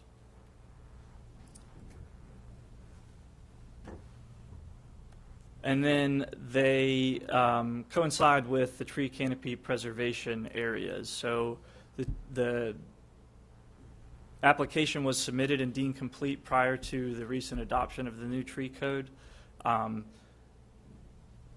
This plan proposes to save just under 34% of the existing trees, and the larger trees of the specific live oak species are all included in the wetland buffers. Obviously, there's other trees outside of that, but those ones that are included for protection in the new code are in those wetland buffers and will be preserved because of that. So the code, as you all know, requires 2 functional access points on different sides of the development. There's one single access point on 39th Street and multiple on State Road 24. So there's a note, or excuse me, I'm sorry. The county engineer has made the determination to restrict the 39th Street access to gated and emergency only due to safety and functionality concerns of the network in the surrounding area. There are 2 conditions of approval related to this restriction that are included in the resolution. There is a note on this sheet, note 11, that no internal network is proposed but may be required if the excluded facilities conditions in the access management code are not met. So typically when we have a preliminary development plan come before you all, there's blocks, there's streets identified, rights of way through the site. That isn't shown here, but if we have worked with the applicant to make sure they understand that if the excluded facilities conditions are not met, that they may have to provide an actual network through the site. These are the conditions of approval for the application. The first, the applicant must submit a revised traffic impact analysis that analyzes the roadway network impacted by any final development plan that proposes a full access connection to Northeast 39th Street. The TIA must outline the appropriate improvements on Northeast 39th Street, including mitigation strategies for the intersections of Northeast 39th Street and Northeast 53rd Avenue, and Northeast 39th Street and Northeast 55th Place for evaluation by the county. The improvements and mitigation strategy must be implemented in the final development plan. And then the second is that the county will only permit one common access driveway or street connection on Northeast 39th Street at final development plan if full access is proposed. The intention here is that they may connect with a full connection if they can show appropriate mitigation strategies for the impacted intersections south of the property on Northeast 39th Street, and then that any parcels that may be subdivided within the developable area must connect to that single access point. They can't have, if there's one parcel that has frontage along Northeast 39th Street, they won't get their own access. They have to use that common access. And with that, the preliminary development plan is consistent with the Alachua County Comprehensive Plan and Unified Land Development Code, and staff recommends approval with the conditions of the preliminary development plan for Ironwood Industrial Park and resolution DR 2517. And that concludes staff presentation. Thank you. Commissioner Wheeler? Yes, sir, I have a question. I have a question about, I don't know where this comes into play, but I know with looking at the preliminary plan, with it having a housing development close to it, when you said the word concrete batch plant, that, perked my ears up to the point where if there's not much boundary, if there's not much of a boundary between the housing and whatever is going to be coming in there, that maybe we're not protecting that development well enough if we're not going to increase that boundary somehow, or tree cover, that would provide a natural screen for anything like that that would affect the air, even if it was recycling or a landfill or whatever we put there. It seems to me that whatever we are butting up against where there's already development, that we really need to make sure that there is a boundary there that will protect those people from whatever might be coming off that site. Yes, Mr. Chair. So if there is a final development plan that proposes one of those uses that requires a special use permit or a special exception, that would have to go back through the zoning process. It's not allowed by right in the use table of our ULDC. So it would go back through the special exception process or the special use permit process, where the board could then place some conditions to those effects if it was deemed necessary. So further down the road. Correct. Okay, thank you. Thank you, Mr. Chair. Commissioner Alfred. Thank you. I had a couple of questions. Is it expected to be 24-hour operation? And I'm asking about because of lighting, because that's actually one of the darker parts of Waldo Road as you're driving down. Oh, yeah, you're going all the way down to it's across from Levita Brown. So it's pretty far out there.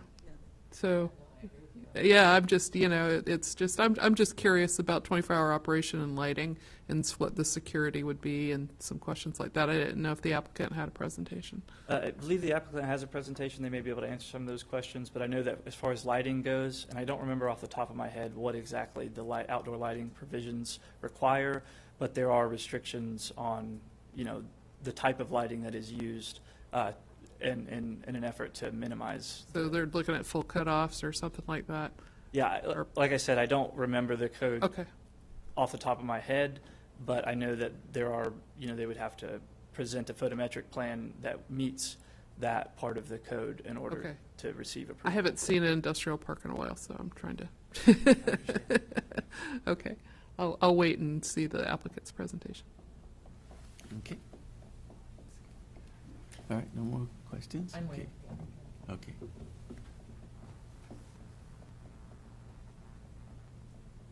Oh, one more question for you. What about traffic interfering with Levita Brown? I think that would be part of a TIA, but Waldo Road is controlled by the FDOT as a state road. So we really don't have any know that we have a ton jurisdiction. of authority. Public Works or Transportation might be able to answer that question a little bit better.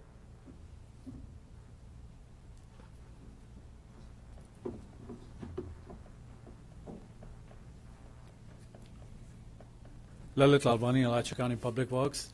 Yeah, as part of the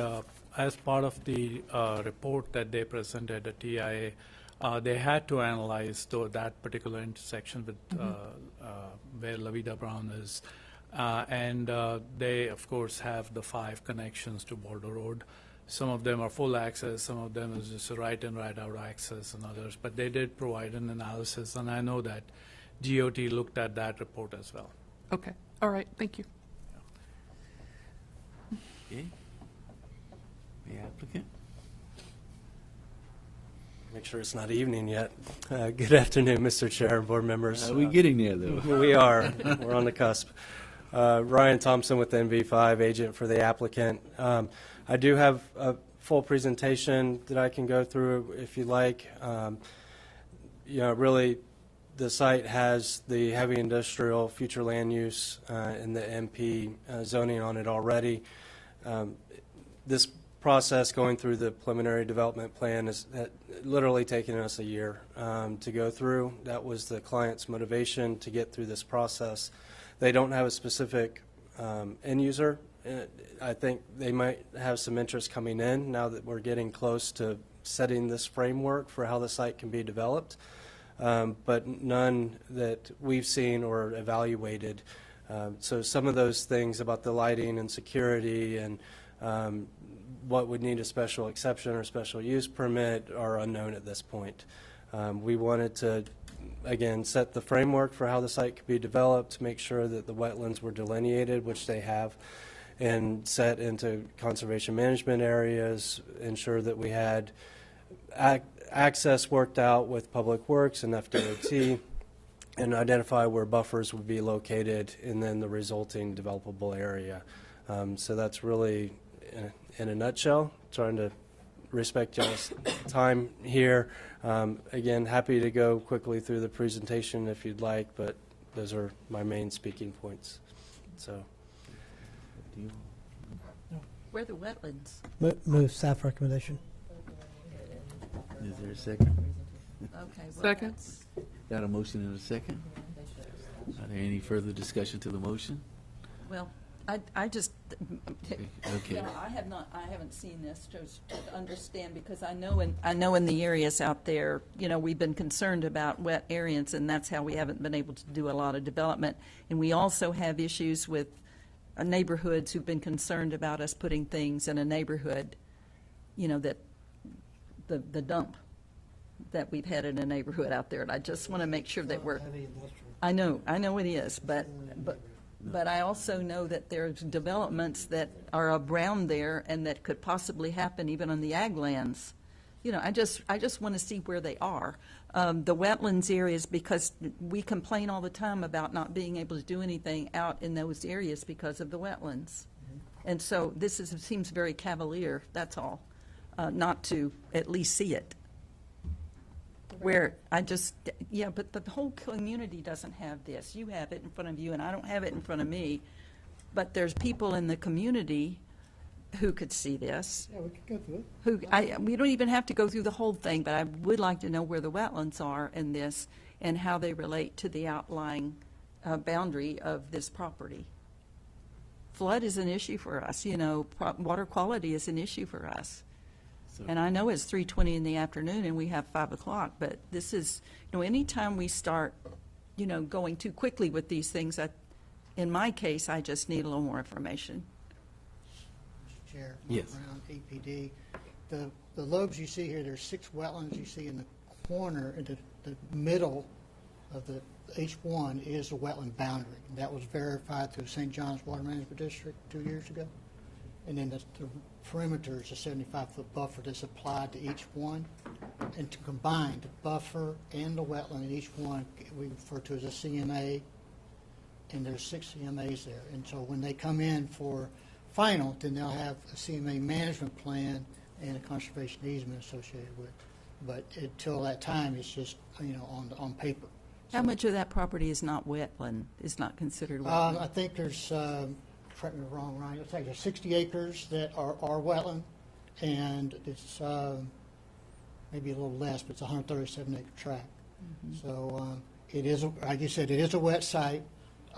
It's in the 100-year flood zone, the basically northeastern area, and they'll have to design based on that in terms of criteria, in terms of floodplain encroachment.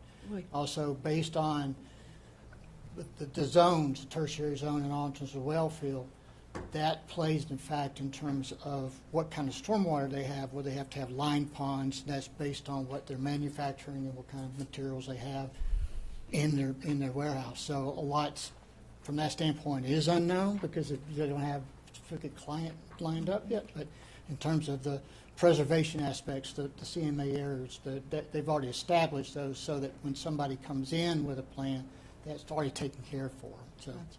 It's good to see you. We haven't seen you in a while. It just seems counterintuitive, to put an industrial site here. That's all I'm saying, guys. It makes no sense to me who's dealt with flooding and water.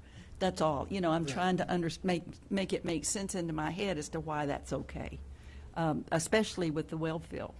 Yes.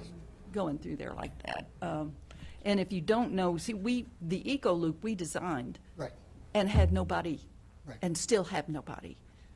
So I just, it's a gamble, and we all are doing that kind of stuff. But guys, I just, I don't understand why you all think that's okay just to send it through like that without even a question. Well, I'm not done asking questions. Oh, okay. Well, but okay, good. All right. Thank you. Okay, Commissioner Alfred, then Prizia, and then Commissioner Cornell. My question actually for the applicant is about the Eco Loop. I mean, we have our own industrial park that we've been trying to get started for a good number of years. And I feel like, and I've seen this in large cities where they have done these partnerships with, it's almost like a synergy between different kinds of industries that can be located next to each other. There are we have turned down opportunities at the Eco Loop that didn't meet our specifications that might work very well in what you guys are looking to do. There's, opportunities for potential reuse and use of the products from our transfer station.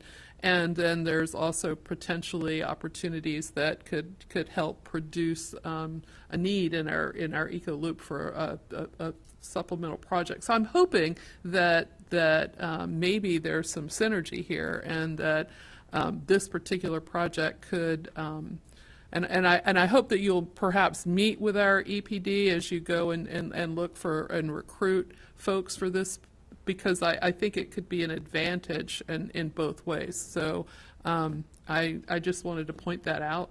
And I do hope that as you think about utilizing the site, that we are an environmentally conscious county. This is in an area that could potentially affect our well field, and I believe that there is a place where industry can exist in a responsible and good way next to where the environment is, if it's done well. So I'm hoping that you guys are those neighbors, and that you will think about things like the impact of lighting at night in an area that had a lot of wildlife in the past. It looks kind of, parts of that area look like a wasteland, but parts of it are actually pretty heavily there's a lot of wildlife there. So I just want to, hope that this works out to be a really good project for you and for us. I think there could, this really could be an opportunity.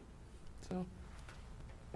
Okay, Commissioner Cornell. Prizia, and then Cornell. I guess I had a couple of questions. I had a hard time looking at the site map. Like, I had a hard time understanding this, some of the site maps. There was there was one that had the CMA 1 through 5, and then it had the flood zones overlapped, and then it had this weird like gray triangle that like swooped down in the southwestern corner of the property. It's in our report, in the staff report, it's under natural and historic resources protection under conservation areas and management plan. I don't know what that gray. The well field's in the north portion of the property. Between the sauna. Yeah, there. See how there's, I guess in the report it looks like that whole section that's been dotted off. Yeah, that whole is dark gray. Yep. The overhead. No, they did. There we go. Yeah, that.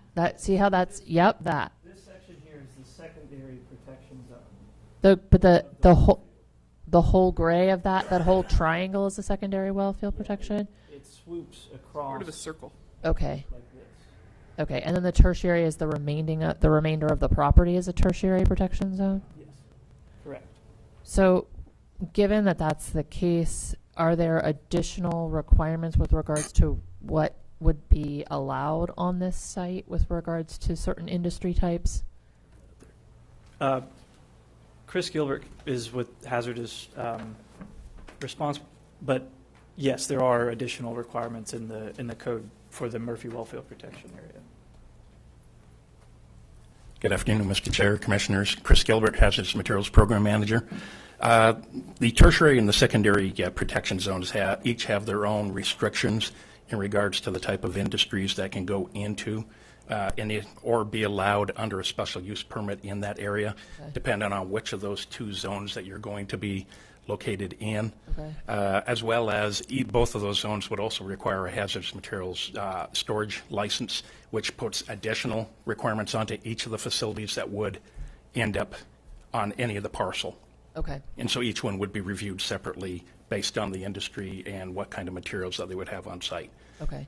And the applicant, you mentioned you're just building this on spec, or you're just trying to get through preliminary and then you'll build as you have interest. So it's going to be built site by site based on Correct, based on the market as interest arises. So you're not doing a master development plan and then? No, Mr. Chair. It could be one user. We don't know. It could be 8.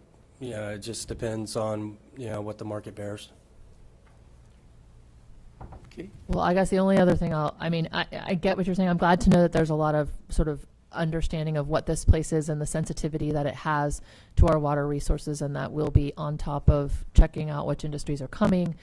You've heard us say it's important. We will be keeping a close eye on it. The other thing I'll just say is that, a lot of our industrial parks, it seems, have been putting a lot of eggs in the distribution basket. And I understand why. It's an easy market. And I can't tell you what to do, but I will tell you that those trucks just tear up our roads. And they are not good businesses in terms of providing quality jobs that are high paying. They aren't the kind of industry we're looking to bring. And we have a new economic development department that's acting as our EDO. We'd love to partner with you to look at attracting industries that are in keeping with our values and our quality. So I hope you'll connect with our economic development folks, connect with our EcoLoop folks, and think about the ways that this can be synergistic with, Alachua County's values and your goals of trying to attract high-paying jobs and good quality industry to our community. I think staff has done a good job of exploring your issues around the wetlands. The only other question I have is with regards, do you have a plan for your stormwater, or will that come in with the applicants as well? Or are you doing master stormwater plan for the site? That is still to be determined. We looked at master planning the stormwater on a very, very preliminary level. I think, with this approval, we'll get with the client, see how he wants to design the infrastructure and if stormwater would be shared.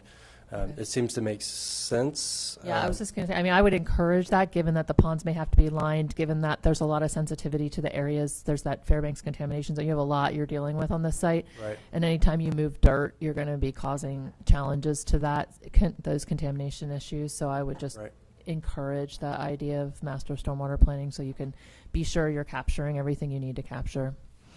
Thank you. Thank you. Okay, Commissioner Cornell. Yeah, I agree with Commissioner Prizio. This is, future land use heavy industrial. This is what it is. And I think staff and the applicant have done a nice job of protecting the wetlands that are there with the existing buffers.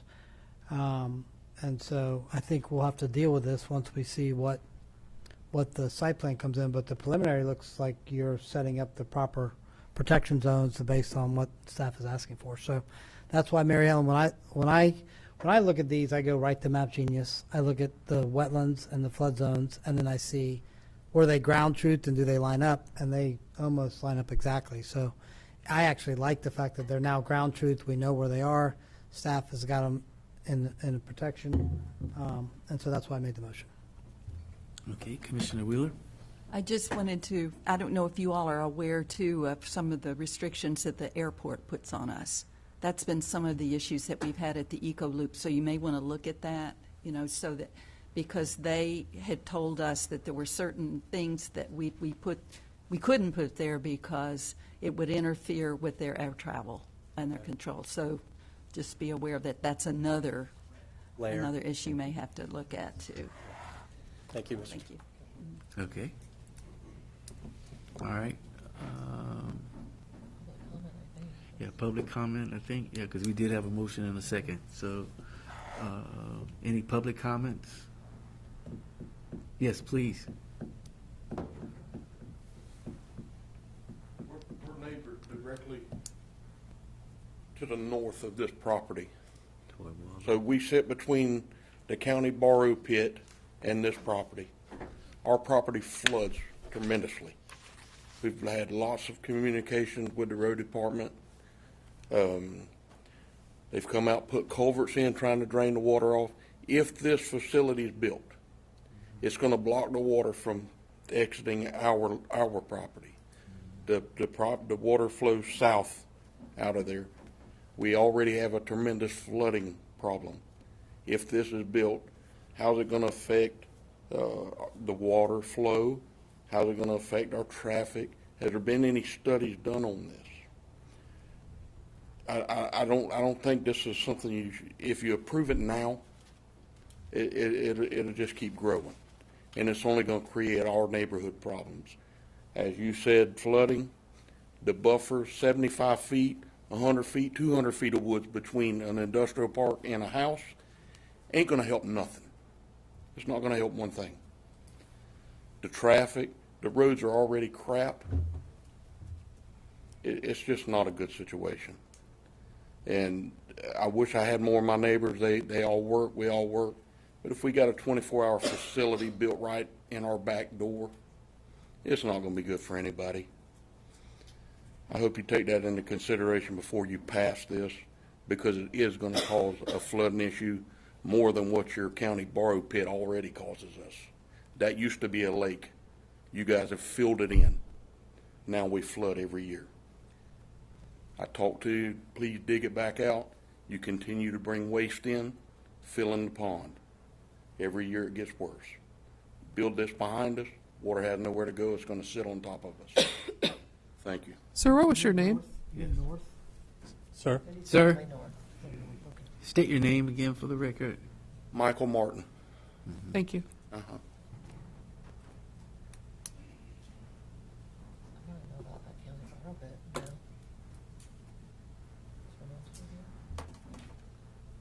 No, we can ask. Oh, go ahead. Go ahead. Yes. Go ahead, please. My name is Damon Watson. I actually live just northwest of this. And I think what you're going to find is that I've lived there for about 50 years. My parents have lived there for 20 or 30 years, and everyone around us and to the north of this, and they can attest to it, have been there forever. So you're going to have a bunch of grumpy old people really mad, about all this stuff. But a lot of them are grumpy old people, and a lot of them work, so it's hard for them to get here. I'm a real estate broker. I'm normally on the other side of this, so it's different for me to see it from this angle.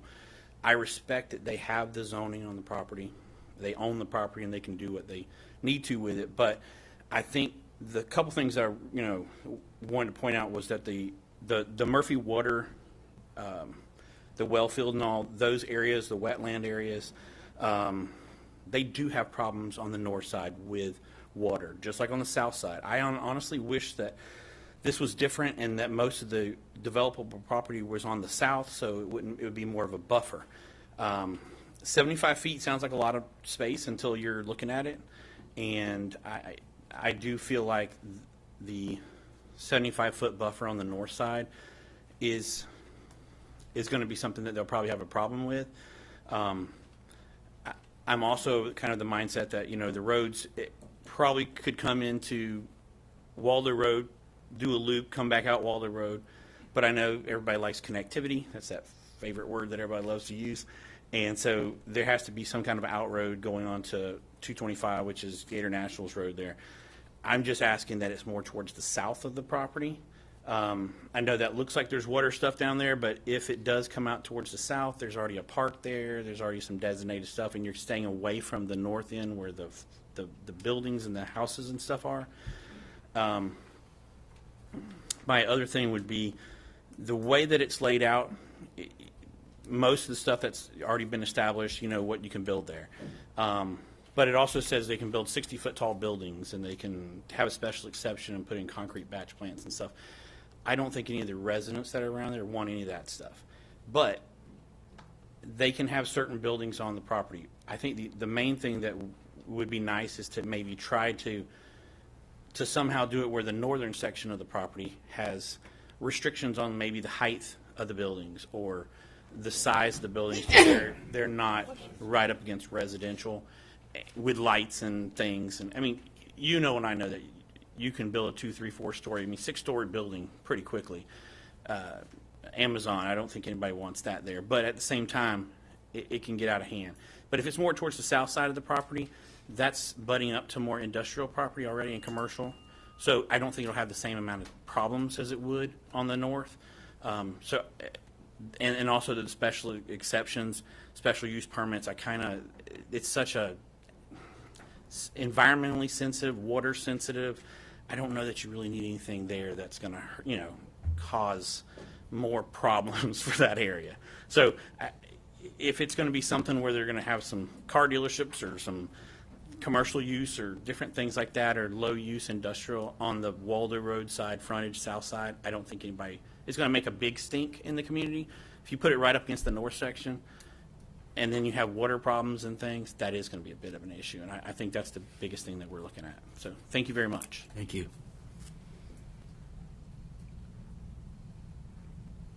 Any further citizen comments?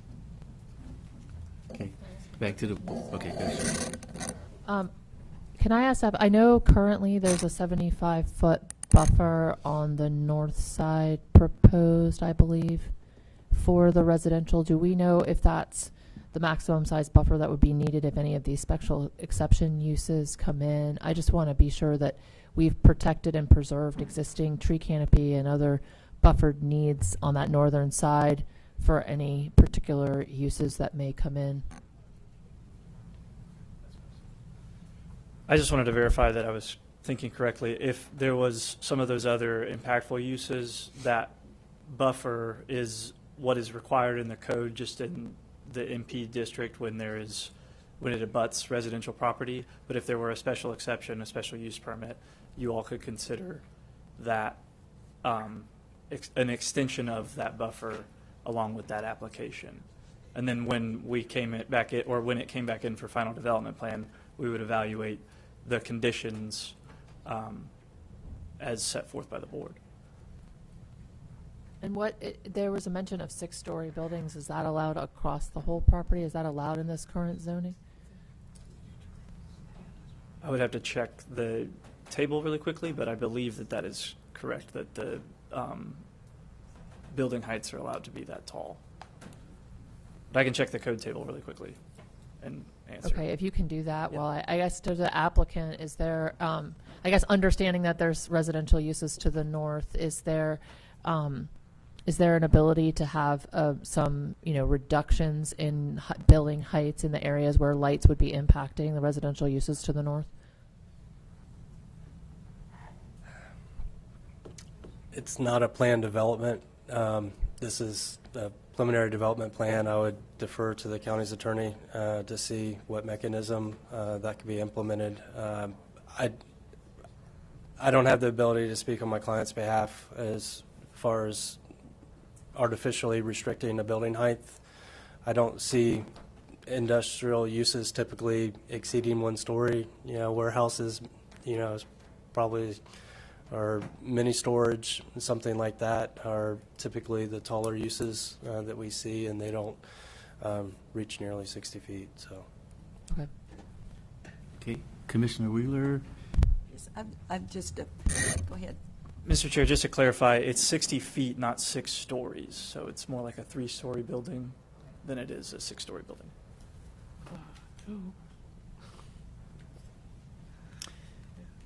Corbin Hanson, Senior Assistant County Attorney. This is a preliminary development plan. You can condition the actual development site to ensure compatibility with neighboring uses. So if you want to talk about heights on the northern section, you could certainly come up with something. Yeah, I guess just in terms of the motion, I would love to be able to just have some level of restrictions to height and lighting and impacts on that northern section so that the neighbors who are adjacent aren't negatively impacted by industrial uses in their backyard. So if we can just have a condition around, the maker of the motion is open to that idea of just a condition that we would restrict building heights and lighting and include buffers as appropriate for the housing. It's hard to not knowing this is preliminary and not knowing exactly what's going to be going there. So I don't want to unduly restrict the the ability to recruit industries to the area that we want in the area, but I also want to make sure we're protecting the households in the northern section. Mm-hmm. Okay, Commissioner Cornell. Sure, thank you. I'm sorry, I missed you. Okay. I'm sorry. I'm That's okay. I'll Go, Mary Ellen. You want to go? Go ahead. Go ahead. No,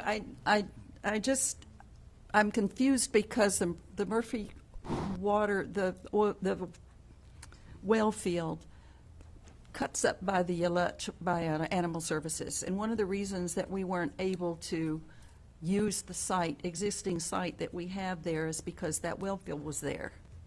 And so I'm concerned as to why we can set this up as industrial when we couldn't do it there. And the environmental impact on a wetland where the well field was there we couldn't use for animal shelter, but we can use for this. And Mr. Chair, that's due to the fact that the area that they were looking at to put the building is in the primary, and the primary zone is fully restricted to no development. Okay. Just due to that location. So these are secondary and tertiary. Yes, and that's buffer of the secondary, and then, of course, all on the tertiary. Okay, okay, all right, thank you on that part.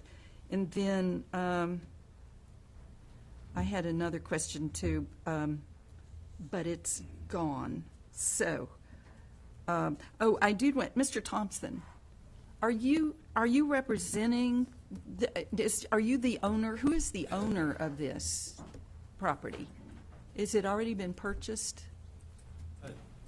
Yes, so I work for a consulting firm, NV5, formerly CHW. So I'm the agent for the applicant. CHW, which is local, our local folks. Yes, ma'am. Here. Gotcha. Yes, ma'am. The owner is in Jacksonville, so he has purchased the property. Okay, thank you. All right, thank you all. Okay, Commissioner Cornell and then Commissioner Alford. Thank you. Jacob, could you go to Map Genius and just put the lot up and then go to the future land use, and then I have a couple quick questions.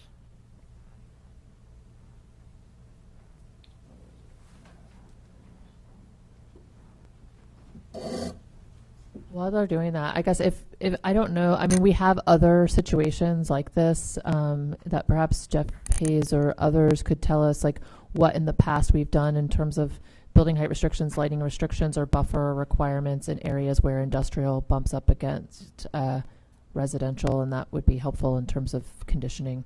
Light's going to be an interest issue You want to zoning the or airport. future land use?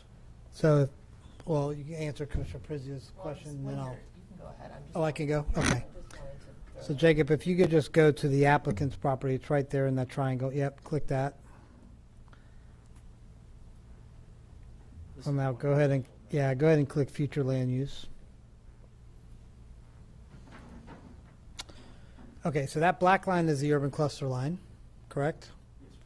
The Alachua County Borough, so the yellow is where everybody lives.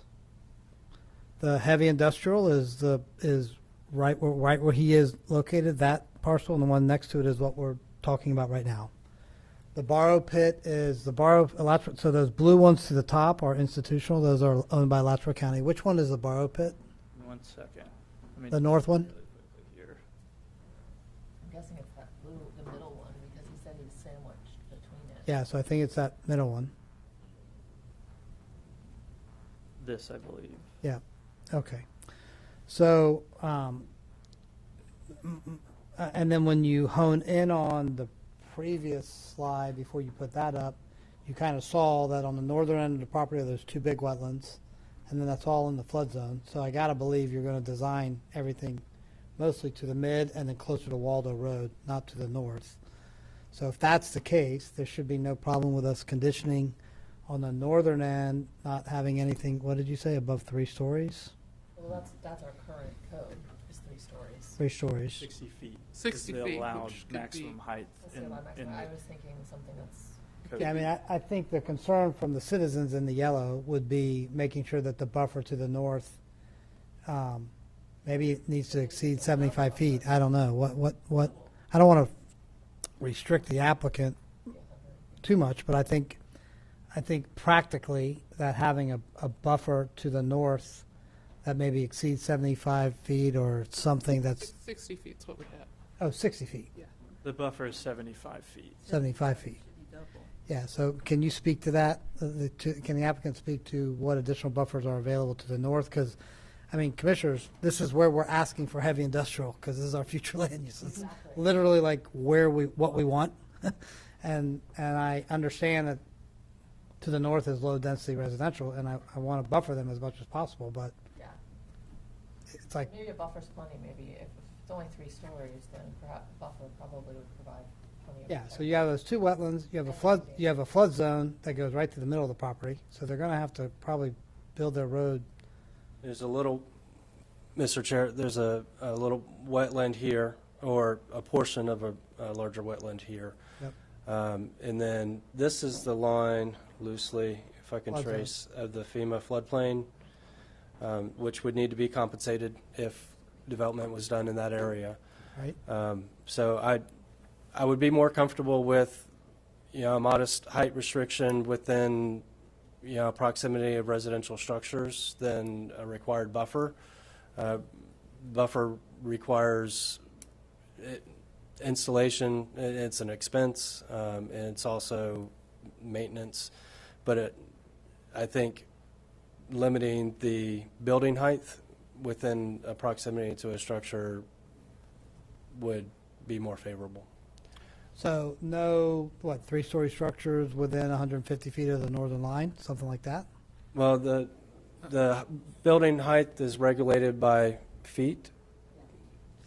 Yeah, because a warehouse can look like a 3-story building, but it may need to be that tall to put whatever in the building you need, but it's only a single story. So what do you recommend? Right. So maybe, maximum of 40 feet within 300 feet of a residential structure. Yeah, I like that. That seems reasonable. Lighting, lighting, like night sky lighting or lighting not facing any residential areas. You guys are going to have to be concerned with the airport with lighting at night. I'm telling you. Well, but they'll take care of putting those restrictions on it. We don't have to do that. The aviation, That means they'll have to turn them off at night. I don't know, whatever the airport requires. All right, so let's add as a condition, no more than 40 feet within 200 feet of a residential structure. Is that okay? Yeah. Yes, Staff, does that make sense, staff? Yes. Okay. You okay with that? Yeah. So that handles Damien's issue. Now, with regard to just actually developing, maybe let me ask staff. So these wetlands have been ground truth now. What are the buffers around them? 75 feet or 150 feet? 75. 75 feet. So that'll further limit what they can and can't do. And then the flood zone, if they want to put a road or a building in the flood zone, they're going to have to mitigate that with stormwater. So they're probably going to, just practically, commissioners, they're probably going to develop as close to Waldo Road in our heavily industrial zoning as possible. And then to the south, where are the access roads coming out? 4 on the Waldo Road or any coming on the 39th County Road, Racetrack Road? There's 5 on Waldo Road and a single access on Northeast 39th that is conditioned to be gated and emergency only vehicles. Unless they provide the appropriate mitigation strategies for, let me go back to Map Genius here. All right, so for the residents, you hear that. There's not going to be access onto that Racetrack Road, so that's good. Unless there is mitigation strategies provided based on a TIA that would be submitted with the final development plan for the intersection of Northeast 55th Place, which is this road, and Northeast 39th Street, Yep. and then down here at Northeast 39th and Northeast 53rd. So maybe we can ask them to put a big old roundabout there for the citizens to mitigate it. But, I mean, it's basically access is going to come in on Waldo Road. Yeah, okay. That's the intention of Yeah. the... Okay, I'm good with all that. Okay, thank you, Mr. Chair. Okay, Commissioner Alfred.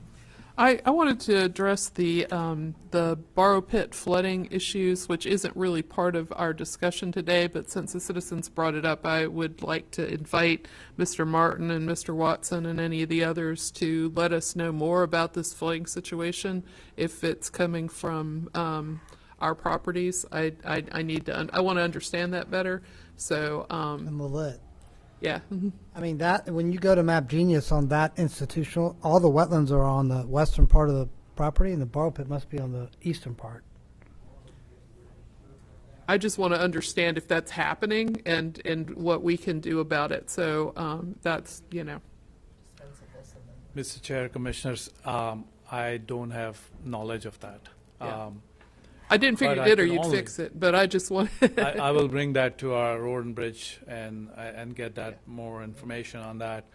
But one of the questions that was raised was, what about the off-site area that is coming into this low area here? That has to be accounted for in the stormwater basin design. It does have to be accounted It for. has to be accounted for. Okay. So, So one of the overland questions- flow is part of. Overland flow Yeah, okay. outside from that has Okay. to be accounted for. Okay, great. And I wanted them to hear that, so thank you. Excellent. All right. But I've got a card if you want to contact me later, or you guys can find me online. I just wanted to, I do want to understand if there's a problem there. No, we'll talk after. All right. What's that? Okay, there are no other public comments. We're back to the board. There is a motion and a second on the floor. Those in favor of the motion, vote by the sign of aye. Aye. Aye. Those opposed, same No. sign. Okay, motion carries 4-1. Commissioner Wheeler in dissent. Thanks, Jacob. Thank you. And I think we had one item pulled from the. Yes, Mr. Chair, that brings us to item 7A, which was the Regional Transit Services RTS Fiscal Year 2026 County Services Contract. Okay. Who pulled this one? Me. Commissioner Alford. Yeah, I pulled this item because I am concerned. I've gotten multiple communications from citizens about routes being cut, particularly routes being cut to UF Health. We have upped our supplement to the free bus fare program, and a lot of those free bus fares are going to medical care. And so, you know, I wanted to understand, and I wanted the public to understand why we were paying more for less service, basically. So that's why I had it pulled. Good afternoon, Chair, members of the board. Allison Moss, Transportation Planning Manager for Alachua County. I do not have a presentation prepared, but I am prepared to speak to the issue in question. So the staff recommendation is to increase the county's contribution to the Fare Free program. It would be to increase it by $75,000, which would bring the county's total contribution to, I think, 41% of the total and $190,000 total. The reason for this increase is that there was a target that the city and the county set for subsidizing the program, and so there's obviously no fare box recovery since everyone who's eligible is riding for free. So the county and the city were contributing, and the target was to get each trip to be between, I think it was 50 and 75 cents per trip. And so what has happened is there's actually a lot of subscription or use of this program. And so the average rate that's coming in is currently 34 cents per trip. And so the idea is both the city and the county would increase the subsidy to bring it closer to the 50 cents. I spoke with RTS program manager Jesus Gomez, and he tried to sort of project out what he thought ridership would be this year going forward. If the county does provide the subsidy as recommended, it would increase the amount that we're paying per trip, but still be within that range that the city and the county were going for. Additionally, I think staff from both the city and the county are committing to tracking and seeing how the program goes going forward. It's sort of speculation at this point to say exactly what ridership will be like going forward, but there was a commitment to subsidize within a certain range. And I'm okay with that, subsidizing within a certain range. My concern is that, the overall ridership could just decrease significantly due to the fact that one of the main places that people go to is being removed from the transit map. So, understood. Yeah. I'll move staff recommendation.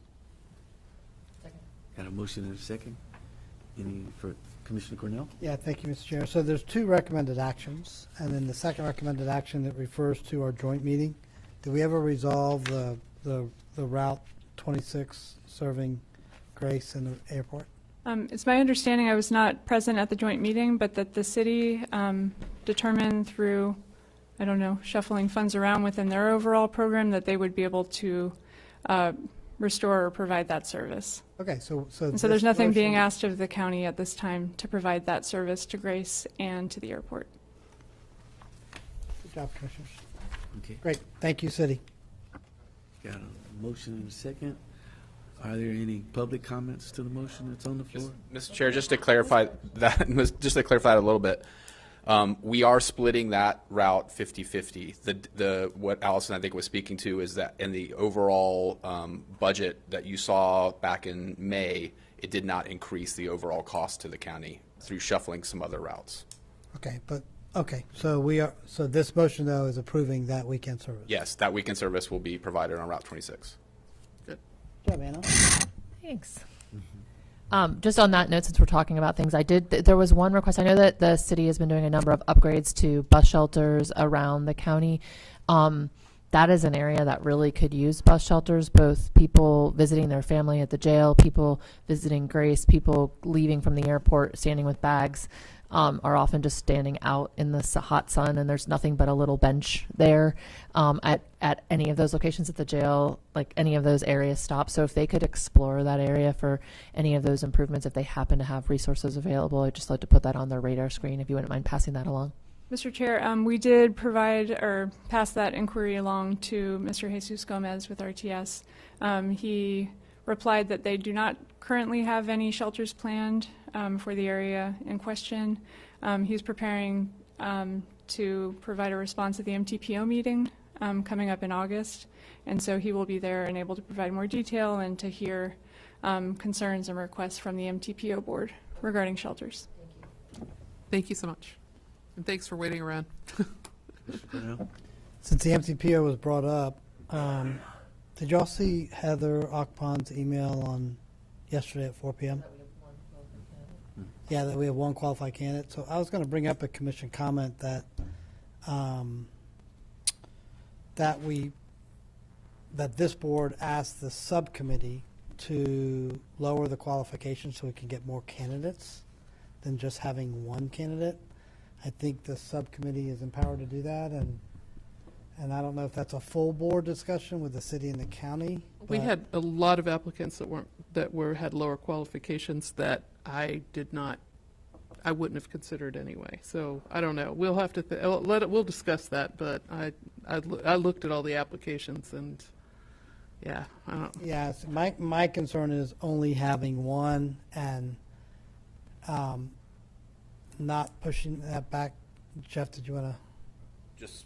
My concern is that we lose 2 months if we then make this decision at the MTPO meeting without the subcommittee kind of putting it back out. And I understand we have one qualified candidate who's from out of state. I would like to have a bigger pool of candidates, especially some that are familiar with DOT, Florida DOT. And the out of state may be the best, I don't know, but I feel like we don't have that opportunity to evaluate them if we just have one. We had some really good candidates. I don't know why they dropped out. I would really like to understand why they dropped out. Yeah, if it was a salary reason, if it was. We can dispose of this motion, but then I want to put another motion on the floor if related to this item. Yeah. That we ask the subcommittee to go look Can at. we do that at the MTPO meeting? Well, we can. It's just when's the next MTPO meeting? It's not until. Mr. Chair, do you want to dispense with this motion before or I can. Yeah, why don't we dispense with Oh, okay. All right. Are there any citizen comments to the motion? Back to the board. Those in favor of the motion vote by the sign of aye. Aye. Those opposed, same sign. Motion carries. Commissioner Cornell? Yeah, so Jeff, when's the next MTPO meeting? So, Mr. Chair, the situation that we have with the MTPO is that the next meeting is the interview meeting next Wednesday. And the gentleman has booked his travel to be here. And so the next time the MTPO could speak to it really is at that time. I think the discussion that I had with Heather was he had been booked to come in. I think having the interview and then having the discussion about whether he's a good candidate or not, if you want to reopen it up, that's another conversation at that time. Well, I cancel flights all the time. I do it the day before, and I don't want to bring him all the way in if the majority of the board wants more candidates. I think that's unfair to him. That's why I'm bringing it up now. If you all disagree, then you all can disagree, and I'll bring this up at the MTPO meeting, but I just feel bad for the candidate that if the collective boards decide that we need multiple candidates, that we've essentially put him at risk with his current employer, all the time and effort and the expense, and it just doesn't seem right. I'd rather cancel that and put it back out. If we have one candidate that happens to be the right candidate, then they're the right candidate. We had 3 candidates, 2 dropped out. this gentleman's still interested, he's willing to travel to come and see us, have the interview set up, he could be a great candidate, and we could hire that person and we could move on. If he's not the right candidate, then we reopen it and we put it out for another couple of weeks, and we do a bet. Maybe we lower the qualifications. Maybe have that discussion. I'm not sure. I don't think that our qualifications were of that high a standard that we should drop them all that much. There may be a few things. The management piece of it may be one that was difficult. You've been for 10 years, right? Yeah. So that may be one that we need to lower and think about, but we weren't super strict on that even, we were pretty. That's my point is I think there was a lot of, we kind of intimated that flexibility around that would be okay. Yeah. There'd be a lot of ways that they could meet that criteria. Anyway, I'm just saying, if you got the right candidate, having only one candidate isn't necessarily a problem. And if this gentleman is a good candidate, I would hate to lose him because we tell him to cancel his flight and we're not interested in interviewing him, and then we're down to no candidates and we have to start the search all over when we could have had a good person. And I mean, I'm just saying, like, if you walk into a store and you see a really great, thing you want to buy, all you need is that one great thing you need to buy. You don't need 15 sweaters to pick from if the sweater that you wanted is right there. And I'm just saying this gentleman could be a perfect if you're cold and you walk into that same store and you have to buy a sweater, then you buy the sweater. Maybe that's the wrong sweater. Well, and I'm saying we're not going to do that because we all know what's at stake with this MTPO, right? We know. I know, but we're talking about buying sweaters. I'm just saying that I like that. This is a really important position. Exactly. Yeah. And I feel like we owe it to our community to give them some options. I think we had 3. To do that is to raise the salary, not lower the criteria. No problem with that either. I'm more interested in getting a good pool of people from which we can choose from, and we had that. We had 3, and now we have 1, and I just feel like we should have more than 1. Well, I just feel like it would be. I think we should go ahead and interview this candidate. All right. We don't have to make a decision on this candidate. We don't have to say. I agree. I agree. Okay. I think. That's important that you'll say that. Yeah, I agree because just because we interview doesn't mean we have to hire. So, Mr. Chair. Okay. Thank you. Part of our question here is what can this board do, because this is the seating of the Board of County Commissioners, and certainly requesting that the MTPO subcommittee or the MTPO as a full board do something is something this board can do. This board can't necessarily set different qualifications and do cuts and decide who's in or out. My understanding is that this candidate's travel is being paid. Yes. Yeah. So it's not on his dime. And the first meeting you're going to have is at that. So at that meeting you can discuss, and I would suggest that you bring in human resources to discuss changing qualifications during the cut period, during the time when you're actually deciding who you're going to interview. But you can discuss it then about whether you want to open it up to more candidates, either in that pool or open it up to new candidates. Okay, manager. No, I was just going to say, so I don't believe at this meeting the board can decide to you can recommend, but I don't think you can make the decision to go out for more. Because it's a decision for the full MTPO board. Correct. So I agree. Yeah, we'll just leave it. I just want my colleagues that make up 5 of the MTPO board to hear that I'm really interested in having someone that knows DOT, right. FDOT. Right. And when I interview this person, if he has a good understanding of that, that's great. If he doesn't, he may be a perfect, great person. But DOT knowledge is really important from my perspective. Commissioner President. No. I guess I'll just say that, are you talking about relationships or are you talking about understanding? I mean, you can learn that kind of stuff. There's a lot of things that we want around innovation, around creativity, around communication with regards to like the way that we communicate what we're doing. Long range transportation plans are clunky. All the things that we do in there can be super complicated. We're looking for someone who can lead with the idea of innovation, communication, and collaboration, I think. I mean, you can learn the DOT rules. Talk to the DOT people and see what they're wanting, because that's who sets our budget. And when I've talked to them, if that's the case, then we shouldn't be doing an external search. We should only be doing a search within the state of Florida. I'm just saying. Talk to DOT about what they really want in a leader. I have, and someone familiar with DOT is really important to them. Well, that's because they want them to toe the DOT line, and I kind of want somebody that's going to like not always want to toe the DOT line. Yeah, true. But I mean, that was somebody, I believe it was somebody from out of state that came down to District 1 and really changed how their relationship with FDOT worked, and they were able to do really good. Yeah, I would keep an open mind. I will. Yeah. I just wish I had more than one option. Yeah, we all wish that. And why the After others? I was excited. I'm guessing they used it to leverage raises at their own organization. Could be, yes. That's, well, that's, I hadn't even thought of that. Are we doing other commission comment now, or are we going to do that later? I'm good. Well, it's up to you all. I had And we go right into the next meeting. Doesn't matter to me. We can't do that. I mean, we need about 20 minutes to reset if we want, but we can take care of county attorney and county manager comments Okay. Go home earlier. if you'd like. I'd rather do commission. I mean, we can do commission comments now too if you'd like. I mean, we. Okay. I have nothing. I thought the manager and the attorney. So, Mr. Chair, I still have nothing. I do have something for you. We're asking for a shade meeting in Juliana Whitty, plaintiff versus Alachua County defendant. That's case number 2023-CA-4087. Requesting that you approve a close to the public attorney-client litigation strategy session to occur on August 5th, 2025 at 10 a.m.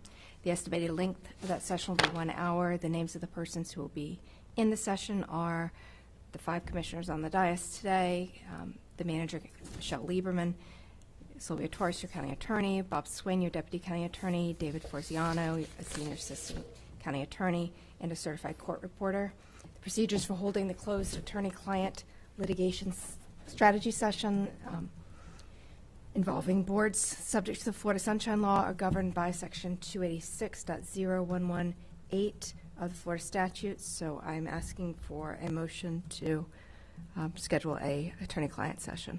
So moved. Second. Got a motion and a second. Any further discussion to the motion on the floor? Are there any citizen comments to the motion that's on the floor? Back to the board. And those who are in favor of the motion, vote by the sign of aye. Aye. Those opposed, same sign. Motion carries. Thank you. Manager, I guess? I have There's no. nothing? Okay. I have no comments, Mr. Chair. Okay, all right. Commissioners? No. Nope. Commissioner Pritzker?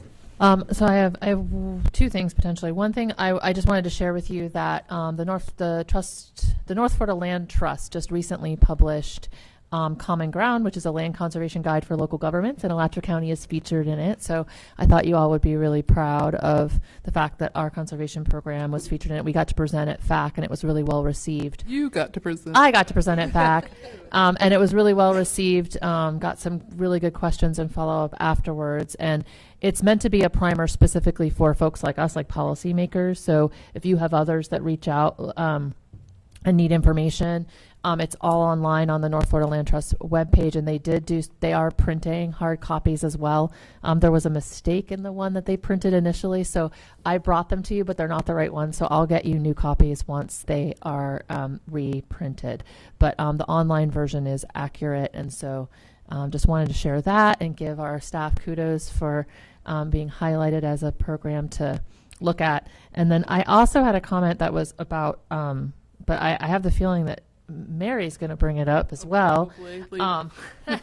So I guess, I guess what I want to say is that I think a while ago we had a conversation about getting an update on jail programming, and I just wanted to reiterate that I'd really love to get the sheriff's office here sometime soon to provide us an update on programming in the jail, and to look at the impacts of that programming, numbers of people that are going through it, the kinds of programs we have, the quality of those programs, so what their goals and intents are, what their impacts are, what their numbers are, all of those sorts of things, so we can have a better understanding of what's going on for programming, and in particular, how they're promoting the reentry program and coordinating with our released reentry programming to ensure that there's opportunities basically for coordination from booking all the way through to release, so that our inmates understand the opportunities that are available to them as they transition from jail back to life. And while they're in jail, that they have the opportunity to, learn and improve themselves and, sort of, I guess, just begin to explore opportunities for a life after jail. So I'm hoping that we can get that done. If you all, I don't know if we need a motion for that, if you all are okay with us just asking for the Sheriff's Office to provide that programming update sometime in the near future and about their relationship with Released, I would really appreciate that. I'll make the request to the Sheriff's Office. Thanks. Okay. Commissioner Cornell? Yeah, before I get into mine, first of all, Anna did an amazing job at FAC. There were 4 counties presenting: Alachua, Volusia, I think Nassau, and Clay. Clay had just passed by 72% land conservation measure in 2022, where they're adding, I think, $500,000 to their ad valorem. And what became really, and we heard from a caller today from Volusia County about protecting Paynes Prairie. What became really clear was, Alachua County really is leading the way around the state with regards to that. There are 2, I attended to listen to Anna, and she was great. There's 2 issues that are nonpartisan in our state: kids and conservation of land. And that's just the bottom line. And that session, Alachua County was very well represented. Great job, Anna. It was Flagler. Flagler, yeah, Flagler, not Nassau, Flagler, yeah. And Ramesh Bush, who used to be with us, kind of was the moderator, and he did a great job too. So He works for them now, right? Yeah, Ramesh? he runs the North Florida Land Trust. yeah, he runs the North Florida Land Trust. He oversees the land. Okay, 2 quick things. So the first one is this, which kind of came up, the Special Assessment District, but I want to ask this board if they have an opinion about if we are building a park and that park has an entrance of a road that goes through a neighborhood that needs to be improved, should the Wild Spaces money be used to improve that road into that park? And I feel like it should be. I know that we're probably going to request this to the advisory board, or the Infrastructure Sales Tax Board, but Oversight Board. But I wanted to know if y'all had an opinion about that. How long a road? I think that it's definitely situation dependent. It depends on, is that the main access point to the park? Is it the only access point to the park?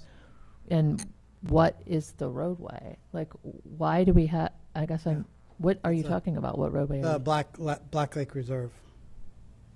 So it's a real small area of road from State Road 26 into the preserve. That road is a bad road, but it's a neighborhood road that's only used for the neighborhood to get out to 26. It's the only entrance into the Black Lake Preserve. So is Black Lake Preserve open to the public? What's that? Is it open to the public? Yeah, Black Lake Preserve is going to be open to the public. I asked not for an opinion, but asked that y'all think about that, because I think it's important that we give. You walked in. Well, I mean, I do want your opinion. I do want your opinion. I'd love to give direction, actually, because I have a strong opinion. I feel like absolutely that road should be improved because we're opening up to the public. And it matters because the rest of the road then could be subject to an SID, Special Improvement District, but the time to do that would be when they're improving that piece of the road for the park. So everybody'd want to park down the road now. I asked that question when we were looking at the Copeland Park and that road going to the Copeland. Oh yeah, because that was a really bad road. I remember that. Could we use that money because there's a park there? And I don't know what we decided, but we did give some work in there. But I don't know if it was related, to what you're talking about there, the road. But I know it was a question that I asked a while ago. Yeah, I mean, to me, it seems like we're providing public access into a county-improved park. We need to redo that road because that road is a mess. We're adding trips to it, and then if in fact we are going to do that, then that would be a good time to do an SID for the rest of the road that the neighborhood would pay for. So, if they want it, yeah. Well, I'm really open to exploring that situation, but I guess I wouldn't want us to put an open anytime we have a conservation land and there's a neighborhood adjacent to it that accesses that we are going to improve that road with Wild Spaces money, because as you know, road improvements are really expensive and we would gobble up our conservation funds real quick, improving a bunch of roads. Like, Yeah, I this think is of about, Creek I Street think it's Road about 200, it's probably about 100 yards, so it's a small, yeah. I'd almost feel like it should be parks money, but I think it should just be either conservation or parks money, whoever's, if it's a park, it's a park. This is conservation park, so. okay, yeah. And so I think we're gonna, I think our staff is gonna ask the oversight board for their opinion about that. I just ask that y'all think about that as well.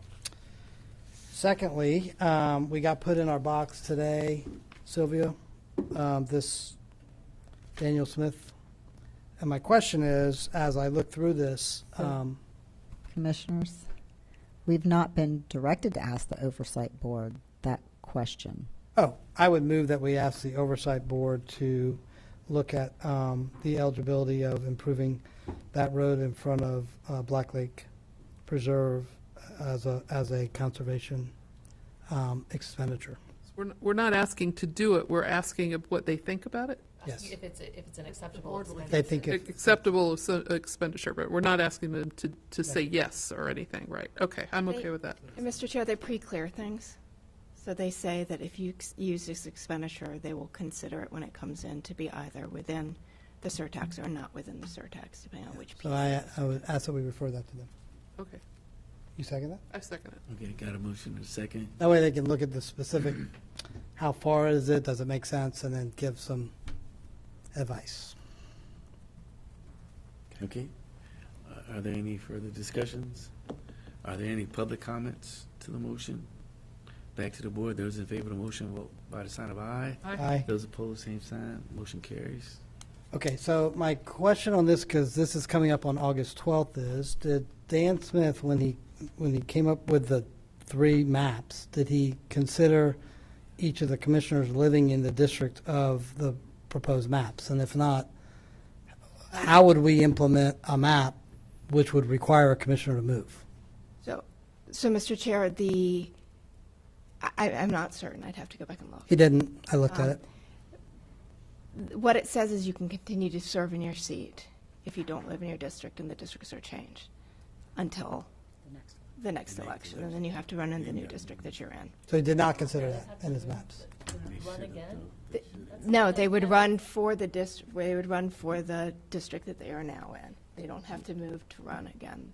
They would. But like, We could arm like wrestle for for example, it. I'm in District Yeah, but 3. that's just- If I get shifted to, say, District 1 or whatever, then I would be running off cycle because Ken runs 2 years before. Like, So you would serve until the next. Yeah, potentially you would be. Yeah, you would.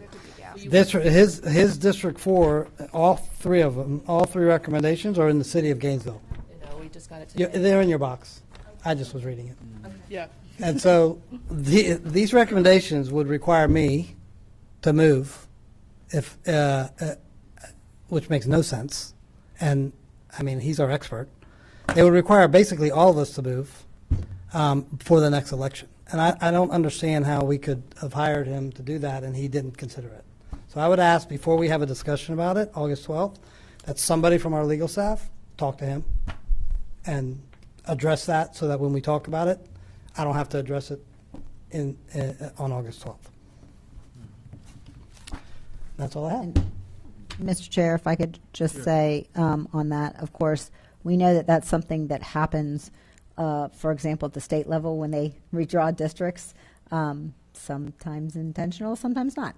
But I mean, we can horse trade on changing the districts. Yes. So, right now I'm green, so 4 green makes me move. And so I could, if we chose one of the maps, it's your district right now, 5. So we could say, okay, that map now is going to be 4. I guess we could do it that way, but that only addresses me. And when I look at my colleagues, y'all are going to have to probably move. And so I think it's, to address the immediate concern of 2026 is fine, but it doesn't address 2028.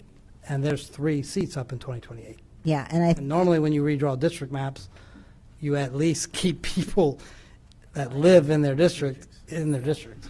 So That may just be oh, a boundary line or two, it looks like. ultimately, I think what, and legal can speak to him and speak to any other issue. But ultimately, I think the bottom line was we wanted to bring you back something that was defensible, that makes a change. And so, Mr. Chair, if you remember, your direction was to try to track those precinct lines. And force all the commissioners to move? so when districts are drawn, they're not drawn necessarily to protect incumbents. And that was not one of the things that is generally considered in those. It is considered by you, of course. Yeah, clearly it wasn't. We will have the conversation. Okay. I mean, it just, it's a subtle thing, but it's kind of an important thing when you have 3 of us running in 2028, 2 in 2026. And I don't believe it's going to matter because we're going to continue to be at large. But the reason, you still have to live in your district. You still have to live in your district. So that's going to get resolved in the courts, but I expected more. That's all. Okay. Okay, Commissioner Albert. I'll be as brief as I can. I made another jail visit last week and had a meal, had lunch with inmates, and would like to report that my main dish was actually pretty good this time. They had spaghetti and meat sauce, which the inmates were very happy about. Vegetables were frozen, not what I would call fresh. I didn't have a stack of bread to bake up the calorie count. Instead, I had a brick of a piece of cornbread, which I couldn't eat, nor could I give it away. Which was hard. Yeah, it was hard, man. It wasn't quite a weapon, but you worry when you can't give away something. Oh yeah, absolutely. But anyway, and some rice pudding that was strangely devoid of rice. That sounds like it was some kind of starchy goo, but it was better than the last meal, I will say that. And I had discussions about the requests for items from the commissary, which I passed that information along to the jail staff, which, because there were some very reasonable ones, request for Midol, for instance, which I thought was a reasonable request. I'd been told that they were going to be stocking emergency, which they want to have when they're feeling sick. They want to have something to take to try to ward off sickness. And I was told that they had stocked that, but it wasn't on the commissary list, so it's not there. Commissary list was pretty, it's the first time I've seen it since some of the changes were made, and it was pretty good. They had some requests for the ability that they have in some other jails to be able to buy full-size packages of things in order to save money, rather than buying one package of ramen at a time. Why can't I buy the 12-pack? Reasonable request, I thought. And then, but my biggest concern about the lunch was the fact that not a single one of them had heard about released reentry. They didn't even know it existed. And this is something that we are paying for. And I know there's been I know that Emily Westerholm is working in the jail. She doesn't have an office there, but she's working there. But I had a conversation afterwards with some folks about with some of the folks that work with released reentry that are not allowed to go into the jail because they have been justice impacted in the past. Other jails allow, after a period of time, like after 7 years after you're released, then you get to go and work in the jail. We apparently are having a really hard line of saying, if you've ever been justice impacted, then you can't work in the jail. And I think that goes completely against what we're trying to accomplish with released reentry by having peers help folks that, the people that understand the problem. Now, I assume this is a sheriff's department policy, so we can't necessarily change that, But I would like to bring some light onto that. And so when we have this discussion with the Sheriff's Department about programming and about lifting up released reentry and their ability to work in the jail and how they work in the jail, I would also like to ask them to look at that policy about allowing justice-impacted folks to work in the jail. And so if we could, add that to the request, I think that, and maybe ask them to benchmark against other institutions as to what they're doing, because as I understand it, ours is one of the strictest rule. They're taking, a very hard line, whereas other institutions have time limits. I don't know what you guys think about that, but that's what I would like to discuss.